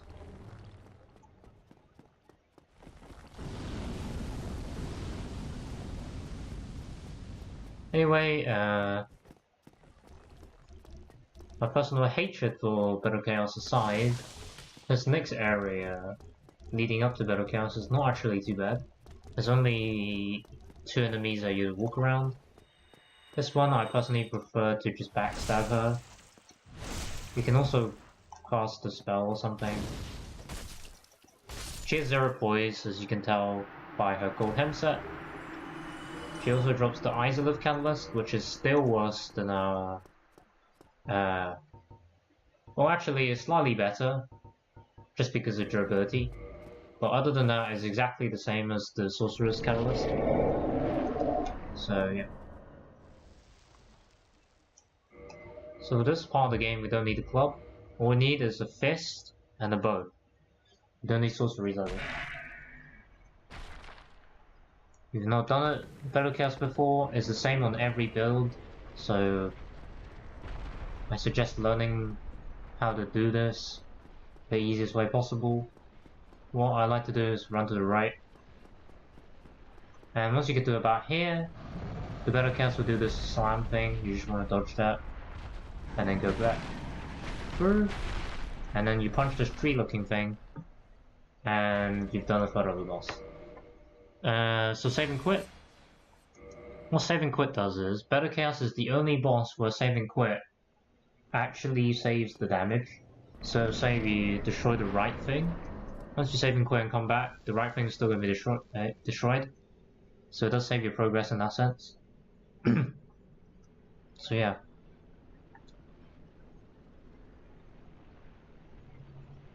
You like searching catalysts with Fashion Souls, Skelly? Yeah, I mean, Fashion Souls is cool. But I'm not... because I've done PvP, I don't usually stay on the character for very long. I like to just do runs of the game. But anyway, how I like to do this left part is to just stand here. None of Battle Chaos's attacks can actually hit you in this spot, because she doesn't do Firestorm yet. Firestorm does hit you, but she doesn't do Firestorm right now, so. Just keep spamming shots everywhere until you hit it. There you go. And now we want to save and quit one last time. We now have the left ball and the right ball destroyed. Go shield out. Getting to full with Estus is not important because with this much vitality, Battle Chaos will one-shot us with any attack. So it's not overly important that we Estus to full.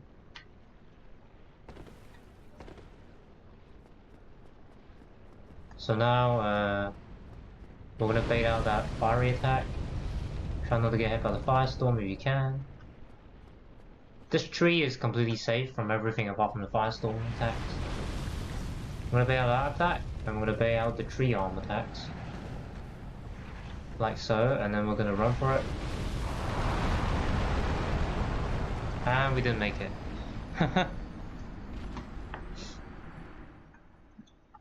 Fashion Souls has nothing to do with PP. Yeah, I just can't be bothered with Fashion Souls because I swap characters so often.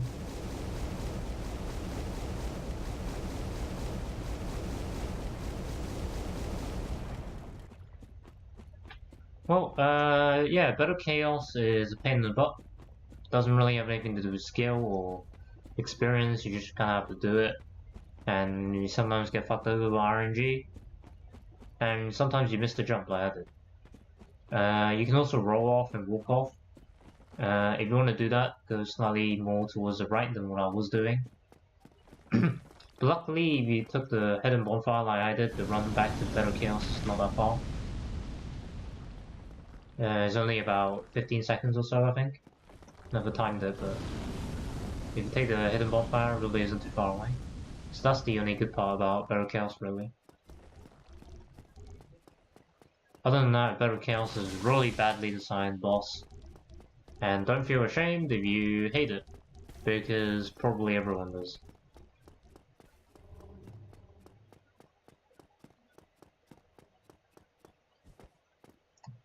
Yeah, Skilly, I do Fashion Souls, but it's like... I'm not super bothered about it. I don't... It's not like a... I don't feel like Dark Souls is that kind of farming RPG, like Path of Exile is or something. So I don't feel too attached to my characters in Dark Souls, I just kind of play through the... Fuck! No, I'm talking way too much. But, yeah. I just don't feel too attached to my characters in Dark Souls, I just run through the game with them. That's about it. I enjoy running through the game, but I don't find it fun to like optimize my characters for NG pluses or anything like that. Yeah, me, I like fashion and stuff like that in games as well, just not in Dark Souls, I guess. And if I'm honest, like the Souls armor sets don't look too great to me, but yeah. There's only a few that I like in Dark Souls, to be honest. So, I don't know.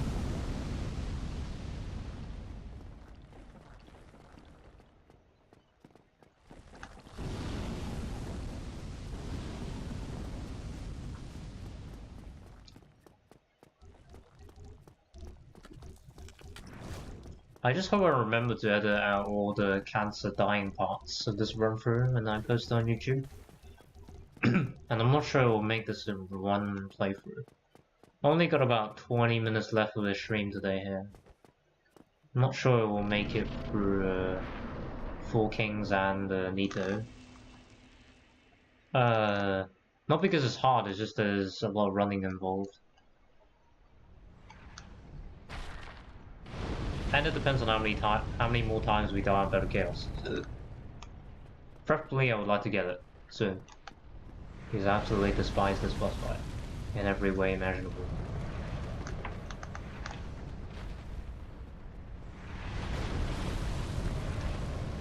No! Damn it! No! I jumped too far! I'm like so sad right now.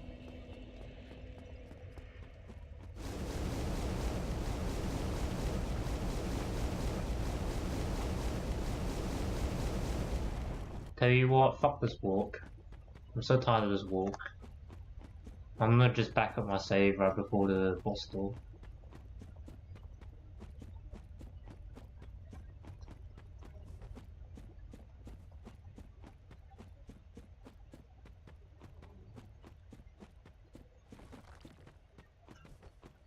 One day I would love to just boot up Dark Souls, turn on Chi Engine, and turn on infinite health and infinite poise, and just do Battle Chaos, and do a massive fuck you to it, because that's genuinely how I feel about Battle Chaos. But yeah, that's another story for another day, I suppose.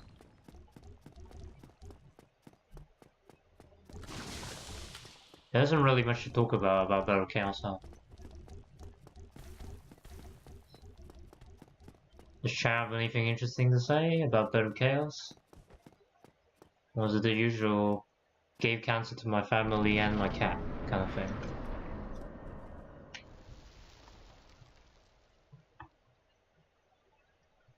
At least dying is representative of this boss. Indeed it is.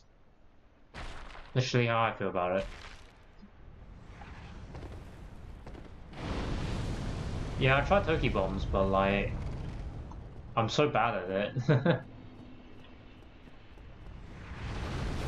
I spent about 40 bombs and I still couldn't get it, so I gave up.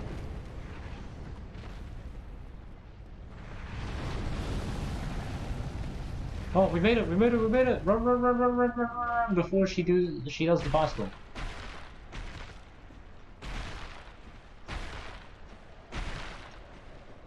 Come on, hurry up! Ha! We did it! Woo! Finally, give it a giant dad out of 10. Yeah. Well, I guess that's how you do Battle Chaos without Toki Bombs. Because I'm terrible at Toki Bombs, honestly. And we'll level more decks, because why not?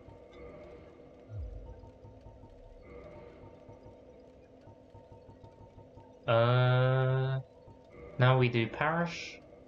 I think we already bought the Crest of Artorias from Andre, so we don't have to kill WWE champion this time.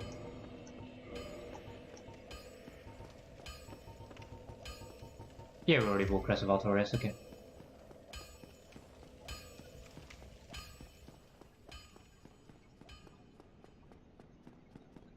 So, we're here to kill Sith, to grab the Covenant of Artorias, and then we need to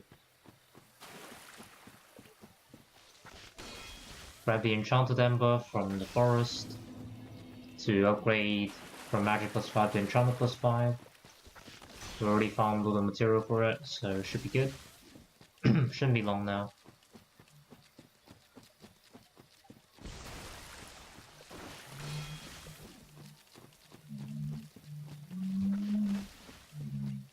And we'll grab Hornet Ring because I don't know what for, but I'll grab it.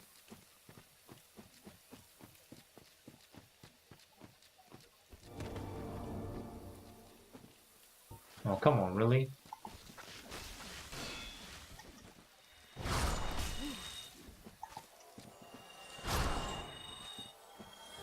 A dark beat for you and a dark beat for you. Alright, there you go. And we'll just take this bonfire just in case, because the run back is really far if you don't take this bonfire.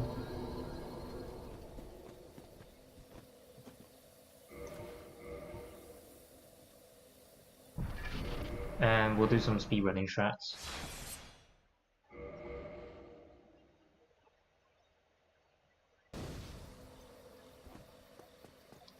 Oh yeah, we need to remember to grab the we need to grab the... Look at that majestic catalyst. We need to grab the stone armor set as well.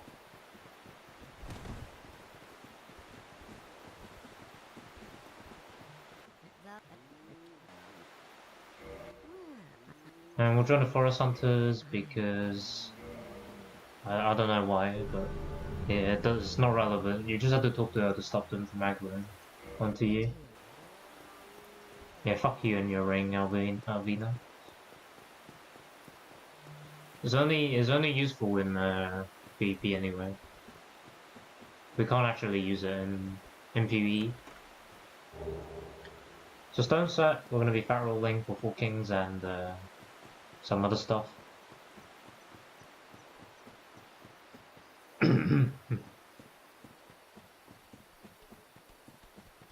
So the enchanted ember is right here.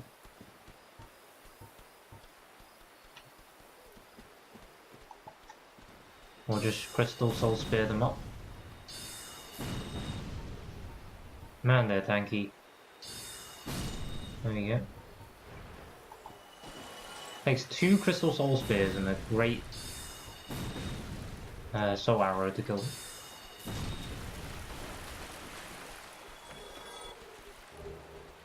And there's the enchanted ember. These guys are actually Elizabeth's parents somehow. Time is convoluted in Lordran, that's all I have to say to that.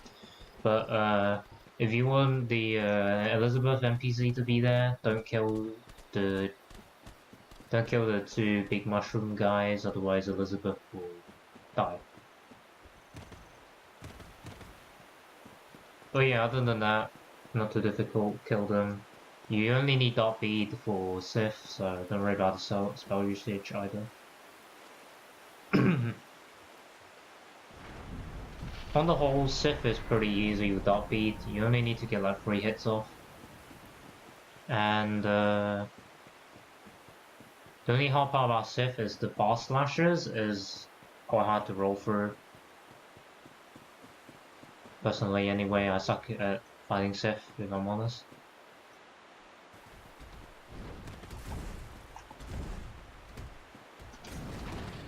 Okay. Actually only gonna take 2. If I hit that, I didn't hit that, but yeah. Easy! Wasn't in your run because Dust died? Are you sure? Huh.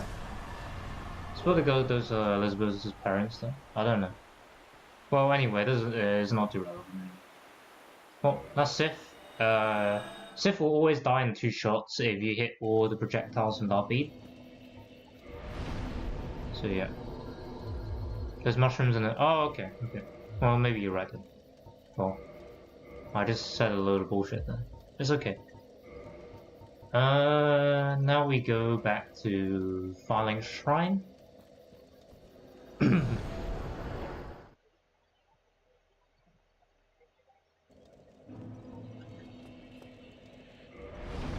And now we set this bonfire and we go all the way down to New London. Again. for like the 4th time or something like that. So usually New Londo is a hellhole, but luckily with the help of some shortcuts that you can take and skips, I managed to make New Londo consistently pretty not that bad. I mean, it's still a terrible area, but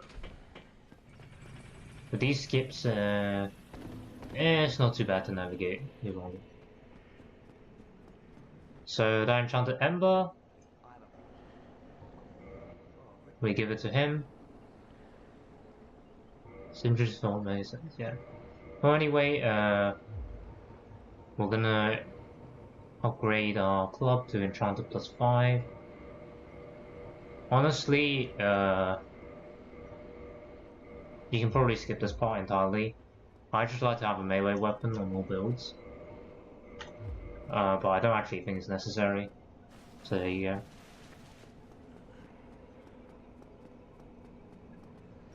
Also, can we even roll? I don't think we can roll. Wait, let me check. Can we roll with stone armor?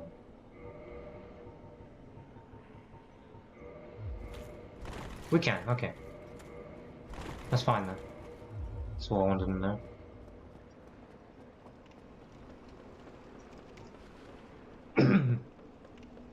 So I did test last night, soul arrows and soul spear do in fact reach, what's his name, Ingwood. So it means we don't have to have enough dex to actually shoot him with arrows. But I'm leveling dex anyway for the cast speed. But if you decide to level vitality instead of dex, that's also an option. You just have to use soul arrows to kill him. And actually it's faster to kill him with soul arrows anyway, but yeah.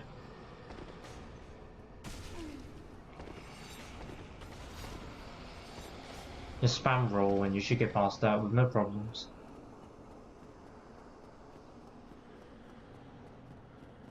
And now we go through here. Another weird thing in New Londo, if you kick this ladder, it makes all the ghosts de-aggro off of you for a while. Which I always found weird. And if you stand right about here on the stairs, the ghosts won't hit you or come to you. And all we have to do now is line up the Grey Soul Arrow with the bow. And a little bit higher.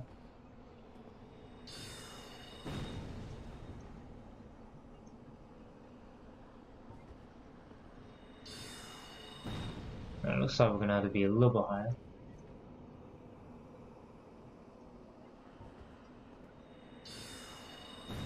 There we go. And 2 Grey Soul Arrows to do the trick. And killing Ingwood will give you keys to the seal without having to go through the ghost house, which is fairly useful. The ghost will sometimes hit you there. It's completely safe to pick up that soul. But anything else, you'll probably get killed doing it. And now we unlock the seal here.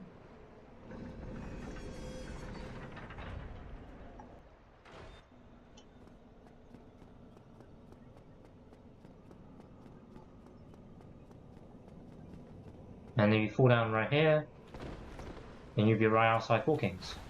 It's a very easy shortcut, and that's really it.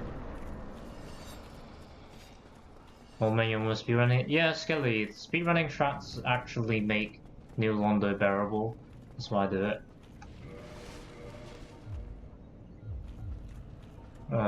So just stone armor it up, and then make sure you can roll. Get Dark Bead ready. That's the only one of the 2 only spells we'll need. Make sure you're covering our Torres on before you drop down here, and you won't die from the fall.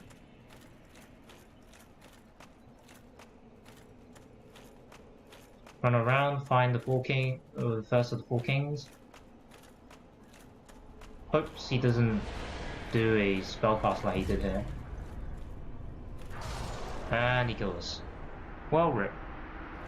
Essentially, the only thing that can go badly is if he casts a spell, he's almost always gonna like nearly one-shot you, if not outright one-shot you, because the stone armor doesn't give that great magic resist. So that's kind of unfortunate, but honestly, there's nothing to it. You just have to get lucky with that. I'm not aware of any strategies where it's guaranteed that you can make 4 kings not cast spells. As far as I'm aware, it's completely RNG.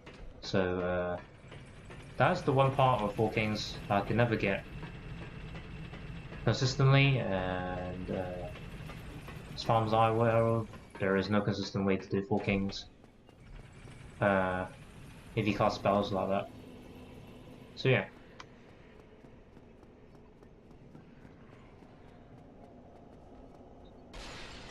Essentially, how to do 2 kings is you dot bead twice, and the first king should die, and then while the first king is dying, you can dot bead once more, and then do the same thing to the second king, and you should get 2 kings.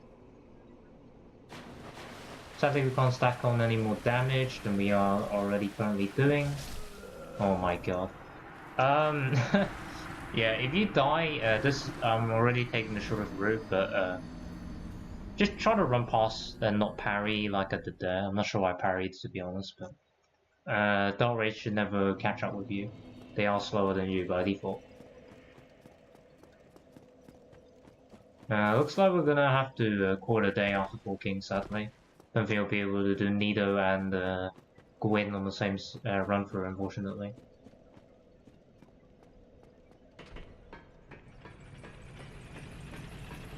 Kind of running low on time here.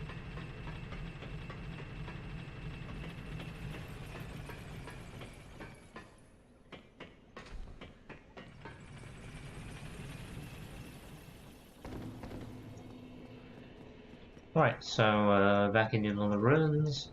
Let's try not to fail the routes again.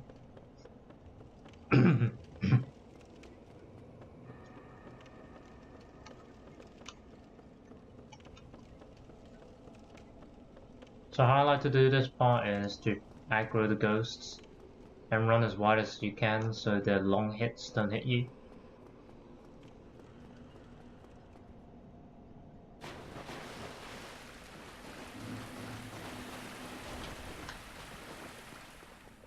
Just ignore the drops, you don't need any of these.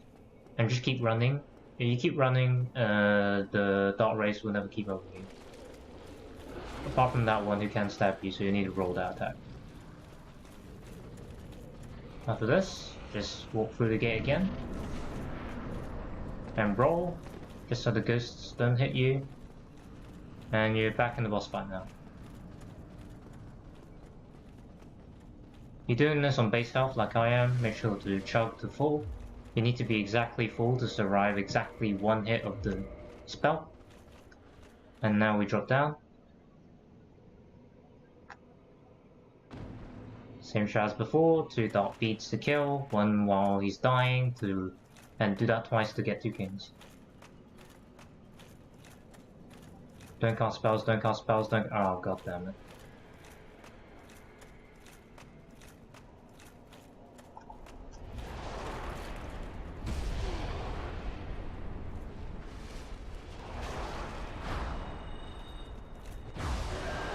And...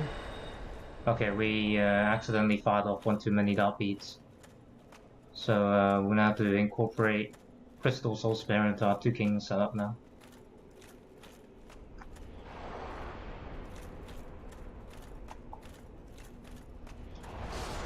No! Damn it. Okay, yeah. I jumped instead of rolling. If I rolled, I would have dodged that attack. That's really unfortunate. Ah, 4 kings, oh 4 kings. So if you don't mess up really badly like I'm doing, 4 kings really isn't that difficult, but with not enough health to survive most of his attacks when you're on. Because how Four Kings works is he does more damage the further away you are from him, and you can't survive one of those hits if you're far away from him, which is what just happened there, which is unfortunate. And that guy also casts spells. Luckily, we were able to tank it at that time because we weren't rolling, which meant it did less damage and wasn't a counter hit. But essentially, we got pretty unlucky both tries there, to be honest.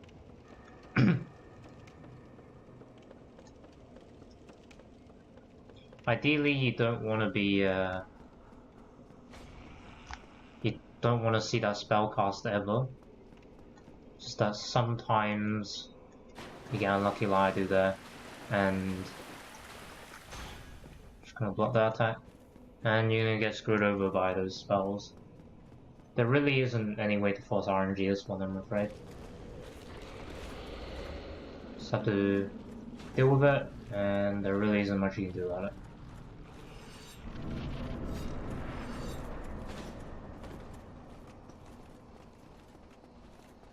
Right, I think this is going to be probably the last attempt for tonight. Probably going to be turning off stream after this, so yeah. So, same strat again, stone armor. Fall very carefully. And usually land directly down into the abyss with no problems. Don't bother grabbing your souls. Your souls will be an indicator on where the second boss spawns.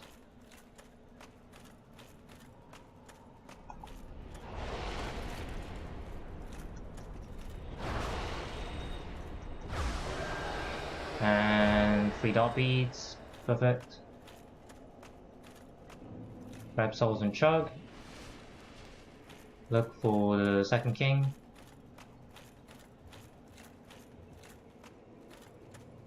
Where is he? Second king, hello? Oh, there he is. It's pretty close this time, so hopefully he won't do anything funny. Oh, he did something funny. It's okay then. And easiest 2 king of my life. Right. That's how the fight was supposed to go. But it took us 3 attempts to get there. But yeah, that's how you beat that. That's how you beat 4 kings very easily. We just got quite unlucky the first 2 tries. But if you get lucky and the kings don't use magic at all, then it's literally as simple as running up to them, casting Dark Beat 6 times, and they will die. So yeah, that's it for the stream and part 1 of the YouTube video, unless I somehow edit them together or something. But yeah, see you guys next time, where we'll be finishing off the game, doing Gwyn and Nido.